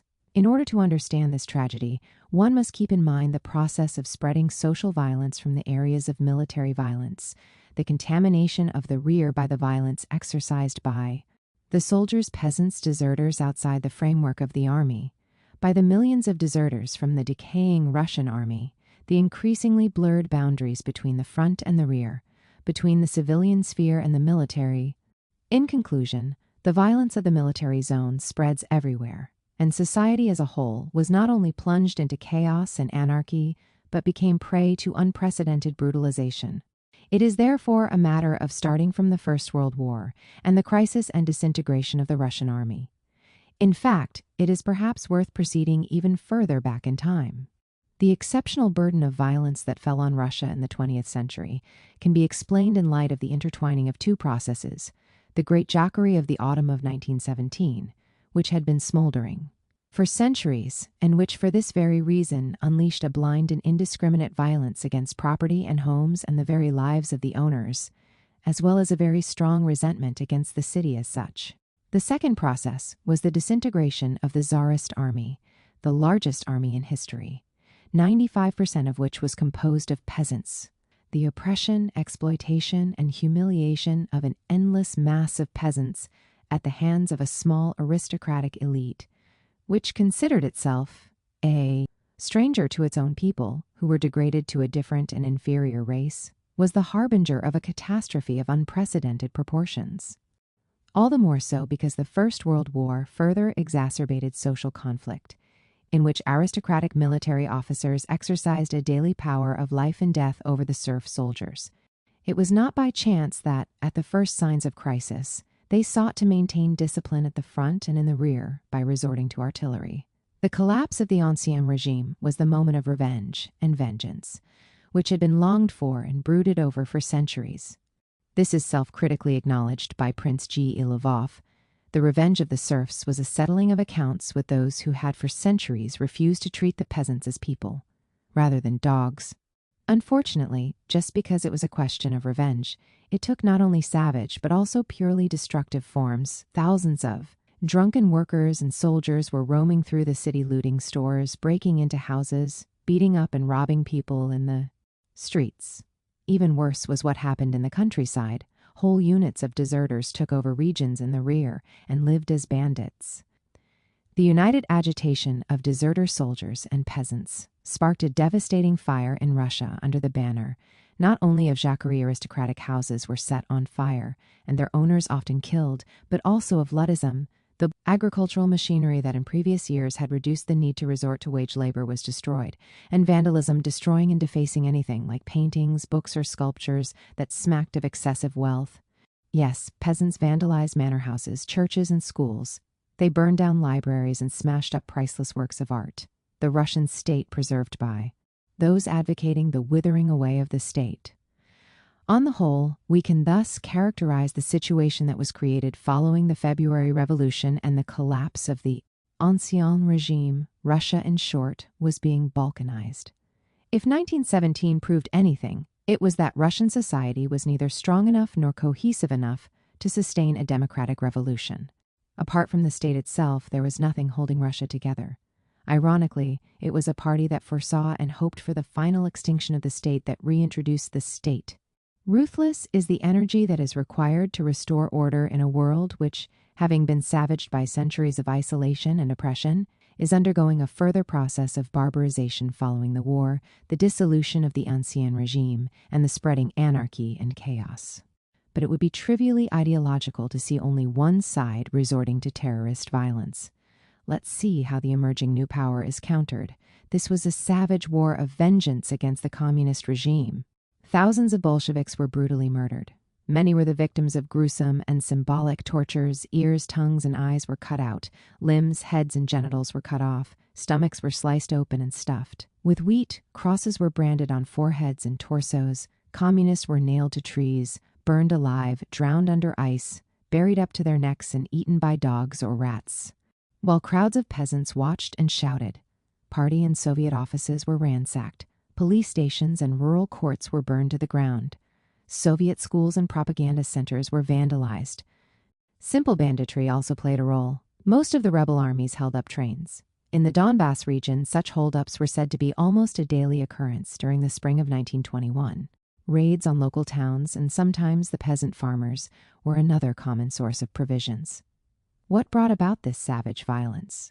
Was it the policy conducted by the Bolsheviks? Only in part. In 1921-22, there was a terrible famine, directly caused by a year of drought and heavy frosts. 25, on the other hand, the peasant revolt was also a protest against a state of affairs that took away their only sons and horses for the army, one that prolonged the devastations of the Civil War, one that forced them into labor teams and robbed them of their food. 26, that is. It was a protest against a catastrophe that had begun in 1914. As far as Bolshevik policy is concerned, one must also be able to distinguish between measures which struck the peasantry in a senseless manner and others which were of an entirely different character. One thinks of the collective farms which had already taken hold in 1920 and which were often made up of militant communists from the city, driven not only by their ideals but also by the hunger that raged in the urban centers. People ate and worked in their collective teams. Women did heavy field work alongside the men, and sometimes nurseries were set up for the children. There was also an absence of religious practice. Even in this case, the hostility of the peasants was unshakable, who believed that in the collectives not only the land and tools were shared, but also wives and daughters, that everyone slept together under one huge blanket. 27, on the other hand, even more bitter was the experience endured between the end of the 19th and the beginning of the 20th century by the populists, who were determined to go to the people and help them by establishing cooperatives, but were quickly forced to revise the idealized image they had of the Russian peasant. Here is the fate that befell one of them, Mikhail Romas. From the start, the villagers were suspicious of his CO operative. They could not understand why its prices were so much cheaper than the other retail outlets. The richest peasants, who were closely linked with the established merchants, intimidated Romas and his allies. They filled one of his firewood logs with gunpowder, causing a minor explosion. They threatened the poorer peasants who began to show an interest in the CO operative, and brutally murdered one of his assistants, a poor peasant from the village, leaving his horribly mutilated body in several pieces along the river bank. Finally, they blew up the CO operative, along with half the rest of the village, by setting light to the kerosene store. These naive populists barely escaped with their lives. Once again, the long-term nature of the violence in crisis-ridden Russia comes to the fore. This also applies to the horrific pogroms targeting Jews and Bolsheviks.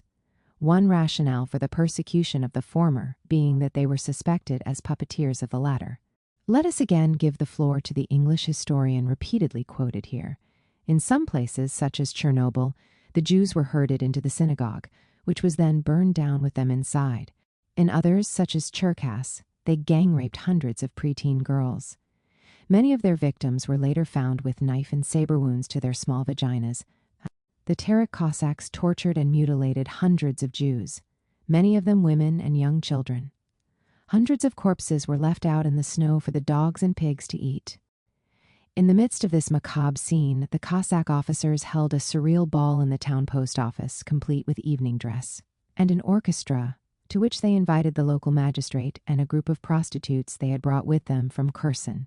While their soldiers went killing Jews for sport, the officers and their beau monde drank champagne and danced the night away. In this regard, a 1920 report of an investigation by the Jewish organizations in Soviet Russia talks of more than 150,000 reported deaths and up to 300,000 victims, including the wounded and the dead. Stalin and the conclusion of the second time of troubles. The Russian Revolution now appears in a new perspective. Undoubtedly, the success of the Bolsheviks in the Civil War was due, in the last analysis, to their extraordinary ability to build the state, an ability which their adversaries lacked. It was some of the declared enemies of the Bolsheviks in 1918 in Russia who drew attention to this point, even before modern-day historians were busy writing the Black Book of Communism. Pavel Milyukov recognizes the merit of their having known how to reestablish the state. Vasily Maklakov goes even further. The new government has begun to restore the apparatus of state, to restore order, to fight against chaos. In this field, the Bolsheviks show energy, I will say more, of an undeniable talent. 3 years later, even in an ultra-conservative American newspaper, one could read, "Lenin is the only man in Russia who has the strength to hold everything together. If he were overthrown, only chaos would reign." The revolutionary dictatorship that emerged from the October Revolution also fulfilled a national function. Gramsci understood this well when, in June 1919, he celebrated the Bolsheviks not only as the protagonists of a great revolution, but also for having demonstrated their revolutionary greatness by forming a ruling group of excellent statesmen capable of saving the whole nation from the catastrophe into which it had been plunged by the ancien régime and the old ruling class. The following year, Lenin himself indirectly referred to this when, polemicizing against extremism, he underlined that revolution is impossible without a nationwide crisis affecting both the exploited and the exploiters. It is the political force that proves capable of resolving such a crisis that conquers hegemony and achieves victory. This was the basis for supporting Soviet Russia for Alexei Brusilov, the brilliant general of noble birth who tried in vain to save his officers who were driven to suicide by the savage violence of the peasant rebels. My sense of duty to the nation has often obliged me to disobey my natural social inclinations. A few years later, in 1927, in drawing a portrait of Moscow, Walter Benjamin sharply highlighted the strong national sense that Bolshevism has developed in all Russians without distinction. Soviet power had succeeded in imparting a new identity and self-consciousness to a nation not only terribly exhausted, but also somewhat dazed and adrift, lacking any stable points of reference. And yet, the crisis of the whole Russian nation was not quite over, exploding in all its violence in 1914, but already with a long period of incubation behind it.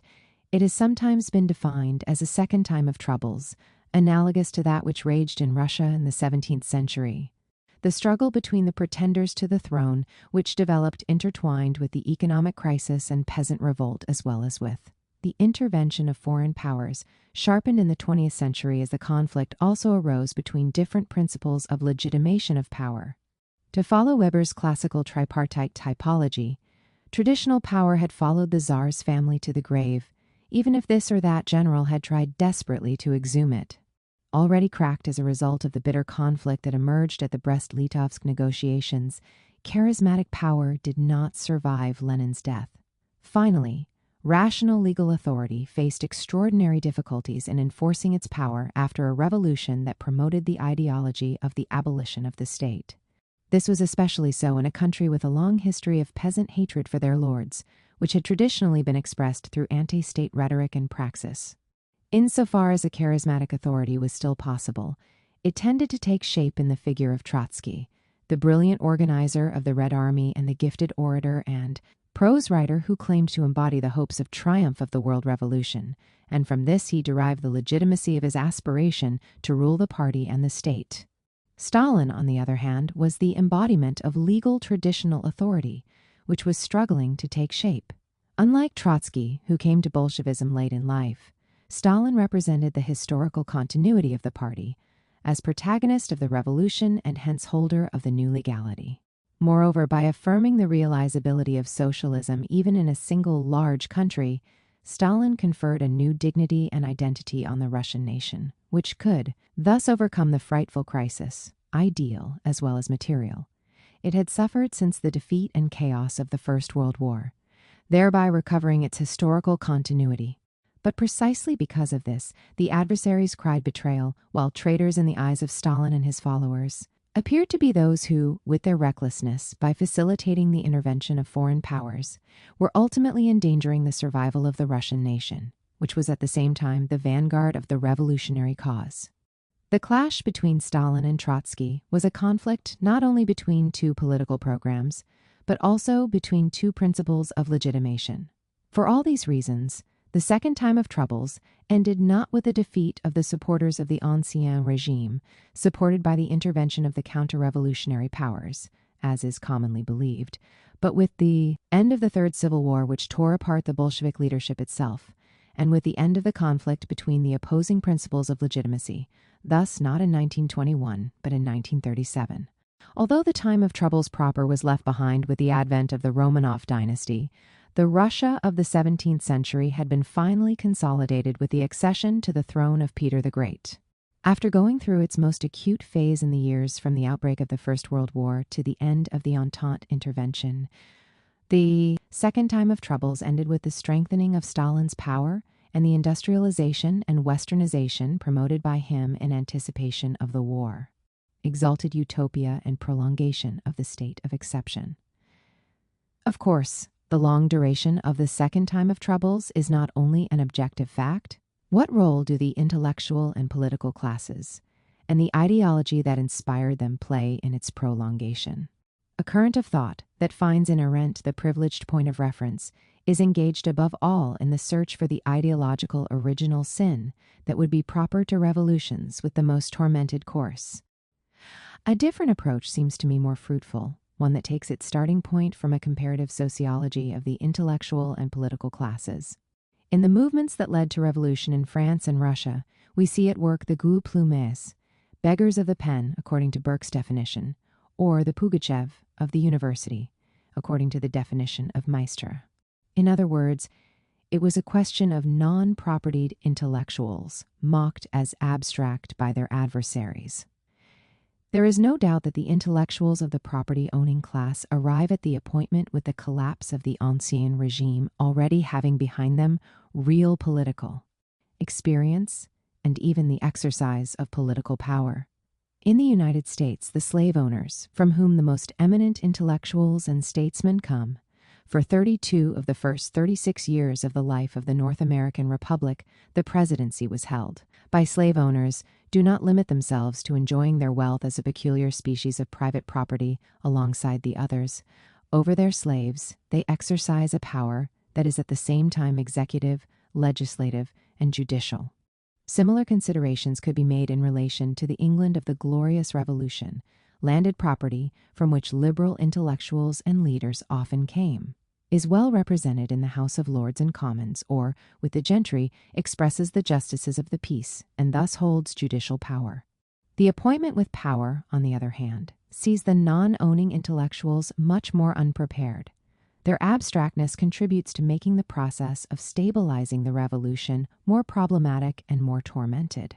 There is, however, the other side of the coin. It is precisely this abstractness and this detachment from property that made it possible for the beggars of the pen to abolish slavery in the colonies and gave the Pugachevs of the university and their vigorous impetus to the process of decolonization, which then developed on a planetary level. In the long duration of the Second Time of Troubles, there is no doubt that ideology also played a role. However, we must immediately add that it is not only the ideology of the Bolsheviks. We have seen the messianic expectations that accompanied the collapse of the Tsarist autocracy, and we also know that the motive of the betrayed revolution went beyond the confines of Russia and the communist movement. A few months or a few weeks after October 1917, without wasting any more time, Kautsky points out how the Bolsheviks did not or were unable to fulfill any of the promises they had agitated at the time of their seizure of power. The Soviet government has already been constrained to make various compromises with capital. Even more than Russian capital, German capital will cause the Soviet Republic to recoil and recognize its claims. How far the capital of the Entente will again penetrate into Russia is still questionable. To all appearances, the dictatorship of the proletariat has only destroyed Russian capital in order to make room for German and American capital. The Bolsheviks had come to power promising the propagation, under the impulse of the Russian experience, of the revolution in the capitalist countries. But what finished off this prospect of outstanding boldness and fascinating glamour? It had been succeeded by a program of immediate peace, at whatever price. This is in 1918, and paradoxically, Kautsky's critique of Brest-Litovsk is not very different from what we have seen from Bukharin in particular. Over and above international relations, even more catastrophic, in Kautsky's eyes, was the October Revolution's balance sheet on a more properly domestic level. By the removal of the remains of feudalism, it has given stronger and more definite expression to private property than the latter had formerly. It is now made of the peasants, who were formerly interested in the overthrow of private property and land, that is, the big estates, the most energetic defenders of the newly created private property and land. It has strengthened private property in the means of production and in the produce. And again, we are led to think of those who, even within the Bolshevik Party, brand the persistent private ownership of land and the NEP as a guilty abandonment of the socialist path. The subsequent collectivization of agriculture did not put an end to the denunciations of betrayal, which, on the contrary, as we know, precisely in the mid-1930s found its organic formulation in the book by Trotsky dedicated to the revolution betrayed. But it is interesting to note that the fundamental indictments of this accusation are to some extent already present in Kautsky's 1918 book. Let's see how the eminent social democratic theorist argues. If even individual private property is replaced by cooperative property, we must not forget that the latter is only a new form of capitalism. On the other hand, the same nationalization is not yet socialism, and not only because the market and mercantile production continue to exist. There is something more. The liquidation of a particular form of capitalism does not at all mean the liquidation of capitalism as such, the new. Power can certainly destroy much capitalist property, but this is not yet the establishment of a socialist system of production. In fact, a new exploiting class has emerged or is emerging in the Soviet Union. In the place of the former capitalists, now become proletarians, will enter proletarians or intellectuals become capitalists. If even Trotsky, contrary to some of his more radical followers, prefers to speak of bureaucracy rather than of a new capitalist class, the analogies between the two arguments compared here remain firm, all the more so since even in the Russian revolutionaries' analysis, the Soviet bureaucracy seemed to set itself the goal of outdoing the Western bourgeoisie. Of course, there is no lack of differences. For Kautsky, it is the Bolshevik leadership as such that has abandoned and in some way betrayed the noble ideals of socialism. Moreover, rather than a subjective and conscious choice and abjuration, such abandonment is the expression of the impotence of all revolutionary attempts made without regard to objective social and economic conditions. Compared to Trotsky's, Kautsky's argument appears more persuasive. The latter does not commit the naivety of explaining gigantic objective social processes, which, beyond Russia, also affect a whole series of other countries, thundering against the betrayal of a narrow political class, or even of a single personality, who thus rises to the role of deus ex machina. There is, however, a moment when even the German social democrat leader brings in the category of subjective and conscious betrayal. The Bolsheviks are said to have consummated it when, deliberately ignoring the immaturity of objective conditions, they indulged in the cult of force, which instead Marxism harshly condemns. It is only the initial choice to unleash the October Revolution that is synonymous with an abjuration of the noble ideals of Marx and socialism. In this case, however, the accusation of treason strikes Trotsky no less than Lenin and Stalin. It remains to be seen, however, whether Kautsky's condemnation of the Bolsheviks' cult of force is compatible with their reproach of having wanted at Brest-Litovsk immediate peace, at whatever price. More important than the differences are the similarities that exist between the two theorists of Marxism compared here. In both speeches, the messianic vision of the future society digs a chasm between the beauty of authentic socialism and communism on the one hand, and the irremediable mediocrity of the present and of reality on the other.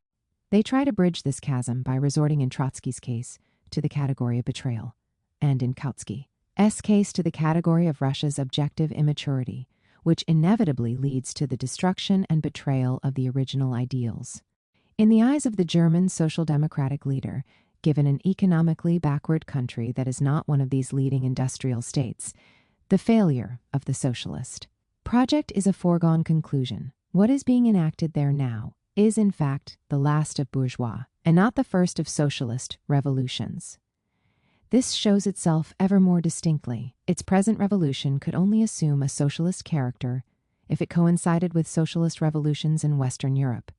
And again, we are referred back to Trotsky's expectations and prospects. In fact, emerging as early as the February Revolution, the messianic vision of the new society to be built ended up being agitated in different and opposing ways by a very wide array of people. It is a dialectic that manifested itself with particular clarity on the occasion of the introduction of the NEP. It was not only important sectors of the Bolshevik Party who shouted out the scandal, and it was not always a concern for fidelity to Marxist orthodoxy that stimulated these cries within the Bolshevik Party. If the Christian thinker Pascal lamented the advent of a new aristocracy and the emergence of a process counter-revolutionary, the great writer Joseph Roth spoke with disappointment of an Americanization that sees Soviet Russia losing not only socialism but its very soul, thus plunging into a spiritual void. To the cries of scandal for disappointed and betrayed messianic expectations corresponded, in the bourgeois camp, the cries of triumph for the fact that, with the introduction of the NEP, even Lenin, so it was argued, was forced to turn his back on Marx and socialism. And again we come across the category of betrayal, albeit declined this time with a positive value judgment. Paradoxically, the Bolsheviks were pushed in the direction of a new revolution by a very wide and heterogeneous array of currents. The horror of the war had led Pascal to hope in apocalyptic tones as early as August 1917 for a universal social revolution of unprecedented radicalism. On the opposite side, opponents and enemies of the October Revolution were ready to celebrate its failure every time. In Soviet Russia, an attempt was made to pass from the phase of messianic expectation to the less emphatic but more realistic phase of the construction of a new society.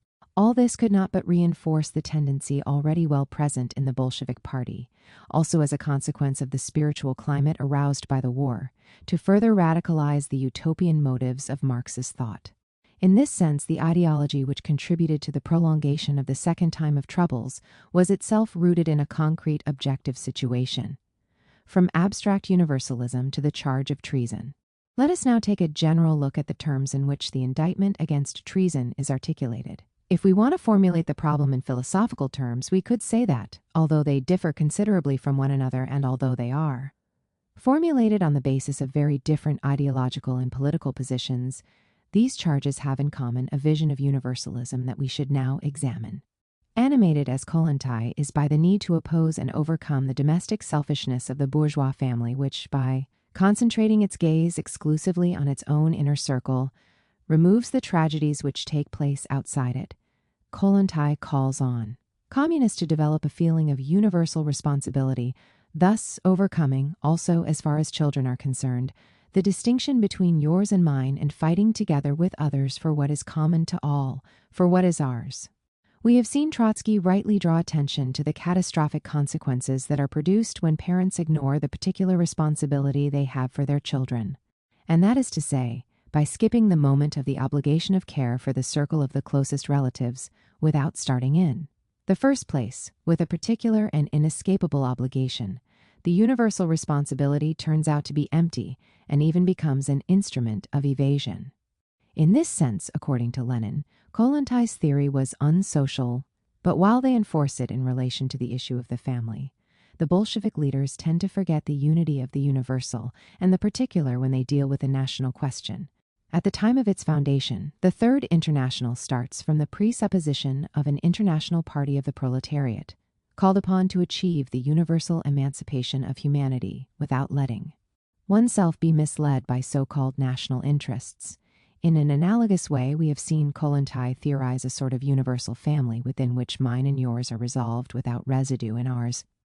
Subsequently, the Third International underwent an arduous learning process which led it, with Dimitrov's report to the Sixth Congress of 1935, to denounce as ruinous any form of national nihilism. But was not the rediscovery of the nation a betrayal of internationalism? If for Kollontai the permanence of the institution of family and the special attention paid to one's own children are synonymous with selfish narrowness and disregard for the fate of all the children of the world, for Trotsky to approach the prospects of a social revolution within national boundaries means yielding to or indulging in social patriotism and the social chauvinism co-responsible for the carnage of the First World War. So too the idea of a socialist development which is occurring and is even being completed in one country is an essentially national reformist and not revolutionary internationalist point of view. These are statements of 1928. 10 years later, the Fourth International was founded, which took up and further radicalized the abstract universalism of its beginnings, and therefore called itself the World Party of Socialist Revolution.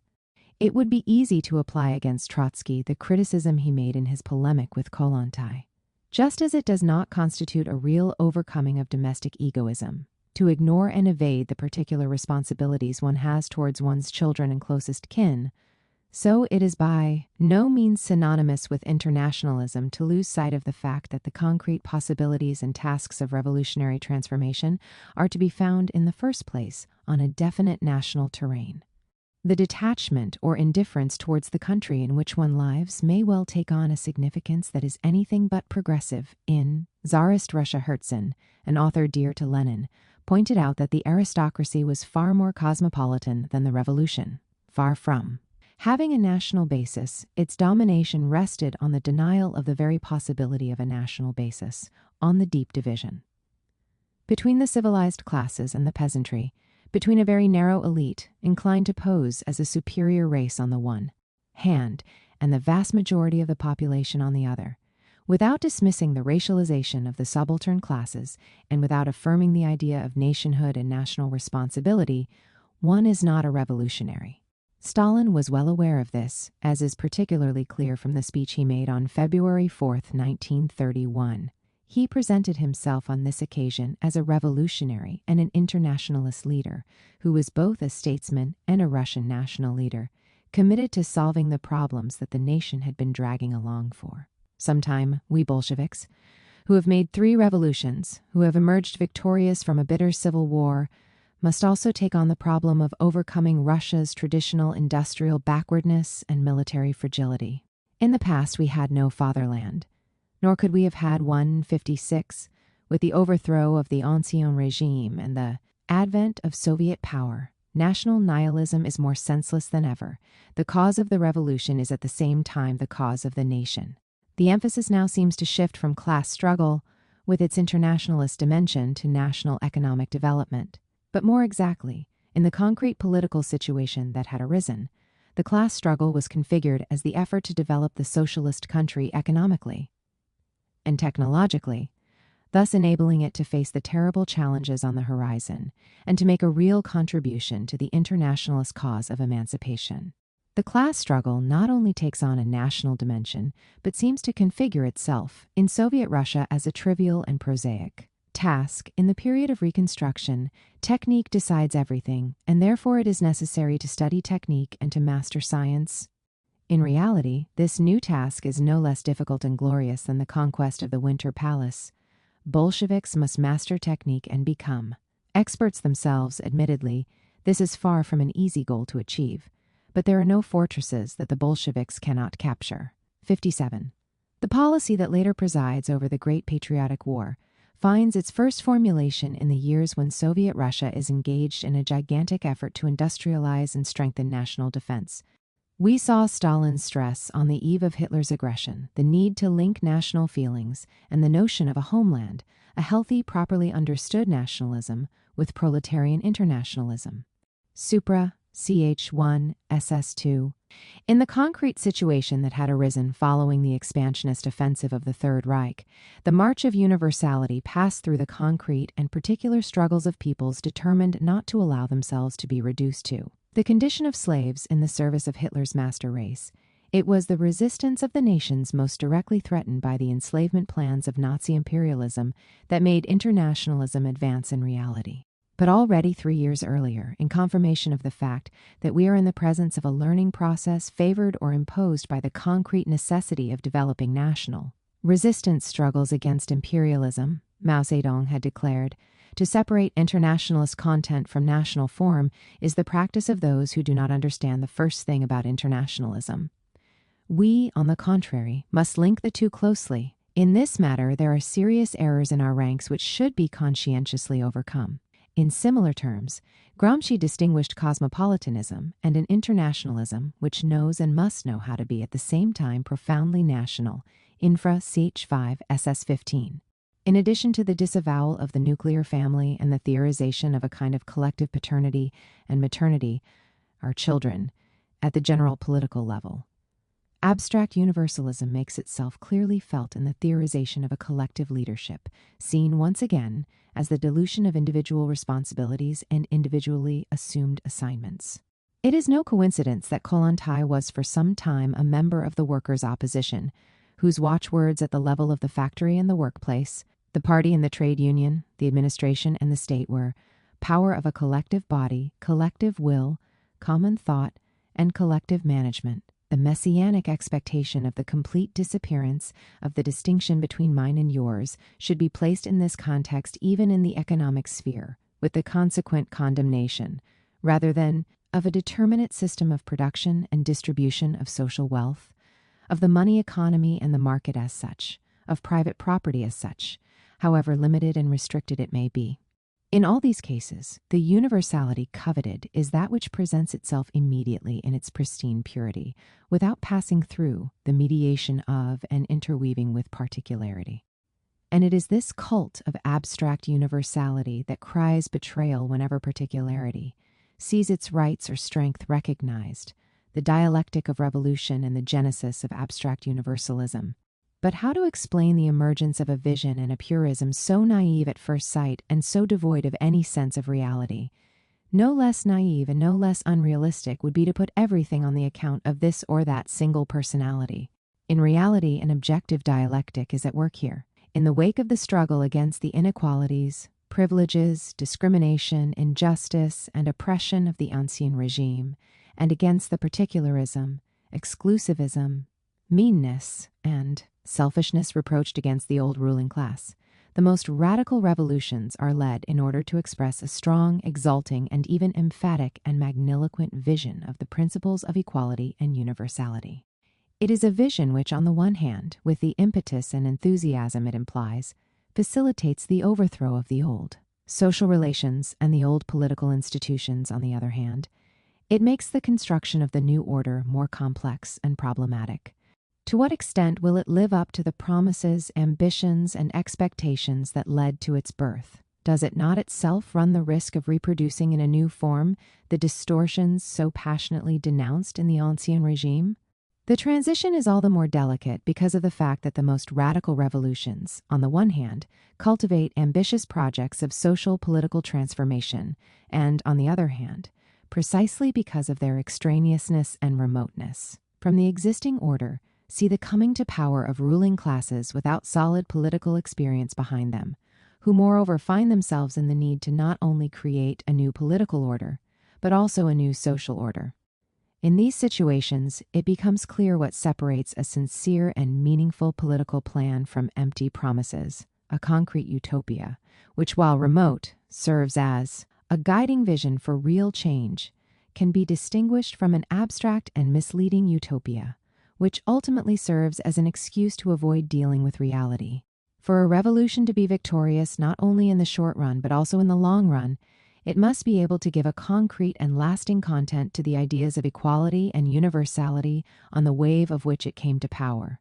And in doing so, the new ruling group is called upon to purify those ideas of the naive form they tend to take in moments of enthusiasm, and it is called upon to carry out this work of purification not in an empty and aseptic space, but in a historically filled space in which the economic and political compatibilities, the relations of force, the contradictions and conflicts that inevitably emerge make their presence and their weight felt. It is in the course of this difficult transition that the Revolutionary Front, until then at least apparently characterized by a choral unity begins to show its first cracks or tears, and then disappointments, disillusionment, and accusations of betrayal intervene. It is a process and a dialectic that Hegel analyzes with great lucidity and depth in relation to the French Revolution. It develops by waving the banner of the universal subject, the universal will, and the universal consciousness. In this phase, at the moment of the destruction of the Ancien Regime, is the doing away with the various distinct spiritual spheres and the restricted and confined life of individuals, all social ranks or classes, which are the component spiritual factors into which the whole is differentiated, are effaced and annulled. It is as if society, having dissolved all intermediary social bodies, has completely disarticulated itself into a great mass of individuals who, rejecting all traditional authorities, are now devoid of legitimacy. They demand not only freedom and equality, but also to be able to participate in public life and in every phase of the decision-making process. On the wave of this enthusiasm and exultation, in a situation in which it is as if authority and power, as such, were suspended in nothingness, an anarchoid messianism emerges, which demands absolute freedom and is ready to denounce as a betrayal any contamination of and restriction to universality, real or presumed. A new order presupposes a redistribution of individuals into spiritual spheres, into social organisms, into intermediate bodies, albeit constituted and organized according to different and new modalities, respectful of the principles of the revolution. However, any new articulation of society, whatever it may be, appears as a negation of universality in the eyes of anarchoid messianism. In fact, the activity and being of individual personality would, however, find itself by this process confined to a branch of the whole, to one kind of action and existence. And therefore, when placed in the element of existence, personality would bear the meaning of a determinate personality. It would cease to be in reality universal self-consciousness. This is an enlightening analysis of the dialectic that develops in the wake of the French Revolution, but also, and even more clearly, of the October Revolution, when the pathos of universality is felt even more strongly, both in its most naive and in its most mature forms. In the situation of exalted universalism, which presides over the overthrow of the Ancien Regime, every division of labor, however, articulated, becomes synonymous with exclusivism, of seizure of universal self-consciousness and universal will by a bureaucratic and privileged minority. This is true for social relations and for political institutions. No existing order can fulfill the anarchoid messianist's desire for the immediate and unmediated realization of universality. The way in which anarchoid messianism poses itself emerges clearly once again from the memorable pages of the Phenomenology of Spirit, neither by the idea of submission to self-imposed laws, which would assign to it only a part of the whole work, nor by its being represented when legislation and universal action take place. Does self-consciousness here let itself be cheated out of the actual reality, the fact that itself lays down the law and itself accomplishes a universal and not a particular task? For in the case where the self is merely represented and ideally presented vorgestellt, there it is not actual, where it is by proxy, it is not. We are reminded at this point of the workers' opposition's definition of the bureaucracy in Soviet Russia. Someone else decides your fate. Against this inadmissible expropriation is claimed a direction that is collective in every single phase of the decision-making process, with the consequent condemnation of any representative body. Even more so, on closer inspection, it is often, as we know, every project of constitutional order and even of legal regulation that is targeted, branded a priori as an attempt to enchain or shatter universality, and therefore as an expression in the final analysis of an ancien regime that is hard to kill. To pass into a deed, to achieve reality and efficacy and become actual concrete, will, Hegel continues, universality must find expression in concrete individuals. It must put an individual, consciousness, in the forefront. But here is where messianism and anarchism cry scandal. Thereby, however, all other individuals are excluded from the entirety of this deed, and have only a restricted share in it, so that the deed would not be a deed of real universal self-consciousness. The tragedy of the French Revolution, but also, and on a larger scale, the October Revolution consists in this, if it wants to avoid being reduced to, An empty phrase, the pathos of universality must give itself a concrete and determined content. But it is precisely this concrete and determined content that is perceived as a betrayal. On closer inspection, it is particularity as such that is branded as an element of contamination and negation of universality. As long as this vision continues to prevail, the liquidation of the old regime is not followed by the construction of a new, concrete order, universal freedom can thus produce neither a positive achievement nor a deed. There is left for it only negative action. It is merely the rage and fury of destruction. Abstract universalism and terror in Soviet Russia. In Hegel's analysis, insofar as the terror is the result not of the objective situation but of an ideology, it must be put on the account in the first place of anarchoid messianism, of abstract universalism which, in its flight from every particular and determinate element, succeeds in expressing itself only in the fury of destruction. As far as the Bolshevik Revolution is concerned, one must not lose sight of the permanent state of exception caused by imperialist intervention and encirclement. The more properly ideological component of the terror, on the other hand, refers to the cult of universality and of abstract utopia, which hampers the action of the new ruling group and ultimately causes its splits. It is interesting to see how in the mid-Trotsky, having left behind the wise criticism of Kollontai, mocks the Stalinist rehabilitation of the family, while the hope still lived of concentrating the education of the new generations in the hands of the state.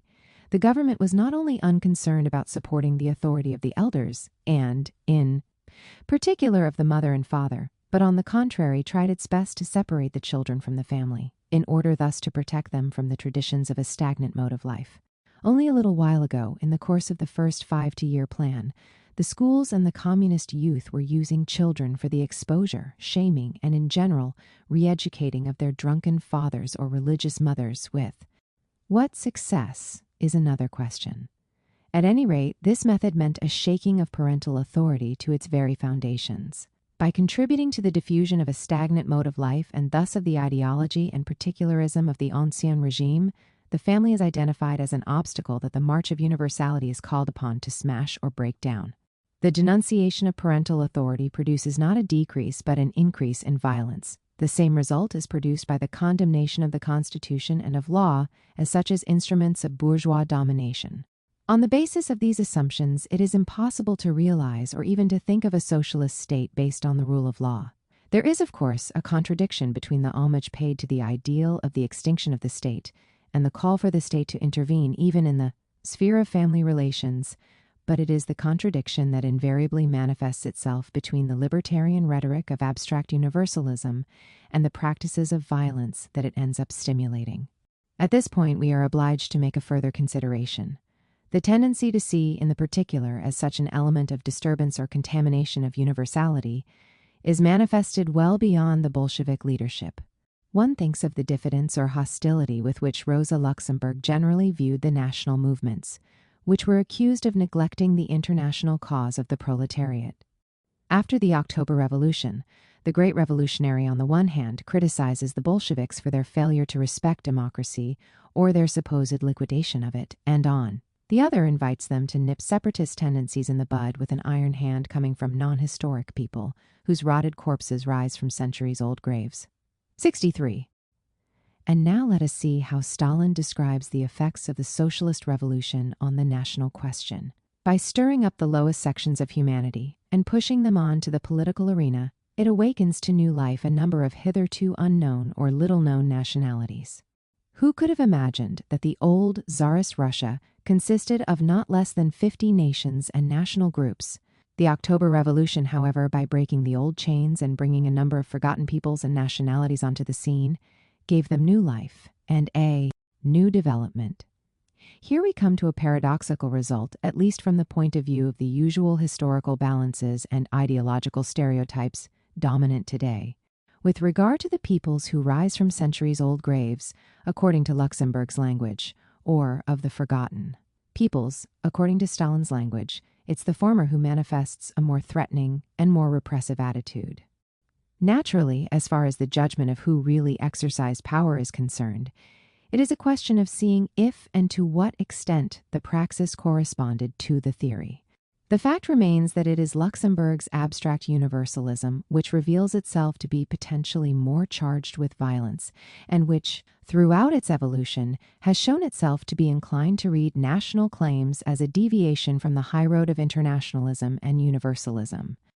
We arrive at a similar result if, still on the subject of the national question, we compare this time Stalin and Kautsky, the theory formulated by the German social democratic leader according to which the victory of socialism in a country or groups of countries would dilute or tend to dilute national differences and particularities, and indeed the process was already beginning in developed democratic bourgeois societies.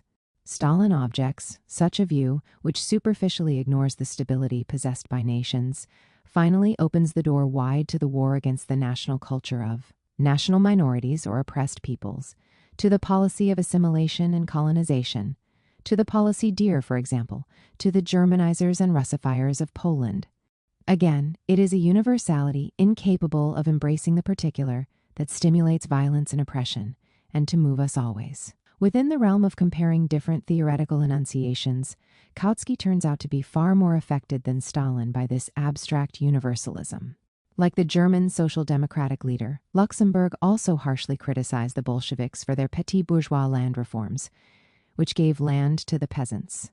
This view can be contrasted with that of Bukharin, according to whom, in the conditions of Russia at the time, with the monopoly of political power firmly in the hands of the Bolsheviks, it was precisely the private interests and the drive for enrichment of the peasantry and other social strata that could have contributed to the development of the productive forces and, ultimately, to the cause of socialism and communism. A significant change took place in Bukharin if, on the occasion of Brest-Litovsk, with regard to the national question, he had demonstrated abstract universalism. Now, on the other hand, in relation to the NEP and the agrarian question, the process of constructing universality is also called upon to advance through the appropriate use of particular interests.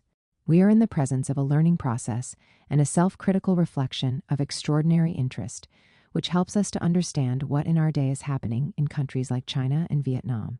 Bukharin thus continues. We imagine things in the following way. We assume power. We take almost everything into our own hands. We immediately set a plan. Economy in motion. It does not matter if difficulties arise. We partly eliminate them, partly overcome them, and the thing ends happily. Today we see clearly that the matter is not resolved in this way. The claim to organize production by means of orders coercively leads to catastrophe. Overcoming this caricature of socialism, communists are forced by experience to take into account the enormous importance of individual private incentive for the finance of the development of the productive forces. And, it is understood, for a development of the productive forces that leads us to socialism and not to the full restoration of so-called healthy capitalism. To shout instead, as Trotsky and the opposition did, about the degeneration of Soviet Russia, because of the persistence of the private economy in the countryside and the class collaboration of the communists with the peasants and with the bourgeois strata tolerated by the NEP, would have led to the collapse of civil peace and to a gigantic St. Bartholomew's Night. 68 was Bukharin's defeat, determined only by the need to accelerate the industrialization of the country as much as possible in anticipation of the war, or did the irreducible hostility to all forms of private property, to the mercantile economy, also contribute to it? This is a problem which we shall deal with later. We can already fix one firm point. The concentrationary universe reached its zenith on the wave of the forced collectivization of agriculture and of the iron fist against the bourgeois and petit bourgeois tendencies of the peasants, members for the most part of non-historic peoples, to use the unfortunate language Luxemburg takes from Engels. Beyond the errors or brutality of this or that political leader, there is no doubt about the baleful role played by a universalism incapable of subsuming and respecting the particular. The pages we have used of Hegel, the author in whom Lenin discerns germs of historical materialism, are like the advance refutation of the explanations of Stalinism contained in the so-called secret speech of 1956, delivered at the 20th Congress of the Communist Party of the Soviet Union. It would, of course, be unfair to expect Khrushchev to live up to Hegel's standards, but it is peculiar that the tragedy and horror of Soviet Russia continues to be placed on the account of a single personality, indeed a single scapegoat, as if there had never been the extraordinary analysis that the phenomenology of spirit devotes to the absolute freedom and terror. What it means to govern, a tormented learning process. Let us return to the Hegelian analysis of the dialectic of the French Revolution and of the great revolutions in general. Starting from the concrete experience of the ruinous consequences to which the fury of destruction leads, individuals understand the need to give a concrete and particular content to universality, putting an end to the mad pursuit of universality in its immediacy and purity. By renouncing absolute egalitarianism, individuals accept again negation and difference, that is, the organization of the spiritual masses, in which the multitude of individual consciences is articulated. These, moreover, return to a restricted and apportioned task, but thereby to their substantial reality. That is to say, we can now understand the inconclusive and ruinous character of the myth of a universal will, to use the language, this time not of Hegel, but of quite a few Russian revolutionaries, of a direct democracy, of a collective leadership which, without mediations and bureaucratic obstacles, expresses itself directly and immediately in the factories, in the workplaces, in the political bodies. As we can see, more than Jacobinism, Hegel's target is radicalism and anarchoid messianism, which is confirmed by the considerations he makes about another great revolution, namely the Puritan Revolution that invaded England in the mid-17th century. By putting an end to a period of inconclusive religious and pseudo-revolutionary exaltation, by giving a positive political outcome to a long years of travail, Cromwell shows that he well knew what it meant to govern. He took with a strong hand the reins of government, dissolved away that parliament that was poured out in prayers, and held with great splendor the throne as protector. Knowing how to govern here means being able to give concrete content to the ideals of universality that presided over the revolution, clearly distancing oneself, as far as the First English Revolution was concerned, from the followers of the Fifth Monarchy, the empty utopia of a society deprived and not in need of legal norms due to the fact that individuals are enlightened and allow themselves to be guided by grace. To the extent that he was able to distance himself from abstract and inconclusive utopia, Robespierre also showed that he somehow knew or wanted to learn the art of government. After a great revolution, especially when its protagonists are from propertyless ideological and political social classes, and therefore lacking the political experience associated with the enjoyment of property, learning to govern means learning to give concrete content to universality. But notably, it involves a learning process. As far as the socialist revolution is concerned, it neither begins nor ends with Stalin. On the contrary, the most serious limit of this statesman, but also, to a different extent, of the other statesmen who still today refer to socialism, is to have left this learning process unfinished or seriously unfinished. Let us take the national question. In Lenin we can read the thesis, according to which the inevitable merging of nations and of national differences, including linguistic ones, passes through the transitional period of the full and free unfolding of nations and of their different languages, cultures, and identities. At least as far as the transitional period is concerned, the awareness that the universal must be able to embrace the particular is clear here. A significant learning process has already begun. We are already beyond the abstract universalism, which makes itself felt, for example, in Luxemburg's thesis, for whom national particularities are in themselves a negation of internationalism. As far as the national question is concerned, Lenin only seems to grasp the unity of the universal and the particular in relation to the transitional period. Stalin is at times more radical. Some people, Kautsky, for instance, talk of the creation of a single universal language and the dying away of all other languages in the period of socialism. I have little faith in this theory of a single, all-embracing language. Experience, at any rate, speaks against rather than for such a theory. Judging from this passage, communism should not be characterized by a single, all-embracing language. But it is as if Stalin is afraid of his courage. Mostly he prefers to postpone the merging of nations and the formation of one common language to the time when socialism will have triumphed worldwide. Perhaps only in the last years of his life, when he is by then an undisputed authority within the international communist movement, does Stalin prove himself bolder. He does not merely reiterate forcefully that history shows that languages possess great stability and a tremendous power of resistance to forcible assimilation. 74.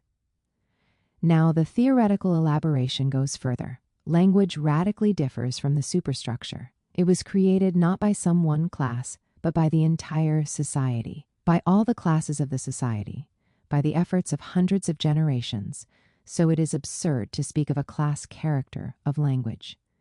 75. So then, why should national languages vanish? And why then should nations as such vanish, if it is true that linguistic commonality is one of the most important distinguishing marks of a nation? 76. And yet, despite everything, orthodoxy finally prevails. Communism continues to be thought of as the triumph of the common international language and ultimately of the one nationality. At least as far as this mythical final stage is concerned, the universal can again be thought of in its purity, without the contamination of the particular of languages and national identities. This is not an abstractly theoretical problem. Attachment to orthodoxy has certainly not contributed to an understanding of the permanent contradictions between the nations that call for socialism and that consider themselves committed to the construction of communism. It is the contradictions that have played a leading role in the process of crisis and dissolution of the socialist camp. In other areas of social life, we also see Stalin engage in a difficult struggle against abstract utopia, but then stop halfway in order not to compromise traditional orthodoxy. Even in 1952, and thus on the eve of his death, he felt obliged to criticize those who wanted the liquidation of the mercantile economy as such. In contrast with this, Stalin judiciously observes, "It is said that commodity production must lead, is bound to lead, to capitalism all the same, under all conditions." That is not true, not always and not under all conditions. Commodity production must not be identified with capitalist production. They are two different things. There can well be a mercantile production without capitalists. And nevertheless, even in this case, orthodoxy proves to be an insurmountable barrier. The disappearance of the mercantile economy is postponed until the moment when all the means of production will be really collectivized, with the overcoming, therefore, of the cooperative property itself. Finally, with perhaps the decisive problem, we have seen Stalin theorize a third function beyond repression and class struggle on the domestic and international levels. A great jurist was right to point out that the report to the 18th Congress of the CPSU puts us in the presence of a radical change in the doctrine developed by Marx and Engels.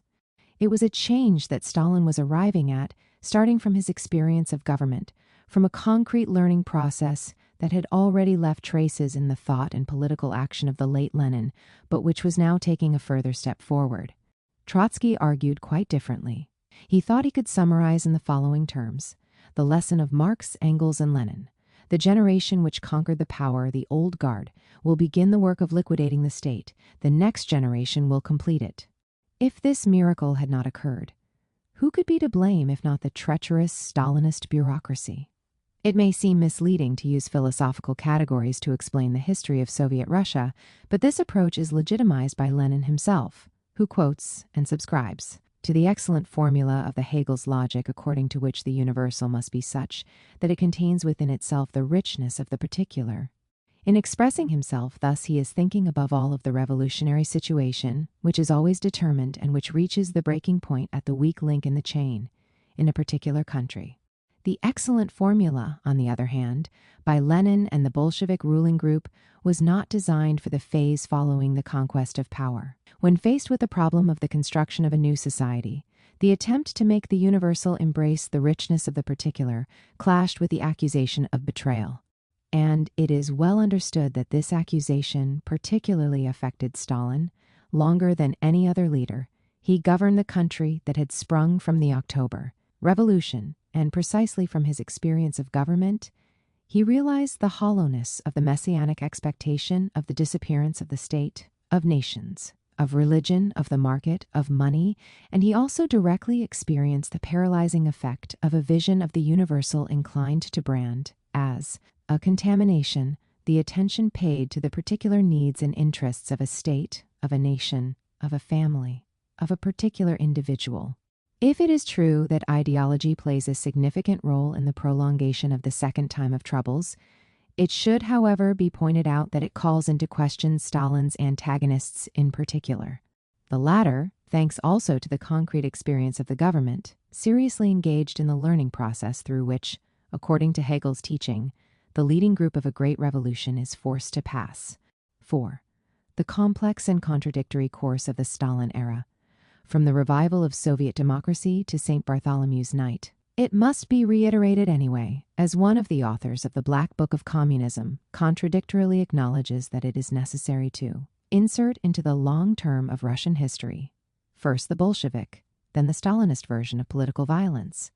It is necessary not to lose sight of the matrix out of which Stalinism emerged, which was the period of the First World War, of the revolutions of 1917 and of the civil wars taken as a whole, and so born ideally when no one could foresee Stalin coming to power, and even before the Bolshevik Revolution, Stalinism is not primarily the result either of an individual's thirst for power or of an ideology, but rather of the permanent state of exception that has been afflicting Russia since 1914.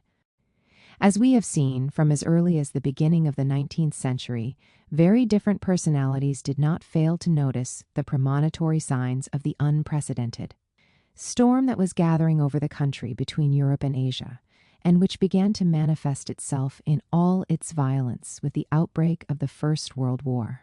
It is from here, and from the long, very long duration of the second time of troubles, that we must start. The fact that we are dealing with a phenomenon that unfolds in anything but a unilinear manner is not a coincidence. We will see it diminish at times of relative normalization and manifest itself in all its harshness when the state of exception reaches its peak. Let us begin by asking a preliminary question. From what moment can one speak of a personal and solitary dictatorship for Soviet Russia? Authoritative historians seem to agree on one essential point. In the early 1930s, Stalin was not yet an autocrat. He was not exempt from having to contend with criticism, dissent, and outright opposition within the Communist Party. The Leninist tradition of party dictatorship and of oligarchic power persisted. The historians quoted here use the two categories indifferently. However, the latter is ill-suited to a regime that stimulates a very strong social promotion of the subordinate classes and that forcefully introduces into the political and cultural life of the country social strata and ethnic groups that until then had been completely marginalized. The fact remains that, in any case, from 1937 and the outbreak of the Great Terror, the party dictatorship gave way to autocracy. Should we then distinguish two phases within Stalinism? While having the merit of questioning the usual monolithic view, this periodization does not constitute a real step forward in the understanding of those years. The passage from the first to the second phase and the concrete configuration of both would remain to be explained in any case. To understand the problem, let us look at what happened in the mid-1920s, at a time when, having overcome the acute crisis represented by foreign intervention and civil war, the NEP had already achieved significant results. Not only was there no autocracy, but while the dictatorship of the Communist Party remained in place, the management of power tended in some ways to become more liberal. Bukharin seems to go so far as to claim a sort of rule of law. The peasant must have before him Soviet order, Soviet right, Soviet law, and not Soviet arbitrariness moderated by a bureau of complaints whose whereabouts is unknown. Firm legal norms are needed, binding even on communists. The state must now engage in peaceful organizational work, and the party, in its relations with the masses, must stand for persuasion and only for persuasion. Terror no longer makes sense. Its time has passed. Instead, it is a matter of leaving room for mass initiative. In this context, one must look favorably on the thriving of people's associations and voluntary organizations. We are not in the presence of merely personal opinions. These are the years of the Duumvirate.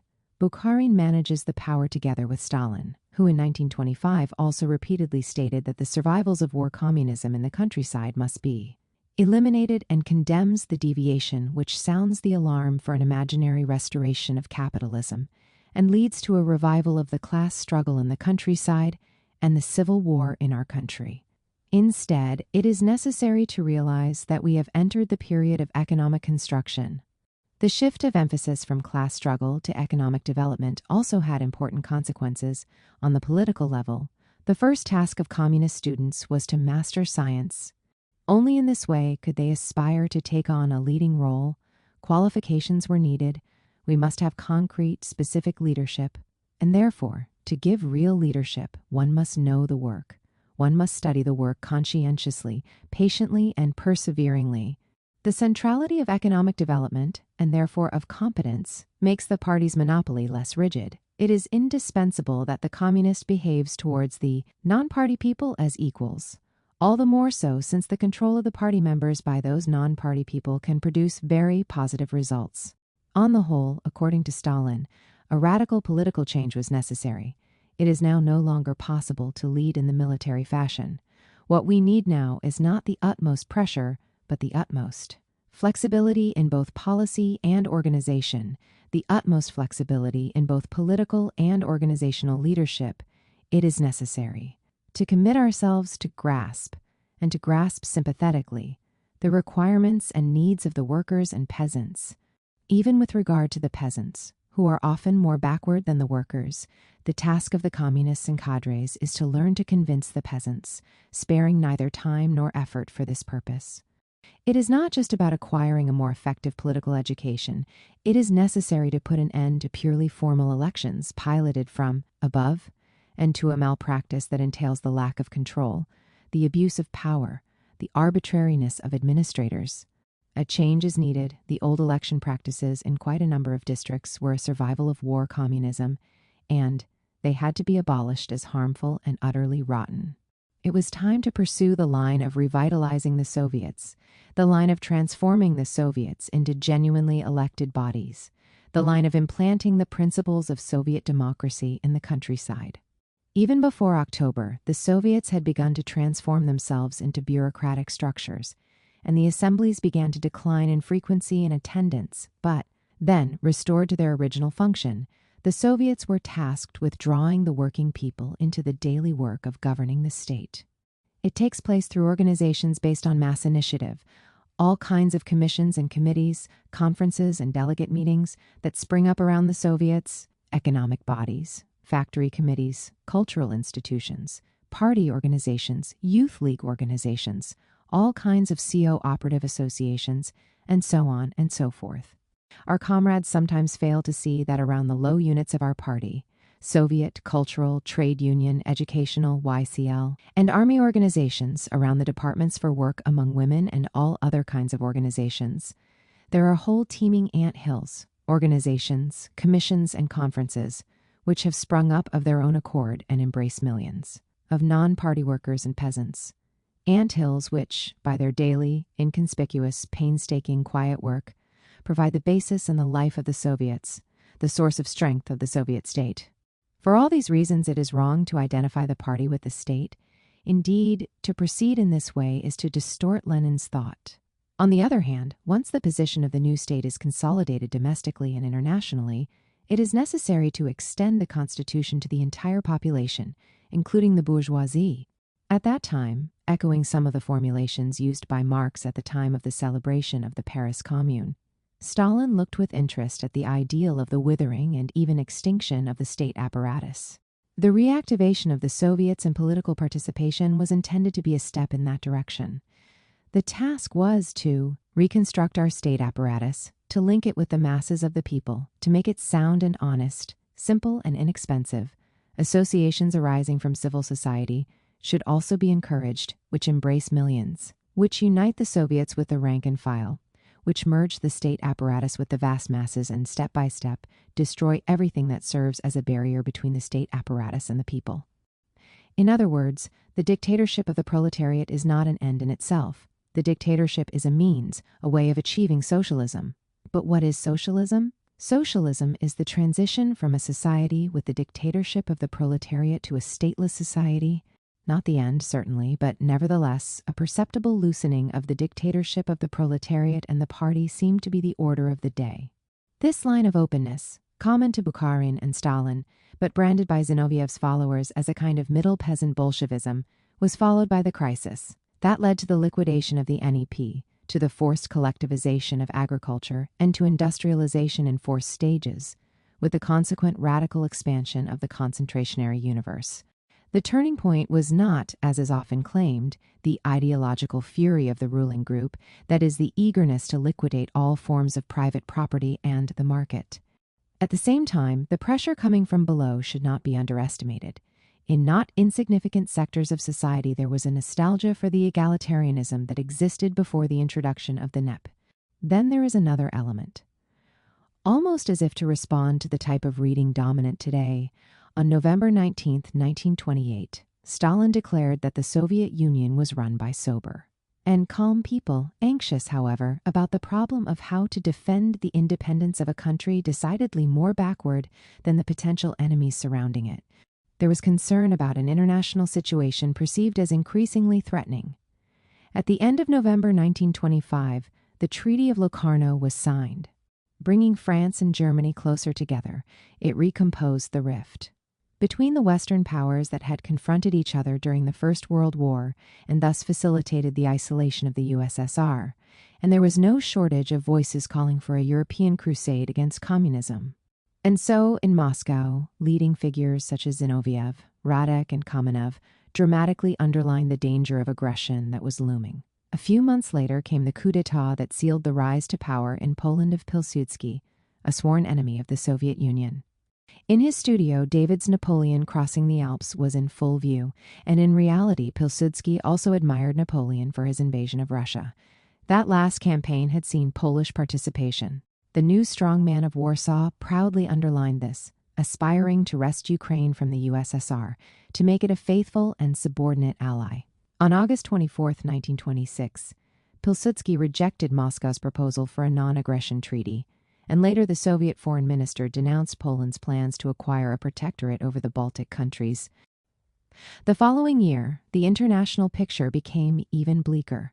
Britain broke off trade and diplomatic relations with the Soviet Union, and Marshal Ferdinand Foch called on France to do likewise.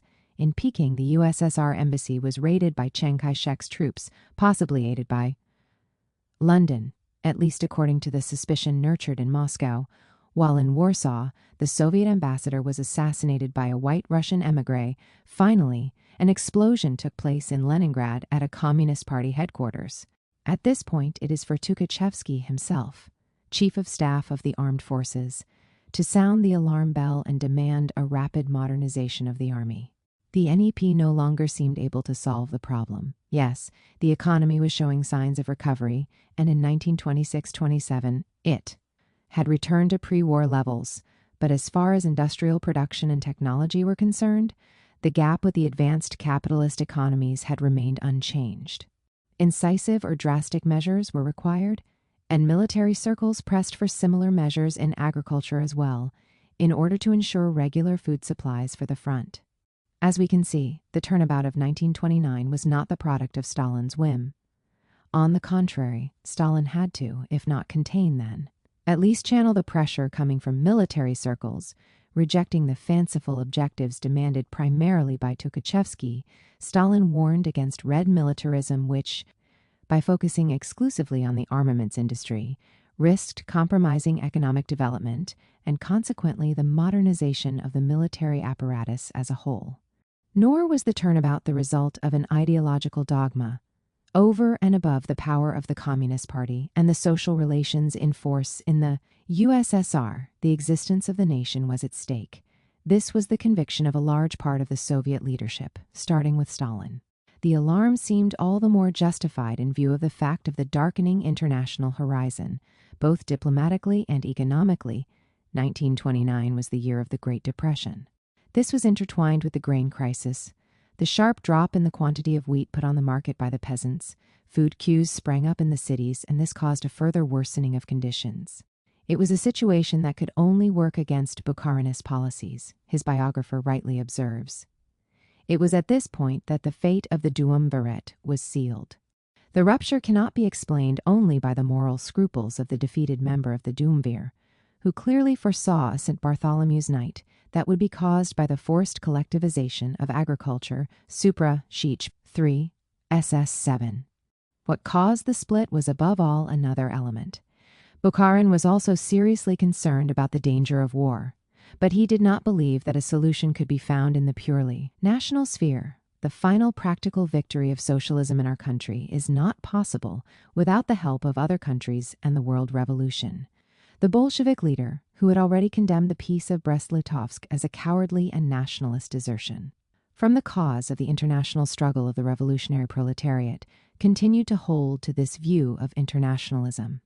If we exaggerate our possibility, there then could arise a tendency to spit on the international revolution. Such a tendency could give rise to its own special ideology, a peculiar national Bolshevism or something else in that spirit. From here it is a few small steps to a number of even more harmful ideas. Stalin, on the other hand, started more realistically from the assumption that stabilization in the capitalist world had taken place. The defense of the USSR was primarily a national task. It was not only a question of promoting the industrialization of the country in 4 stages. As the grain crisis showed, the flow of foodstuffs from the countryside to the city and to the army was far from guaranteed. This problem was particularly sensitive to a leader such as Stalin, who, on the basis of the rich experience accumulated during the Civil War, had repeatedly stressed the primary importance in a future conflict of the stability of the rear and of food supplies from the countryside. Here are the conclusions that emerged from a letter to Lenin and an interview with Pravda in the summer and autumn of 1918. Respectively, the food question is naturally bound up with the military question. In other words, an army cannot exist for long without a strong rear. For the front to be firm, it is necessary that the army should regularly receive replenishments, munitions, and food from the rear. Even on the eve of Hitler's aggression, Stalin was to pay great attention to agriculture, pointing to it as a central element of national defense. It can be understood then why, at the end of the 1920s, the collectivization of agriculture appeared to be an obligatory way to dramatically accelerate the industrialization of the country and to ensure in a stable way the supplies that the cities and the army needed, all in anticipation of the war. Indeed, leaving aside the human costs, the economic achievements of the first 5-year plan were astonishing. By increasing industrial production by 250%, Soviet Russia took giant steps toward becoming a major industrial power. Obviously, the great leap forward in Soviet Russia's industrial economy entailed a great leap forward in its military sector, armaments expenditures rising 5-fold between 1929 and 1940. More modest results were achieved in agriculture, where overcoming the subsistence economy and centralization nevertheless created more favorable conditions to furnish regular supplies for a large army. Socialist democratism to the Great Terror. Having overcome the St. Bartholomew's Night constituted by the forced collectivization of agriculture, with the horrible social and human costs it entailed, the policy of openness that we already know seems to be making its appearance once again. After the victory over the kulaks, Kaganovich observed in September 1934, it was necessary to bring our measures into legal frameworks and to educate our population in the framework of socialist awareness of the law. Indeed, without mass education of our entire people of 160 million in the spirit of legal awareness, the consolidation of our order would not be possible. This is all the more necessary because, Stalin reiterates, in the USSR, there are no longer any antagonistic classes, and hence there is no longer any reason for delay in the introduction of universal, direct, and equal suffrage with secret ballot, of universal suffrage without any restriction. The amendments to the new constitution which propose to deprive the clergy, ex-white guards, all exes, and persons who do not perform work of public utility of electoral rights must therefore be rejected. Nor does it make sense to grant these groups only the right to elect, but not that of being elected, just as it makes sense to reject the proposal to prohibit the celebration of religious ceremonies. It is now possible to advance towards socialist democratism. This is not just about propaganda, which certainly plays an important role. We are in the presence of a perspective that arouses the harsh polemics of Trotsky, who in Stalin's liberalism identifies and brands the abandonment of the Soviet system and the return to bourgeois democracy, in the context of which, class differences having been removed, the subject is constituted by the citizen in its abstraction. This turning point is well understood. The first concern of the Soviet aristocracy is to get rid of worker and Red Army Soviets. The antithesis between the two perspectives is clear.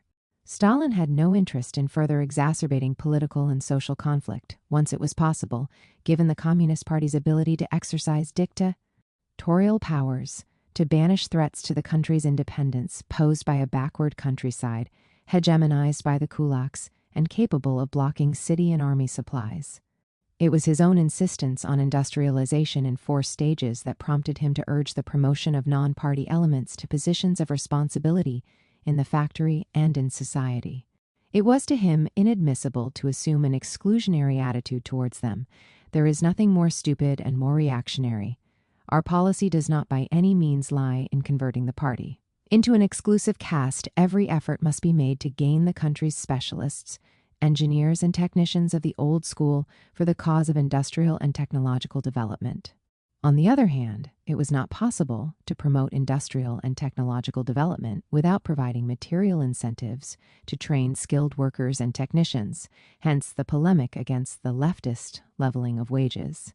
It was only by distancing oneself from a crude equalizing of wages that it was possible to introduce a more efficient organization of labor and to put an end to the fluctuation of the workforce, especially the most qualified, who moved from one factory to another in search of better and less flattened remuneration. In addition to egalitarianism and the objective discouragement of the most skilled and committed workers, incentive policy also had to put an end to collective irresponsibility and instead introduce the principle of personal responsibility. It was precisely at this point that conditions were ripe for the outbreak of the Third Civil War, the one that tore apart the Bolsheviks themselves. Trotsky's stance against what he justifiably characterized as the neo-NEP was extremely harsh. Yes, in the Communist Party, according to Trotsky, there was an ever more accentuated turn to the right, with the favoring of the upper strata. Of the people and the redemption of the kulaks, the bureaucracy is ready to make economic concessions to the peasants, to their petty bourgeois interests and tendencies. More generally, and as a consequence of the turn towards the market and monetary calculation and the associated increase in the cost of living, far from advancing towards socialism and the overcoming of inequalities and class division, Soviet society was more and more clearly characterized by new processes of class stratification.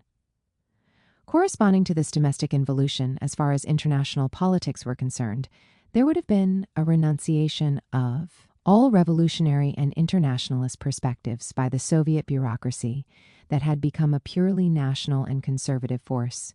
Now the only guiding principle is the status quo, as was confirmed by the entry of the Soviet Union into the League of Nations.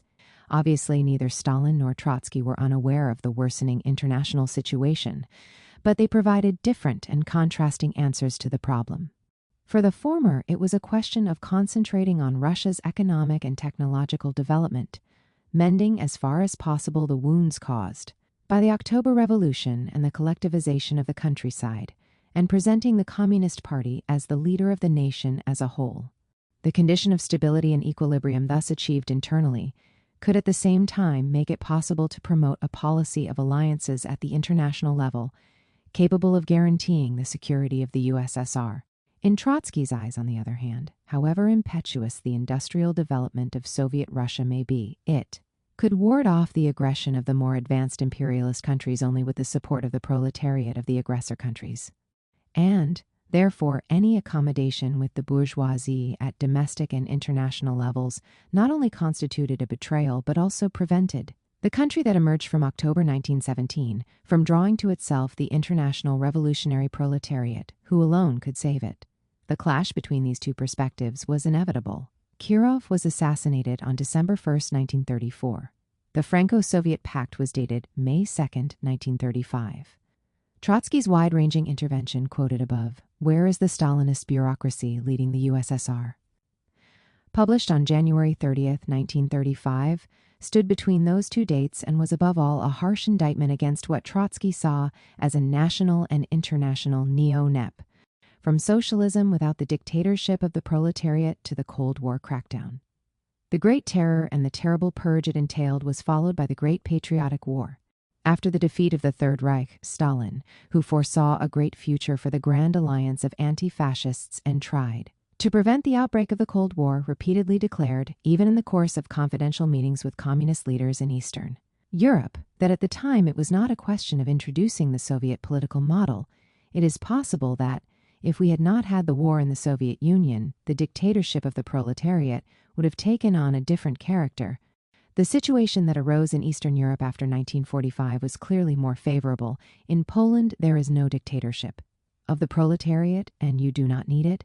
Must Poland follow the path of introducing the dictatorship of the proletariat? No, it does not have to. It is not necessary. And to the Bulgarian communist leaders, it is possible to achieve socialism in a new way. Without the dictatorship of the proletariat, the situation has changed radically from our revolution. It is necessary to apply different methods and forms. You need not fear accusations of opportunism. This is not opportunism, but the application of Marxism to the present situation. And to Tito, in our times, socialism is possible even under the English monarchy. Revolution is no longer necessary everywhere. Yes, socialism is possible even under an English king. The historian reporting these conversations commented in turn.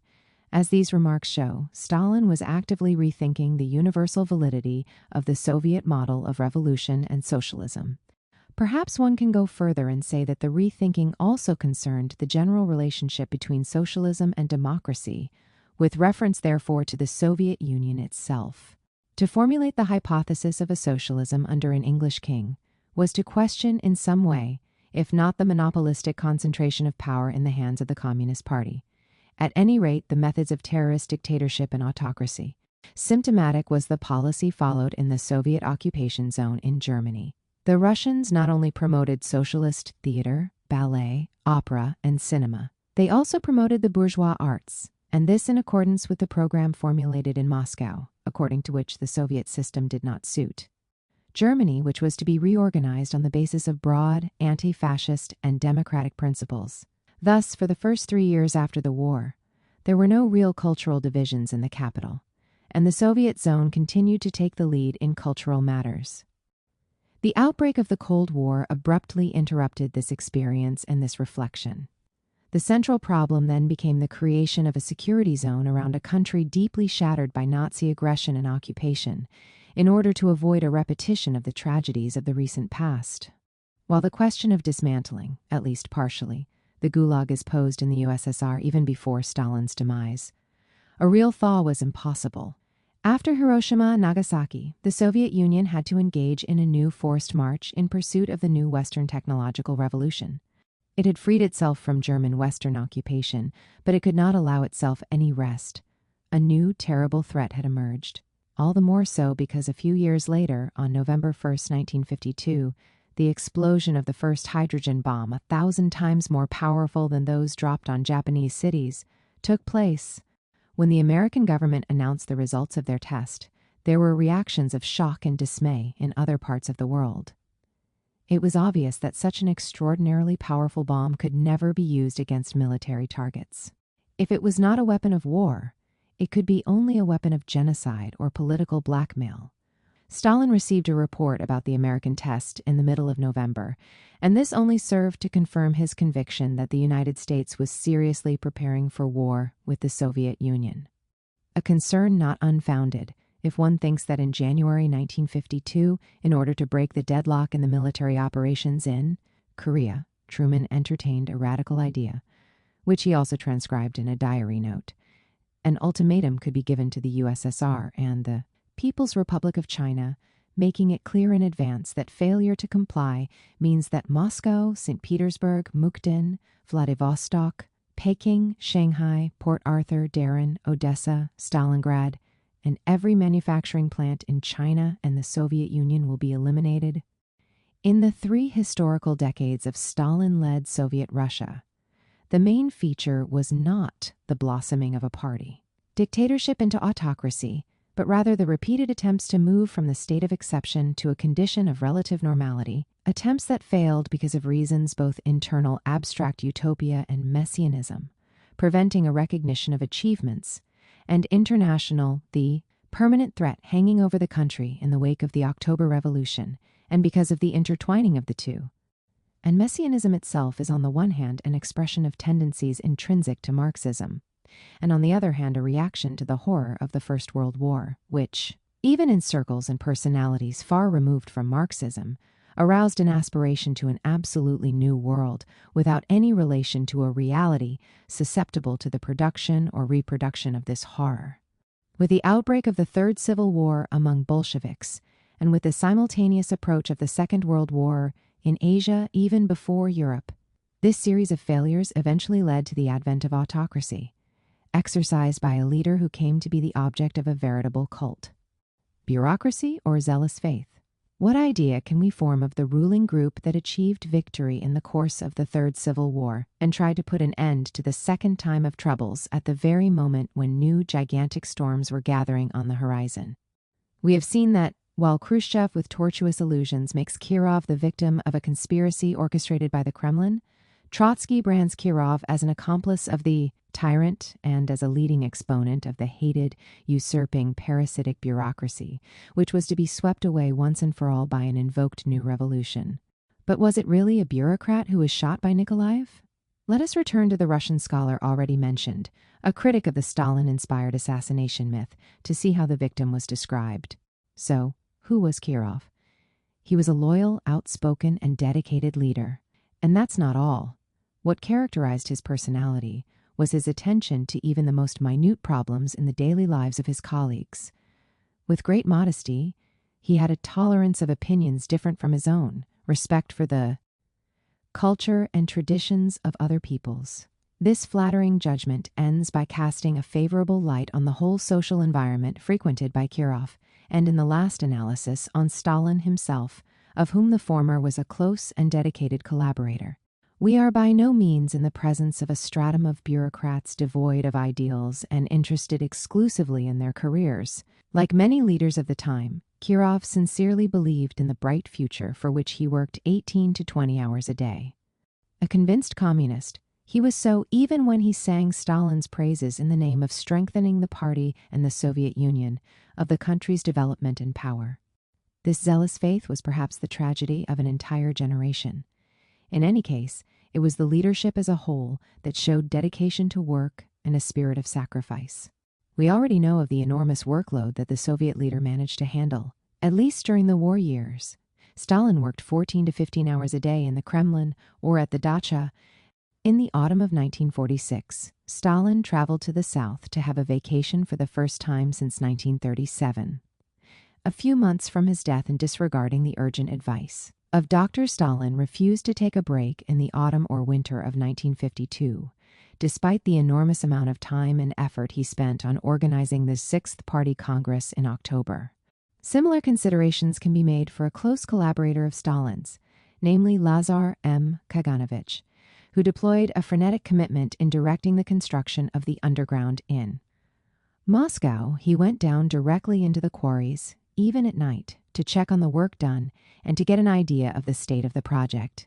In conclusion, we are in the presence of a managerial group who, especially during the war years, was engaged in an almost superhuman effort.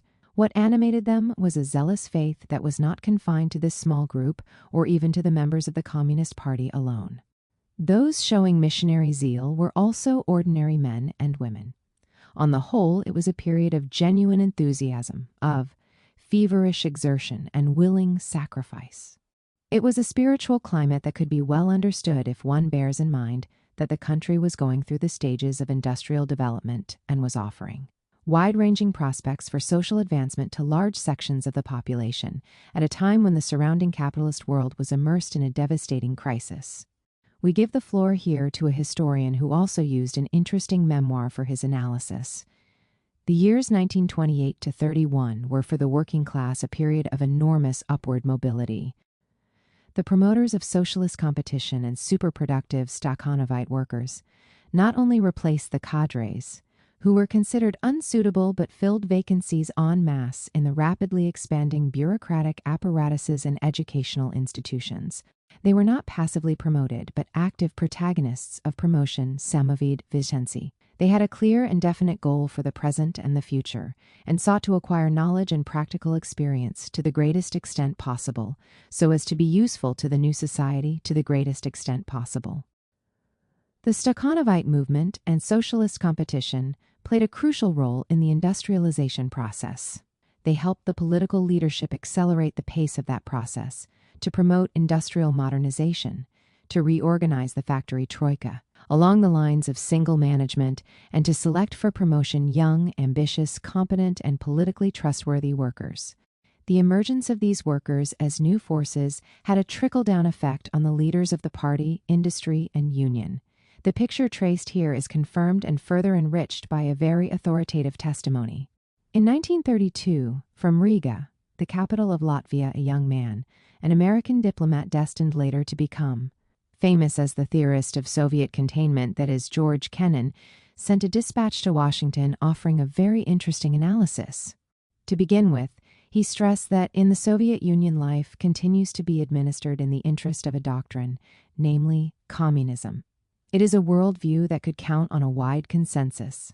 The industrial proletariat enjoyed such a high social recognition that in its eyes it far outweighed the material disadvantages connected with the planned acceleration of economic development. Above all, the youth, or a certain portion of the youth, turned out to be extremely enthusiastic and happy, as can only be true in human beings completely immersed in tasks that have no relation to personal life.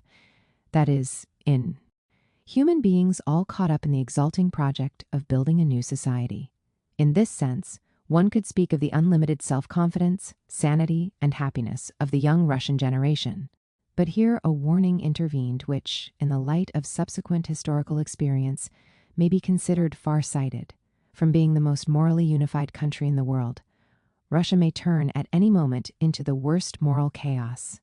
Can a condition of such strong moral tension withstand the wear and tear of time and the inevitable difficulties and failures of the project of building a new society?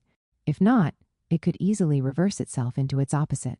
The fact remains that, in 1932, and on the eve of Kirov's assassination, Soviet Russia presented itself, in the eyes of the future theorist of containment, as the most morally unified country in the world. Of course, when he expressed himself thus, Kennan seemed to know more about the urban context where, despite contradictions, the breakthrough had in fact aroused the enthusiasm of a wide array of young people, intellectuals, and industrial workers than that of the countryside. Here, the forced collectivization of agriculture had provoked, according to Bukharin's prescient warning, a St. Bartholomew's night for the rich peasants and, more generally, for an enormous number of peasants, very often belonging to national minorities. The result was a civil war waged ruthlessly and horribly on both sides, so ruthlessly and horribly that it drove a high-ranking member of the Soviet military power to suicide, shocked by an inspection in the course of which he was said to have repeatedly shouted that it was not communism but horror. It is probably this horror that provoked Bukharin's moral crisis, outraged by the large-scale St. Bartholomew's night against which he had warned in vain, horrified by the gigantic experiment in social engineering that proceeded without mercy, without distinguishing between a person and a piece of wood. Even after the conclusion of the collectivization process, it was not persuasive to speak of a morally unified campaign, as if even the memory of the civil war that had torn and bloodied it had vanished entirely. And yet, even with these necessary clarifications, Kennan's insistence on attachment to doctrine and enthusiasm makes us think of a zealous faith and missionary zeal already mentioned. Until the unleashing of the Great Terror in 1937, the picture did not change radically, at least according to the convergent analyses of an American and a Russian historian. The first, even if he insisted on the aspect of top-down manipulation of public opinion, nevertheless observed that in 1935, Stalin enjoyed great popularity. Any attempt to overthrow his power would have come up against widespread resistance. In relation to the following year, the second, a militant anti-Stalinist historian, noted that the party and the majority of the people still trusted Stalin, additionally, due to the fact that the standard of living, both urban and rural, rose appreciably, a certain enthusiasm spread. It is not only the rising standard of living that motivated such enthusiasm. There is much more. There is the real development of hitherto marginalized nations, the achievement by women of legal equality with men, accompanied by an improvement in their social status, the emergence of a solid system of social protection involving pensions, medical care, protection of pregnant women, family allowances, the considerable development of education and of the intellectual sphere as a whole, with the extension of a network of libraries and reading rooms and the spread of the taste for the arts, for poetry. It was the tumultuous advent and exalting of modernity, urbanization, the nuclear family, social mobility. These are processes that characterize the history of Soviet Russia as a whole. But that began to take off precisely in the Stalin years. The popular masses, traditionally condemned to illiteracy, burst massively into the schools and universities.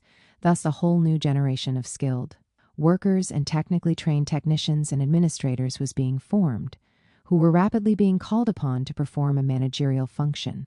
New cities are founded, and old cities are rebuilt. The rise of gigantic new industrial complexes went hand in hand with the rise to the higher levels of the social ladder of able-bodied and ambitious citizens of working class or peasant origin. It has been said in this connection that there was a mixture of brutal coercion, memorable heroism, disastrous folly, and spectacular results. But perhaps it is not even these achievements and their related economic improvements that constitute the main aspect which can be found. Instead, in the radical transformation that the places of production and work underwent in the transition from the old to the new regime. In Tsarist Russia, employees demanded more respectful treatment from the master, insisting on the use of the polite you-v instead of the familiar you-t, in which they saw a remnant of the old system of serfdom. They wanted to be treated as citizens. And often it was the question of respect for human dignity, rather than wage demands, that fueled workers' unrest and demonstrations. After having long yearned for it and sought it in vain, the serfs had achieved recognition in the Hegelian sense of the term with the advent of Soviet power. And this applied not only to the workers, but also, as we shall see, to national minorities. It is this interweaving of spectacular results at the level of economic development, on the one hand, and of the upheaval of the hierarchies of the ancien régime, confirmed by an unprecedented possibility of mobility and social advancement on the other, which stimulated in the mass of the population an exhilarating feeling. To the recognition already achieved as workers, there was about to be added their recognition as a unified Soviet people who were on the verge of catching up with the more advanced countries, thus shaking off tradition and an image of backwardness. This explains the exhilarating feeling of participating in the construction of a new society and a new civilization, which was advancing in spite of mistakes, sacrifices, and terror. On the other hand, it is interesting to reread the indictment against the Soviet bureaucratic leadership formulated by Trotsky on the eve of the Great Terror. It was as if the indictment, which had previously seemed solid, was now so full of noticeable gaps and significant admissions that it actually contradicted itself. Gigantic achievement in industry, enormously promising beginnings in agriculture, an extraordinary growth of the old industrial cities and a building of new ones, a rapid increase of the numbers of workers, a rise in cultural level and cultural demands. Such are the indubitable results of the October Revolution, in which the prophets of the old world tried to see the grave of human civilization. With the bourgeois economists, we have no longer anything to quarrel over. Socialism has demonstrated its right to victory, not on the pages of Das Kapital, but in an industrial arena comprising a sixth part of the Earth's surface. Thanks solely to a proletarian revolution, a backward country has achieved in less than 10 years successes unexampled in history. With economic development came access to culture not only for new social strata, but also for entire peoples. In the schools of the Union, lessons are taught at present in no less than 80 languages. For a majority of them, it was necessary to compose new alphabets, or to replace the extremely aristocratic Asiatic alphabets with the more democratic Latin. Newspapers are published in the same number of languages, papers which for the first time acquaint the peasants and nomad shepherds with the elementary ideas of human culture. Within the far-flung boundaries of the Tsar's empire, a native industry is arising. The old semi-clan culture is being destroyed by the tractor. Together with literacy, scientific agriculture and medicine are coming into existence. It would be difficult to overestimate the significance of this work of raising up new human strata. At least as far as the established relationship with backward nationalities is concerned, the hated bureaucracy did, in spite of everything, some progressive work in laying down a bridge for them to the elementary benefits of bourgeois, and in part even pre-bourgeois, culture. How, on the basis of such a framework, Trotsky could think that the anti-bureaucratic revolution was just around the corner remains a mystery. But this is not the point we are now interested in. The accolades that the leader of the opposition let slip are a symptom of the prestige and consensus still enjoyed by the Soviet leadership. Otherwise, one could not explain the spread of a newest kind of Soviet patriotism, an undoubtedly very deep, sincere, and dynamic sentiment. The period 1937-38 was that of the Great Terror. Not even in its worst phase is there any withering of the Stalin regime's social base of consensus and enthusiastic followers, who continued to be motivated both by ideology and by chances for social advancement. It is a mistake to read the permanent consensus as merely an artifice of state censorship and repression. A paradoxical and tragic intertwining takes place as a consequence of the strong economic and cultural development on the one hand, and of the frightening gaps opened up by repression on the other. Tens of thousands of Stakhanovite workers became factory directors, and a similar, very rapid vertical mobility took place in the armed forces. On August 1939, during the negotiations for the Non-Aggression Pact, the chief translator of the German Foreign Ministry visited Moscow and thus described the spectacle offered him by Red Square and the mausoleum dedicated to Lenin. A long queue of Russian peasants waited patiently before this mausoleum to see Stalin's waxed predecessor in his glassy tomb. By their attitude and the expression on their faces, the Russians made the impression on me of devout pilgrims. Those who have been to Moscow and have not seen Lenin, a member of the embassy told me, are worth nothing to the rural Russian population. The widespread veneration for Stalin's predecessor was also a symptom of the broad social base of consent the latter continued to enjoy. In any case, the deep splits caused by the Great Terror are at least in part healed by the patriotic unity that was welded together in the course of the resistance against Hitler's war of annihilation and enslavement. Certain it is that, we quote again a historian not suspected of indulgence for communism and Stalinism, the victory increased to an unparalleled extent not only the international prestige of the Soviet Union, but also the authority of the regime within the country, so that Stalin's popularity reached its peak in the years following the war, and this popularity remained unchanged until his death, and made itself felt even outside the Soviet Union and even, to a certain extent, beyond the confines of the international communist movement. A concentrationary universe full of contradictions. As with the terror, the concentrationary universe produced by it does not present a linear trend and a homogeneous picture, far from being a static system. It continued to spin like a spinning top, and in any case went through cycles of relative cruelty and relative humanity. This is the opinion of an American historian, who not only paints in the gloomiest way the process that began in October 1917, but also mocks the Western statesmen who allowed themselves to be taken in by and come to hold respect for a mass murderer, due to his shrewdness. A book by a Russian historian who is also committed to demonstrating the equivalence of the Stalinist USSR and the Third Reich argues in a similar way. And yet, the two monographs, to which I mainly refer when analyzing Soviet Russia's concentrationary universe, tell a story quite different from the intentions of their authors. Indeed, the picture traced by the American historian could at times be mistaken for a product of Soviet propaganda if it did not come from a fierce anti-communist. Let us begin by examining it. In 1921, as the Civil War rages, this is how the Moscow prison in Butyrka functions for some time. Prisoners were allowed to leave the prison freely. They organized morning gymnastic sessions, established an orchestra and a choir, created a club stocked with foreign magazines and a good library. According to pre-revolutionary era tradition, upon liberation, each prisoner left his books behind. A council of prisoners assigned cells, some of which were well furnished, with carpets on the floors and walls. Another prisoner recalled, "We walked along the corridors as if they were avenues." To Babina, a socialist revolutionary, life in prison seemed unreal. Will they ever succeed in locking us up? Another socialist revolutionary, arrested in 1924 and sent to Savatyevo, is happily surprised to find herself in a place not at all like a prison.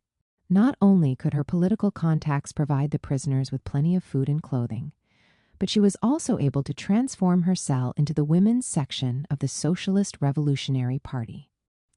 Still a few years later, in the Solovetsky archipelago, we see the prisoners, many of whom were scientists from St. Petersburg, have a theater, a library of 30,000 volumes, as well as a botanical garden, set up also a museum of the local flora, fauna, art, and history, and the inmates produced monthly magazines and newspapers featuring satirical cartoons, extremely homesick poetry, and surprisingly frank fiction. It is true that the picture that the prison system presents over the same period of time is not homogeneous, and yet the above are not isolated cases. On the other hand, even if they were to be happy and fleeting islands, their existence would in itself be significant. Of course, there is no shortage of protests, but it is interesting to read the partially fulfilled demands made through a hunger strike by political prisoners, mostly Trotskyists. Expand the library, replenish it with periodicals printed in the USSR, and at least publications by the Communist International. Systematically update the economic, political, and literature sections, and supply literature in the languages of national minorities. Subscribe to at least one copy of each foreign newspaper. Allow the ordering of materials for courses by correspondence. Set up a special cultural fund for this purpose. Such funds exist even in prisons for criminals. Allow delivery to the prison of all foreign editions permitted in the USSR, in particular foreign newspapers, including bourgeois newspapers. Allow book exchanges. Provide writing paper in the amount of no less than 10 notebooks per person each month. This is June 1931, and the date is significant. Despite involving a massive expansion of the concentration-area universe, Stalin's coming to power and the campaign he launched for the liquidation of the kulaks as a class did not radically alter the existing situation within that universe.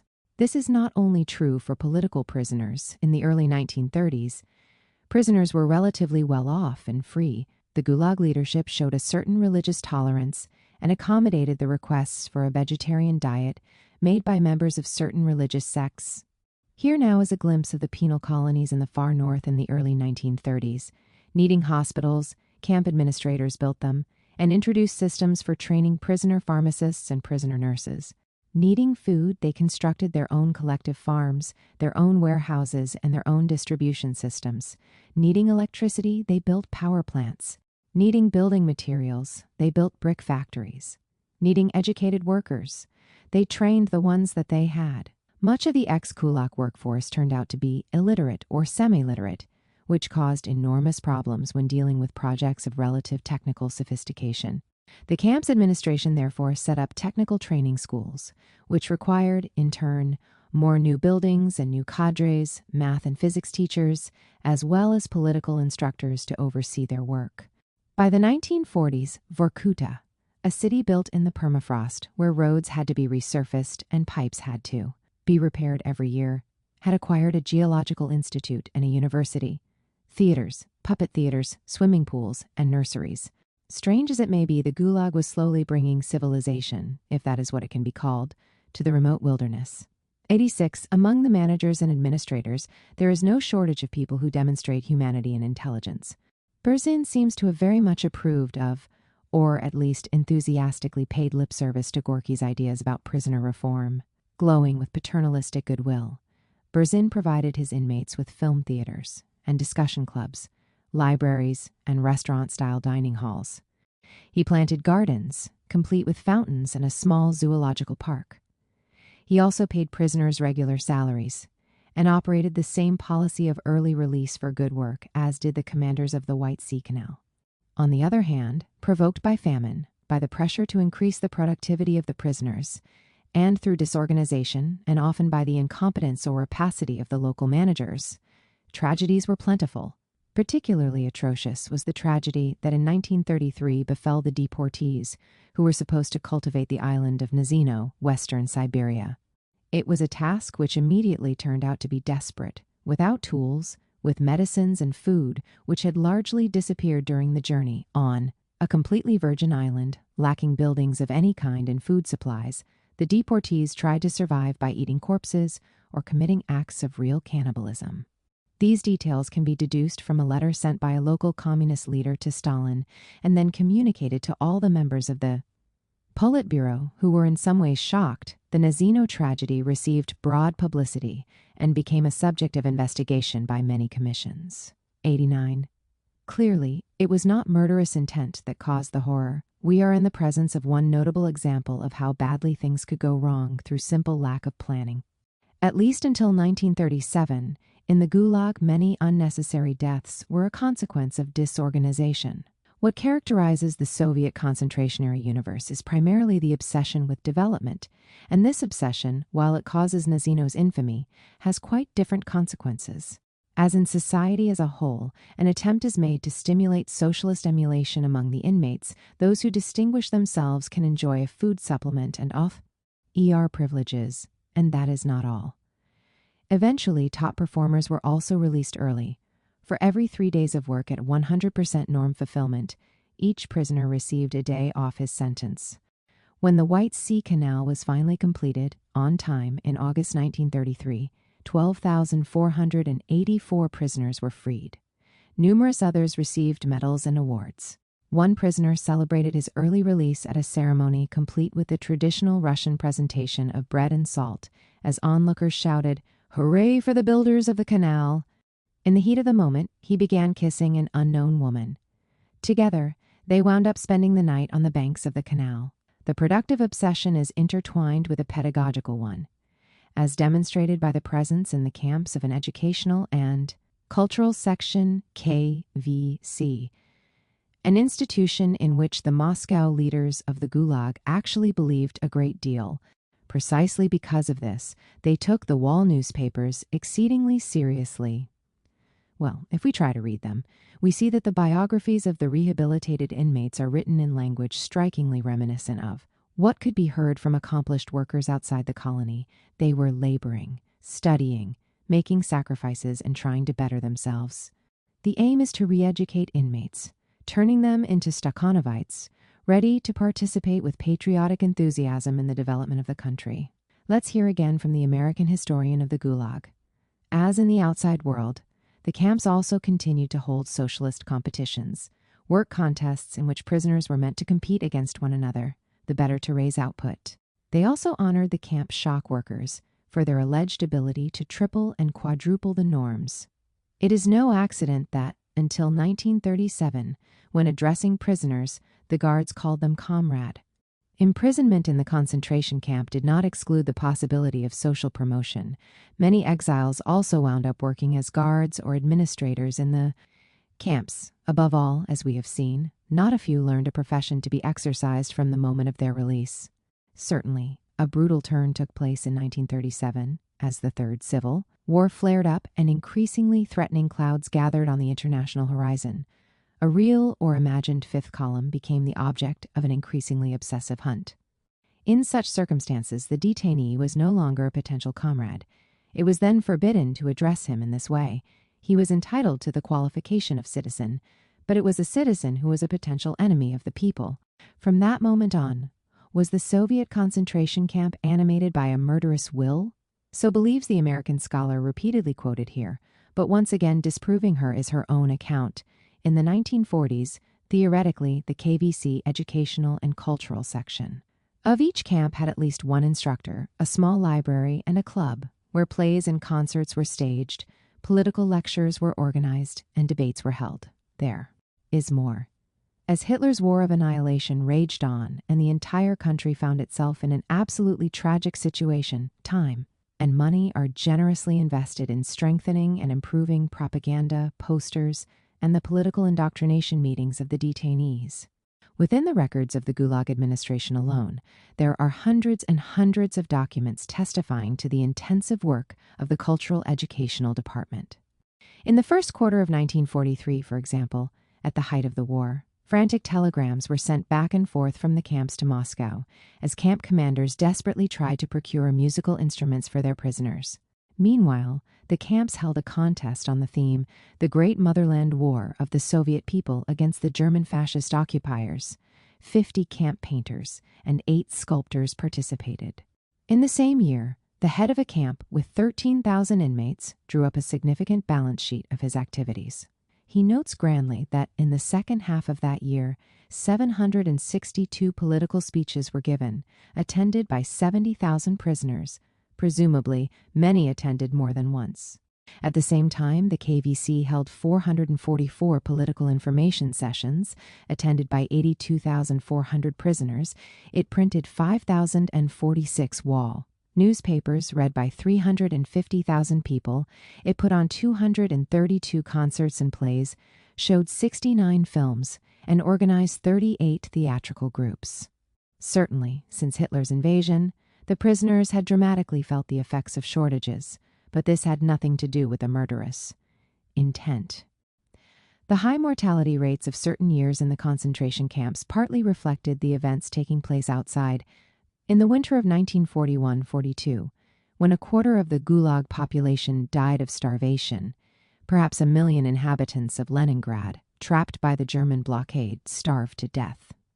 And shortages and malnutrition raged in large parts of the Soviet Union.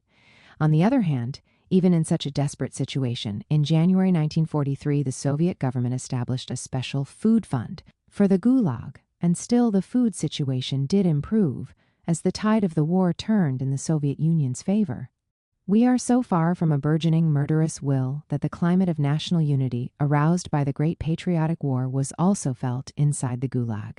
At the same time, the Gulag underwent a massive thinning out as a result of a series of amnesties.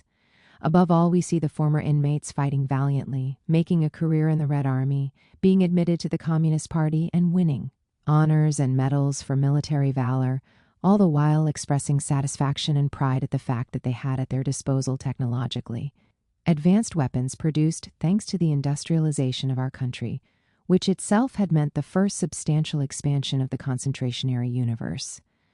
With its alternating of relatively well-off and free phases and phases of sharp deterioration in the economic and legal condition of the inmates, the history of the Gulag mirrors the history of Soviet society, with the attempts to bring about in the country as a whole Soviet democracy, socialist democratism, and even a socialism. Without the dictatorship of the proletariat parallel the attempts to re-establish socialist legality or revolutionary legality in the Gulag. It is for this reason that bitter denunciations of the Soviet concentrationary universe came from within and from its leadership. In 1930, it was Yagoda who called for action on the whole prison system, which is rotten to the core. In February 1938, it was Vyshinsky himself, the Prosecutor General of the USSR, who denounced the unsatisfactory and in some cases absolutely intolerable conditions of detention which reduce men to wild beasts. A few months later, it was Lavrentiy Beria, head of the secret police under Stalin, who endorsed a stance calling for the investigators who treated beatings as the main method of investigation and who maimed prisoners in the absence of sufficient proof of their anti-Soviet activity have to be strictly punished.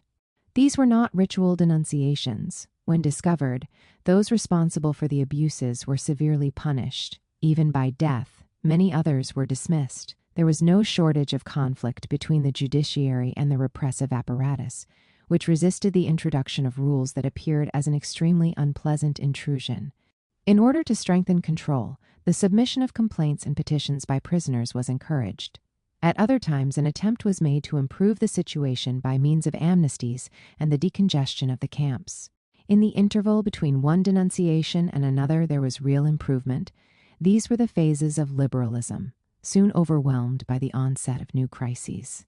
Because of the interweaving of objective circumstances and subjective responsibilities, like society as a whole, the Gulag failed to overcome this state of exception.